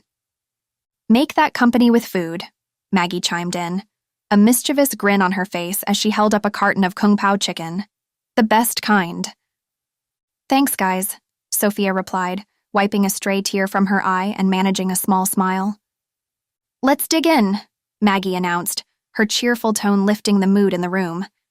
She opened the various cardboard containers, revealing steaming piles of fried rice, sweet and sour pork, and colorful vegetable stir-fry. The aroma of soy sauce, garlic, and ginger filled the air, making it impossible for anyone to be anything but ravenous. "Wow, you guys went all out." "Of course," Lily agreed, grinning sadly at her older sister. "It's not every day we get to have a farewell feast." "True," Maggie added, fishing around in her purse for a pair of chopsticks. "And just remember, Sophia, when you're feeling down in the dumps, there's nothing like a good old carb-loaded meal to cheer you up."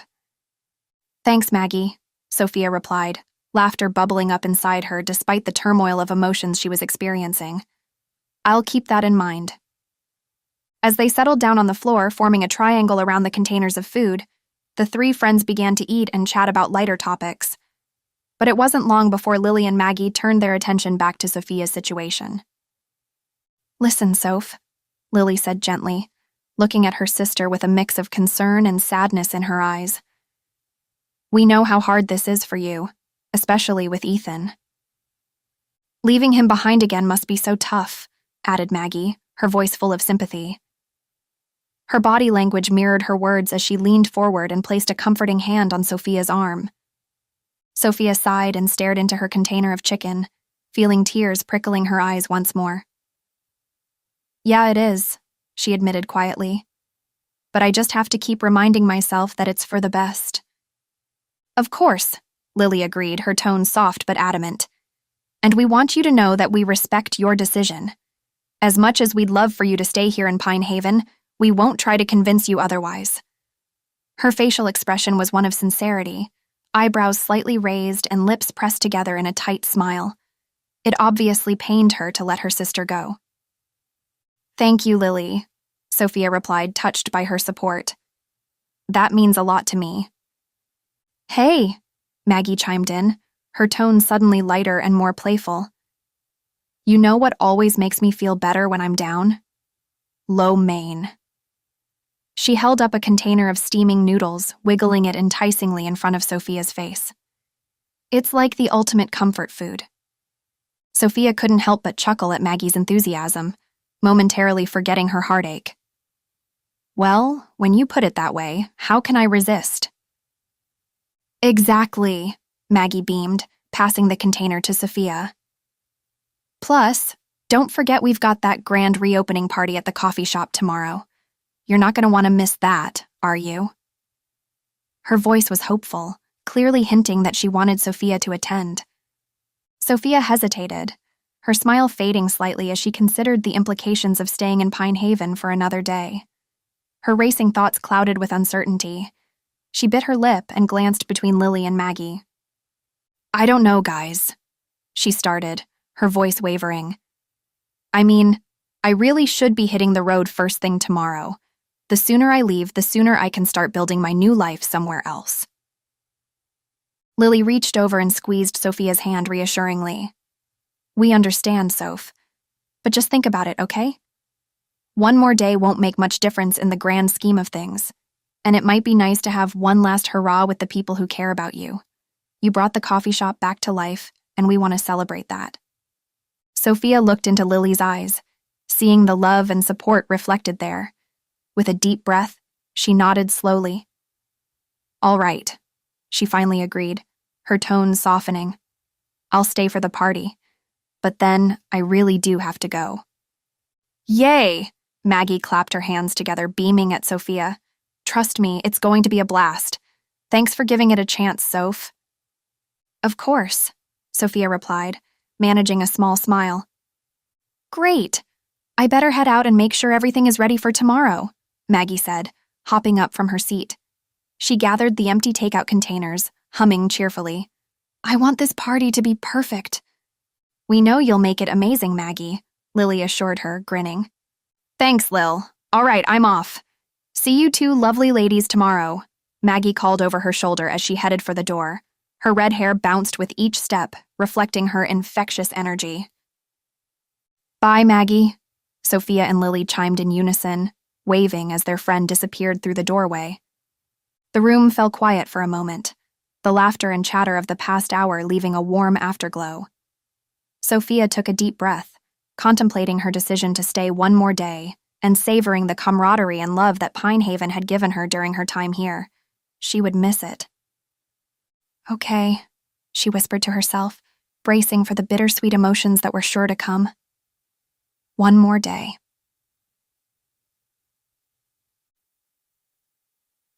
"First things first," Lily declared the next afternoon, rummaging through Sophia's closet. "We need the perfect outfit."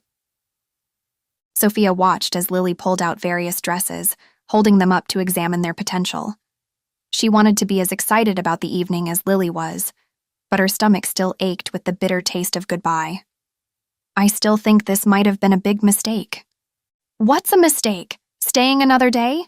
Nonsense!" Lily exclaimed, pulling out a deep emerald green dress that accentuated Sophia's eyes. Sophia sighed and shook her head, feeling torn. "Leaving is hard enough as it is," she said, her voice barely above a whisper. "I don't know if I can handle one more night of goodbyes." Lily put her hands on her hips and gave Sophia a stern look. "You can handle anything, Soph. You're stronger than you give yourself credit for." She held up the green dress again, wiggling it enticingly. "And besides, you'll look amazing in this. It's perfect for the party." Sophia couldn't help but smile at her sister's enthusiasm. "All right, fine," she relented. "But only because you're so darn convincing." Lily grinned triumphantly and handed the dress to Sophia. "That's what I like to hear. Now go get ready. We don't want to be late." Sophia and Lily arrived at the coffee shop 30 minutes later, already feeling a buzz of anticipation in the air. The streets were packed with people, and they had to park 3 blocks away due to all the traffic. As Sophia made her way along the sidewalk, she realized that this party was much bigger than she anticipated. All of Pine Haven had come out to celebrate the grand reopening. Old classmates, teachers, and even strangers were milling around and chatting excitedly. Sophia's heart started to race and butterflies fluttered in her stomach. She suddenly felt very unsure about coming tonight. What if she said something wrong? What if everyone hated her and wanted her gone? But before she could turn back around, Lily grabbed her hand and tugged her forward. "Come on, Soph," she said with a smile. "Everything is going to be great." Sophia nodded nervously, but followed along anyway, allowing the sea of faces to swallow them up. They worked their way through the crowd until they reached the front doors of the coffee shop. With one more deep breath, Sophia pulled on the handles, trying to keep a smile on her face as she prepared to say her final farewells. Chapter 21. The grand reopening party was in full swing, and the atmosphere was positively electric. Streamers and balloons adorned the walls of the coffee shop, while twinkling fairy lights hung from the ceiling, giving a sense of enchantment to the room. The number of attendees easily surpassed 100, maybe 200. It seemed as though the entire town had turned up to celebrate. Maggie had done an incredible job planning the event. Heart pounding with both excitement and anxiety, Sophia surveyed the bustling scene as discreetly as she could from a spot against the wall near the corner of the room, while Lily ran off to chat with some people she knew. Laughter filled the air as old friends caught up with one another, and the live band played a lively set that made even the most reluctant dancers tap their feet. "Congratulations, Sophia," called out Mrs. Turner, the elderly lady who ran the local bakery. She approached Sophia with open arms and enveloped her in a warm hug. "You really showed Mayor Caldwell what's what." "Thank you, Mrs. Turner," Sophia replied, beaming despite her nerves. "It was a long time coming." As Mrs. Turner moved on, more and more people from around town approached Sophia. Some congratulated her on standing up to Mayor Caldwell, while others complimented the remodel of the coffee shop or expressed their happiness at having her back in town. "Great job, Sophia," said Mr. Bradley, the burly owner of the hardware store. "This place looks fantastic." "Thanks, Mr. Bradley," Sophia responded, trying to keep her composure as the crowd around her grew. "Welcome back to Pine Haven, dear," cooed Mrs. Henderson, the town librarian. "We've missed you so much." "Thank you, Mrs. Henderson," Sophia said, touched by the genuine warmth in the older woman's eyes. "I've missed being here too." As the well wishes continued, Sophia began to feel overwhelmed by the attention. She appreciated the support from the townsfolk, but the constant bombardment of conversation was beginning to take its toll. Her green eyes flitted around the room, seeking a brief moment of solace amid the chaos. "Welcome home, Sophia," said a familiar voice. She turned to see Nancy Caldwell, wife of the mayor, her piercing blue eyes locked onto Sophia's with an intensity that made her heart race. The memories of the recent confrontation bubbled to the surface, and she couldn't help but feel a mixture of pride and trepidation at having challenged the woman's powerful husband. "Thank you, Nancy," she replied, trying to maintain her composure. "I'm glad to be back." "Let's hope your return is a positive one for Pine Haven," she said, her tone unreadable. With those cryptic words, she disappeared into the crowd, leaving Sophia feeling both victorious and uneasy at the same time. As the party continued around her, Sophia realized how much she truly missed the small-town charm and camaraderie of Pine Haven. But despite all the laughter and warmth that surrounded her, she couldn't shake the feeling that she didn't belong. It was at that moment Sophia spotted Miss Lena by the snack table, her frail frame barely visible in the sea of people. She made her way over to the elderly gossip, grateful for a chance to escape the chaos. "Miss Lena," she said with a warm smile, "I wanted to thank you again for your help with Mayor Caldwell. I couldn't have done it without you." "Ah, my dear, it was my pleasure," Miss Lena responded, her eyes twinkling with mischief. "It's about time someone put him in his place. And I noticed Mrs. Caldwell was here alone tonight. Looks like our dear mayor may have skipped town," she added with a conspiratorial grin. Sophia laughed, feeling a sense of camaraderie with the sharp-tongued woman. As they chatted, she caught sight of Ethan's parents, Charles and Evelyn, across the room. Her heart skipped a beat, but she quickly looked away, not wanting to face the awkwardness that would surely follow an encounter with them. "Are you all right, dear?" Miss Lena asked, noticing Sophia's sudden unease. Yes. Just a bit overwhelmed, I guess," she admitted, her gaze still avoiding Ethan's parents. "Take a deep breath, child. You've faced much bigger challenges than a room full of well-wishers," Miss Lena advised, her reassuring tone making Sophia feel slightly more at ease. Taking a deep breath, Sophia moved through the crowd once more, walking past the live musicians that filled the room with a lively tune.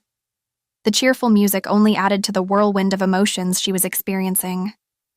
As she continued to navigate her way around the bustling party, she had to wonder if coming tonight had been the right choice. "Hey, Sophia," Maggie called out, her bright red hair standing out like a beacon among the crowd. The friendly barista seemed to instantly notice Sophia's discomfort and hurried over to her side. "You look like you could use a breather. What do you say we sneak away for a bit and let you catch your bearings?" "Would that be all right?" Sophia asked uncertainly, not wanting to seem ungrateful for the party thrown in her honor. "Of course. I'd say you've more than earned a little respite," Maggie assured her with a wink. "I promise everyone will still be here celebrating when you're ready to jump back in." With a grateful nod, Sophia followed Maggie through the throngs of people, eager for a temporary escape from the overwhelming emotions that threatened to swallow her whole. "Here," Maggie said, handing Sophia a small key. "This is for the apartment upstairs. Take all the time you need to just relax and regroup. I'll hold down the fort here." "Thank you, Maggie. I really appreciate this," Sophia replied, her heart filled with gratitude. "Anytime, hun," Maggie responded cheerfully, giving Sophia a quick hug before returning to her duties behind the counter. With the key in hand, Sophia made her way up the narrow staircase that led to the apartment above the family coffee shop. Her pulse pounded in her chest, and she could feel a light sheen of perspiration forming on her forehead. The anticipation of finding a quiet haven away from the chaos below brought a sense of relief that washed over her like a gentle breeze, but there was a whole new whirlwind of emotions waiting for her on the other side. Would she be able to get some peace alone without thinking of Ethan in that space? As she reached the top of the stairs, Sophia hesitated for a moment, taking one last look at the lively party going on beneath her. She knew they were all there for her, but it was still overwhelming. With a deep breath, she unlocked the door and stepped into the dimly lit apartment, silently closing the door behind her. Instantly, the noise from the party below seemed to fade away, replaced by a comforting silence that enveloped her like a warm blanket. She let out a sigh as she closed her eyes and leaned against the door. Sophia's eyes fluttered open a moment later as she took in the cozy apartment, her gaze landing on a man who was waiting alone by the window. Ethan. His strong build and short dark hair were highlighted by the flickering candlelight scattered around the room. Sophia's heart skipped a beat, but she couldn't help the small smile that formed on her lips, surprising even herself. The space was transformed with candles casting a warm, inviting glow, and her favorite things were carefully arranged throughout the room, from the bouquet of wildflowers on the coffee table to the comfortable throw blanket draped across the couch. The scent of vanilla and lavender wafted through the air, creating a soothing atmosphere that made Sophia's tense shoulders relax ever so slightly. She could still hear the faint sound of laughter and music from the party downstairs, yet it felt like a world away. Both Sophia and Ethan seemed to hold their breaths, cherishing the serenity of this moment amidst the chaos. Ethan turned to face her, his warm brown eyes filled with emotion. He took a deep breath before speaking, his voice soft and sincere. "Sophia, I need to apologize for ever contributing to you feeling unwanted in Pine Haven. You've always been such a vital part of this town and my life." He paused, searching her eyes as memories of their youth flashed in both of their minds. Stolen glances in the school hallways, whispered conversations under the stars, and shared dreams of a future together, a future that never came to fruition. "Truth is," he continued, "I've always wanted you. You're all I've ever wanted, and I should have said so many years ago when you first asked." His hands trembled as he fought to keep his emotions in check. "I let fear and pride stand in the way of what my heart knew was right, and I'm sorry. So incredibly sorry. The thought of you leaving again kills me, if I'm being honest. Your return to Pine Haven firmed up something that I think I've known all along but was too cowardly to admit." Her breath hitched as he stood a nervous step forward, lifting his hand as though he wanted to touch her, then letting it fall back to his side. "Sophia Matthews, I love you. And I think I've loved you my whole life." His grand declaration hung in the air, heavy with the weight of years of unspoken feelings and missed opportunities. Sophia stared at him, her green eyes shimmering with unshed tears. She felt a myriad of emotions: surprise, joy, fear, but most of all, a renewed sense of belonging that she hadn't realized she was missing. Ethan reached out to take her hands, his fingertips brushing against her skin, sending shivers down her spine. The connection between them was undeniable, as if they were two pieces of a puzzle finally fitting together. "Let's not waste another moment," he said, his voice filled with conviction. He took a deep breath and dropped to one knee, reaching into his pocket to produce a small velvet box. As he opened it, revealing an exquisite ring, Sophia gasped. The ring was a perfect symbol of their shared history, a delicate gold band with a beautifully crafted heart-shaped emerald. It was surrounded by a halo of tiny diamonds that sparkled like the stars they used to gaze at together. The green of the emerald matched the deep, soulful hue of her eyes, as if it was made just for her. "Will you do me the honor of becoming my wife?" Ethan asked, his voice slightly shaky but filled with love. Sophia stared at him, her heart pounding in her chest. She felt as if time had stopped, the sounds of the party below fading into the background. She could see the sincerity in his eyes, feel the warmth of his touch, and hear the vulnerability in his voice. "Is this really happening?" she whispered, her voice cracking with emotion. "Only if you say yes," Ethan replied gently, his eyes never leaving hers. Her mind raced as she considered their past, the pain they had both experienced, and the undeniable love that still burned between them. She thought about the life they could build together, the family they could create, and the happiness they both deserved. He said he'd loved her his whole life, and something about that felt so right, so obvious, like she should have seen it all along. Those feelings she's always had when he was near. Love. Love so much greater than she'd ever felt with Michael. How could she not have seen it for what it was? With tears streaming down her face, Sophia finally spoke. "Yes," she said softly, her voice full of awe and gratitude. "Yes, I will marry you, Ethan Carter." A beaming smile spread across Ethan's face as he slid the ring onto her finger, sealing their future together. They embraced, laughter and tears mingling together, while the sound of the party continued below, unaware of the life-changing moment unfolding above them. Chapter 22. Sophia's heels clicked down the narrow stairwell, the sound echoing off the walls. With each step, her heart pounded faster. Ethan squeezed her hand, shooting her a grin that crinkled the corners of his warm brown eyes. "You ready for this?" he asked. Sophia nodded, butterflies swirling in her stomach. She couldn't stop smiling. At the bottom of the stairs, Maggie was waiting, practically bouncing on her toes. "Well," Maggie demanded, "don't leave me in suspense." Ethan winked at Sophia, then turned to Maggie, giving her a thumbs up. Maggie threw her hands in the air. "Woo, it's about time." She pulled Sophia into a hug. "I'm so happy for you." "Thanks, Mags." Sophia laughed. "I can hardly believe it myself." Maggie clapped her hands together. "Well, come on, you two. Let's get this party started." Arm in arm, Sophia and Ethan followed Maggie into the crowded room. Maggie hurried over to the band, whispering something to the guitarist. He nodded and handed her a microphone. "Excuse me, everyone." Maggie's voice boomed through the speakers. "I have a very special announcement to make." The chatter died down as all eyes turned to Maggie. Sophia felt her cheeks flush, suddenly shy at being the center of attention. As you all know, this party was originally intended to be a grand reopening to celebrate the hard work of our very own Sophia Matthews and the amazing Java Joy. Maggie gestured to Sophia, who gave a small wave. But I have it on good authority that this party has now turned into something more, an engagement party. Gasps and cheers erupted from the crowd. Sophia grinned as Ethan slipped an arm around her waist.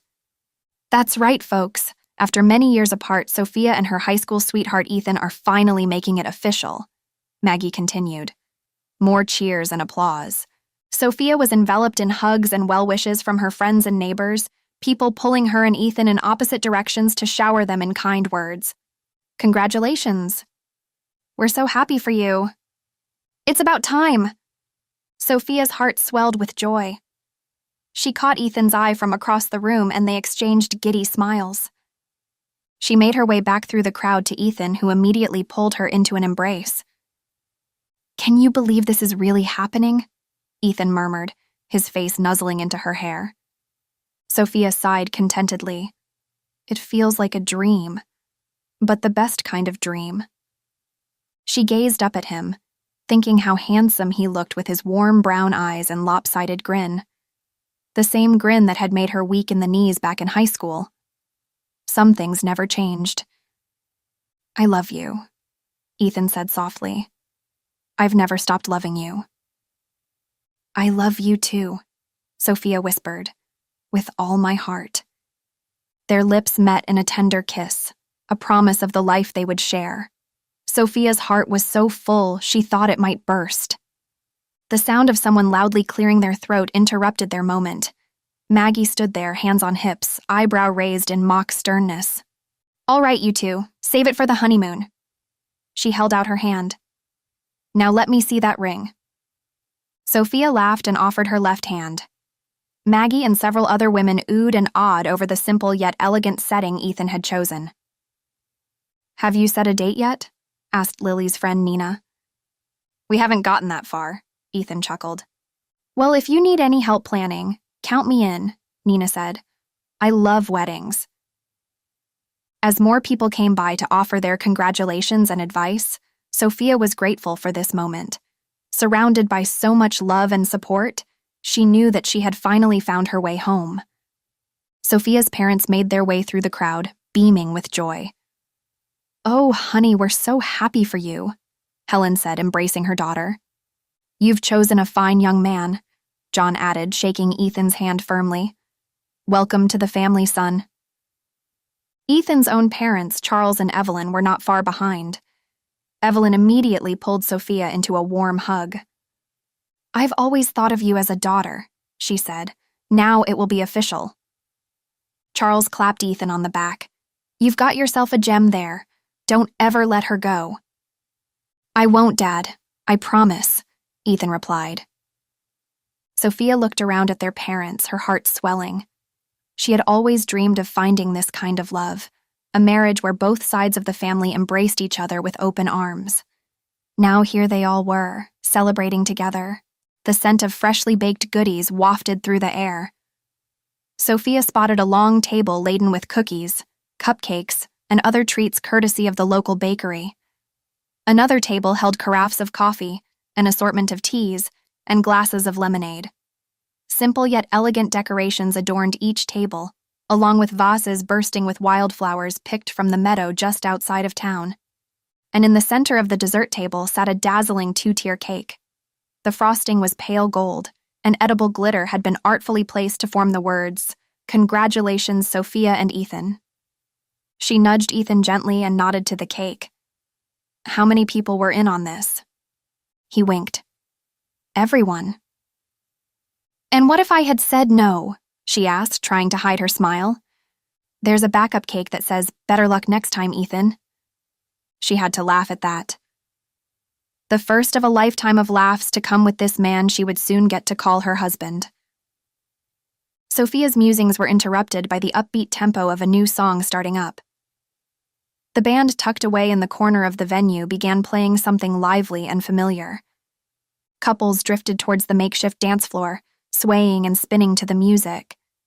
Sophia spotted her parents among them, smiling and laughing as they two-stepped in sync. Nearby, Ethan's parents were attempting the same, though his father kept fumbling the steps, but the joy on their faces shone through any missteps. "Shall we?" Ethan asked, offering his hand. Sophia grinned and let him lead her out. Soon they were gliding across the floor, caught up in their own world. Around them, she caught snippets of conversation between the other guests. "Oh, young love," sighed an elderly woman to her husband. "Remember when we were like that?" The man chuckled. "I don't think I ever stopped looking at you like that." At another table, a group of women chatted excitedly. "Did you see the ring?" asked one. "It's gorgeous." "I still have my grandmother's ring," said another woman. "It meant so much to be proposed to with a family heirloom, but to have a ring custom designed—" She swooned. Sophia rested her head on Ethan's shoulder, letting the sounds of celebration wash over her. She had found her place here, with these people, with this man, and she knew in that moment that she was home. As the song ended, Ethan gently guided Sophia off the dance floor toward the front of the room. He tapped a fork against his champagne flute to get everyone's attention. "Thank you all for being here to celebrate with us tonight," he began, his arm wrapped around Sophia's waist. "We're so lucky to have the love and support of this amazing community." Sophia nodded, tears springing to her eyes. "I can't tell you how much it means to be welcomed with such open arms. When I first came back to Pine Haven, I never imagined I'd fall back into place so easily, but I guess some things are just meant to be." She turned to Ethan, love shining in her eyes. "I'm so excited to start our life together." Ethan smiled and kissed her tenderly. "You're the best thing that's ever happened to me," he said. "I'll spend every day trying to make you as happy as you've made me." Around them, their friends and family raised their glasses in a toast. Sophia knew that no matter what the future held, they would face it together, anchored by the love surrounding them now. Epilogue. The scent of pumpkin spice and roasted coffee beans enveloped Lily as she stepped into the cozy coffee shop. "Sophia!" she called out, spotting her sister behind the counter. Sophia's face lit up when she saw Lily. "Hey sis, your usual?" Without waiting for an answer, Sophia grabbed 2 mugs and started steaming milk for their drinks. Lily leaned against the counter, breathing in the comforting smells. Is that Mom's pumpkin bread I spy?" "You know it," Sophia said with a grin. She sliced 2 generous pieces and artfully arranged them on plates along with the finished drinks. "Let's grab a seat." They settled into a tucked-away booth in the back, the one they always chose for their sister chats. Lily took a sip of her pumpkin spice latte and sighed contentedly. "So, tell me all about the new apartment. Have you and Ethan made out in every room yet?" she added with a playful wink. Sophia blushed, her green eyes shining. "It's perfect. Ethan's planning to officially move in as soon as we're married." She dropped her voice to an excited whisper. "And guess what? He wants to get a dog." "That's awesome. I can totally see you as a dog person." Lily was thrilled to see her sister so happy, especially after her painful breakup last year. "I just feel so lucky, you know," Sophia mused, nibbling her bread. "Ethan is everything I've ever wanted. I can't wait to finally start our life together." "So, let's talk wedding details," Lily said eagerly, leaning forward. "Have you decided on colors yet?" Sophia nodded, her eyes lighting up. "We're going with a navy blue and silver color scheme. Ethan looks so handsome in navy, and I just love the look of silver accents." "Ooh, that will be gorgeous," Lily gushed. "And have you started thinking about flowers?" "Lots of white roses and baby's breath," Sophia said dreamily. "I want it to look romantic and timeless." "Oh, and Ethan suggested having sunflowers in the bouquets as a nod to my sunny personality." She laughed. Lily clapped her hands together. "Sunflowers at a winter wedding. You would be the first." She grinned, loving that Sophia didn't care about outward appearances so much as making real, meaningful memories. Ethan was perfect for her. The sisters spent the next few minutes chatting about the guest list and other wedding details. Lily was relieved to hear that Sophia wasn't including her backstabbing former friend Jessica, and she wholeheartedly approved of the vintage jazz band Sophia had booked. "The venue we picked is just perfect," Sophia gushed. "It's that beautiful banquet hall on the edge of town, with the big windows overlooking the mountains. I know the view will be stunning, especially with the snow blanketing the mountains." She went on to describe the vintage-inspired decor she was planning: mason jars with twinkly lights, rustic wood accents, and antique-looking frames for the table numbers. "Ooh, and the cake!" Sophia exclaimed. It's going to be amazing. 4 tiers with cascading flowers and these adorable figurines of me and Ethan on top. I can't wait to see it in person." Lily grinned, loving her sister's infectious enthusiasm. She could tell Sophia had thought through every detail to make sure the wedding reflected her personality and style. "What about the music?" Lily asked. "Have you and Ethan picked your first dance song yet?" "We have," Sophia replied. "We're going with At Last by Etta James. It just feels so romantic and timeless. And the band we hired does an incredible jazz repertoire, so I know the music will be fantastic all night long." Lily smiled as she listened to her sister gush over the wedding plans, clearly in her element organizing every detail. "It all sounds so beautiful. I can tell how much thought you've put into this." Sophia nodded, taking a sip of her coffee. "I want it to be perfect." Lily's eyes drifted down to the table, noticing a folder stuffed with pages of inspiration photos and fabric swatches. "Ooh, what's this?" Lily asked, pulling the folder closer. Sophia's name was printed on the tab in neat handwriting. "Just some design ideas I've been playing around with," Sophia said, leaning over to flip through the pages with Lily. "For the wedding?" "No, actually, interior design. After sorting through all the legal mumbo-jumbo that popped up after Mayor Caldwell's office was cleaned out, we discovered that the Carter family actually owns most of the buildings on this block. They're going to let all of the shop owners keep what's in use, of course, but they want me to help restore some of these empty storefronts and vacant spaces, starting with that one across the street." Lily's eyes widened as Sophia pointed out the window to a faded brick storefront with a "For Lease" sign in the window. "Really? That's so exciting," Lily said. Sophia nodded, her green eyes lighting up. "I know, I can't wait. This whole area used to be so lively years ago. It would be amazing to help bring some of that charm back." Lily grinned, picturing the possibilities. She could imagine the block transformed with lights strung between the buildings, flower boxes in the windows, and couples strolling hand in hand. "Well, if anyone can make it happen, it's you," Lily said. Sophia smiled, clearly invigorated by the project ahead.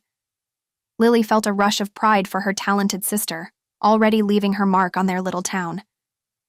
"Maybe with all these new spaces opening up, we'll get some new residents too," Lily mused. She traced her finger around the rim of her coffee cup, suddenly feeling wistful. Sophia was moving forward with her life. New apartment, new fiancé, new career opportunities. And here Lily was, still living at home and working the front desk at their local clinic.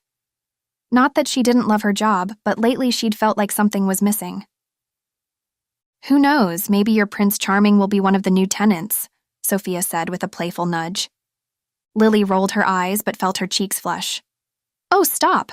I know you and Mom have been conspiring to set me up again." "We just want you to be happy," Sophia insisted.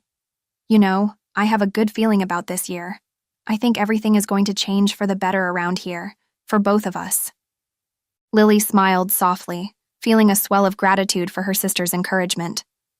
"You're right," she said, straightening up. "I should keep an open mind. Anything is possible." Sophia grinned and lifted her coffee mug. "To new beginnings." Lily clinked her mug against Sophia's. "To new beginnings," she echoed, feeling a spark of hope. Maybe her Prince Charming really was right around the corner. This has been Coming Home to Pine Haven, written by Laura Abbott. Copyright, Laura Abbott.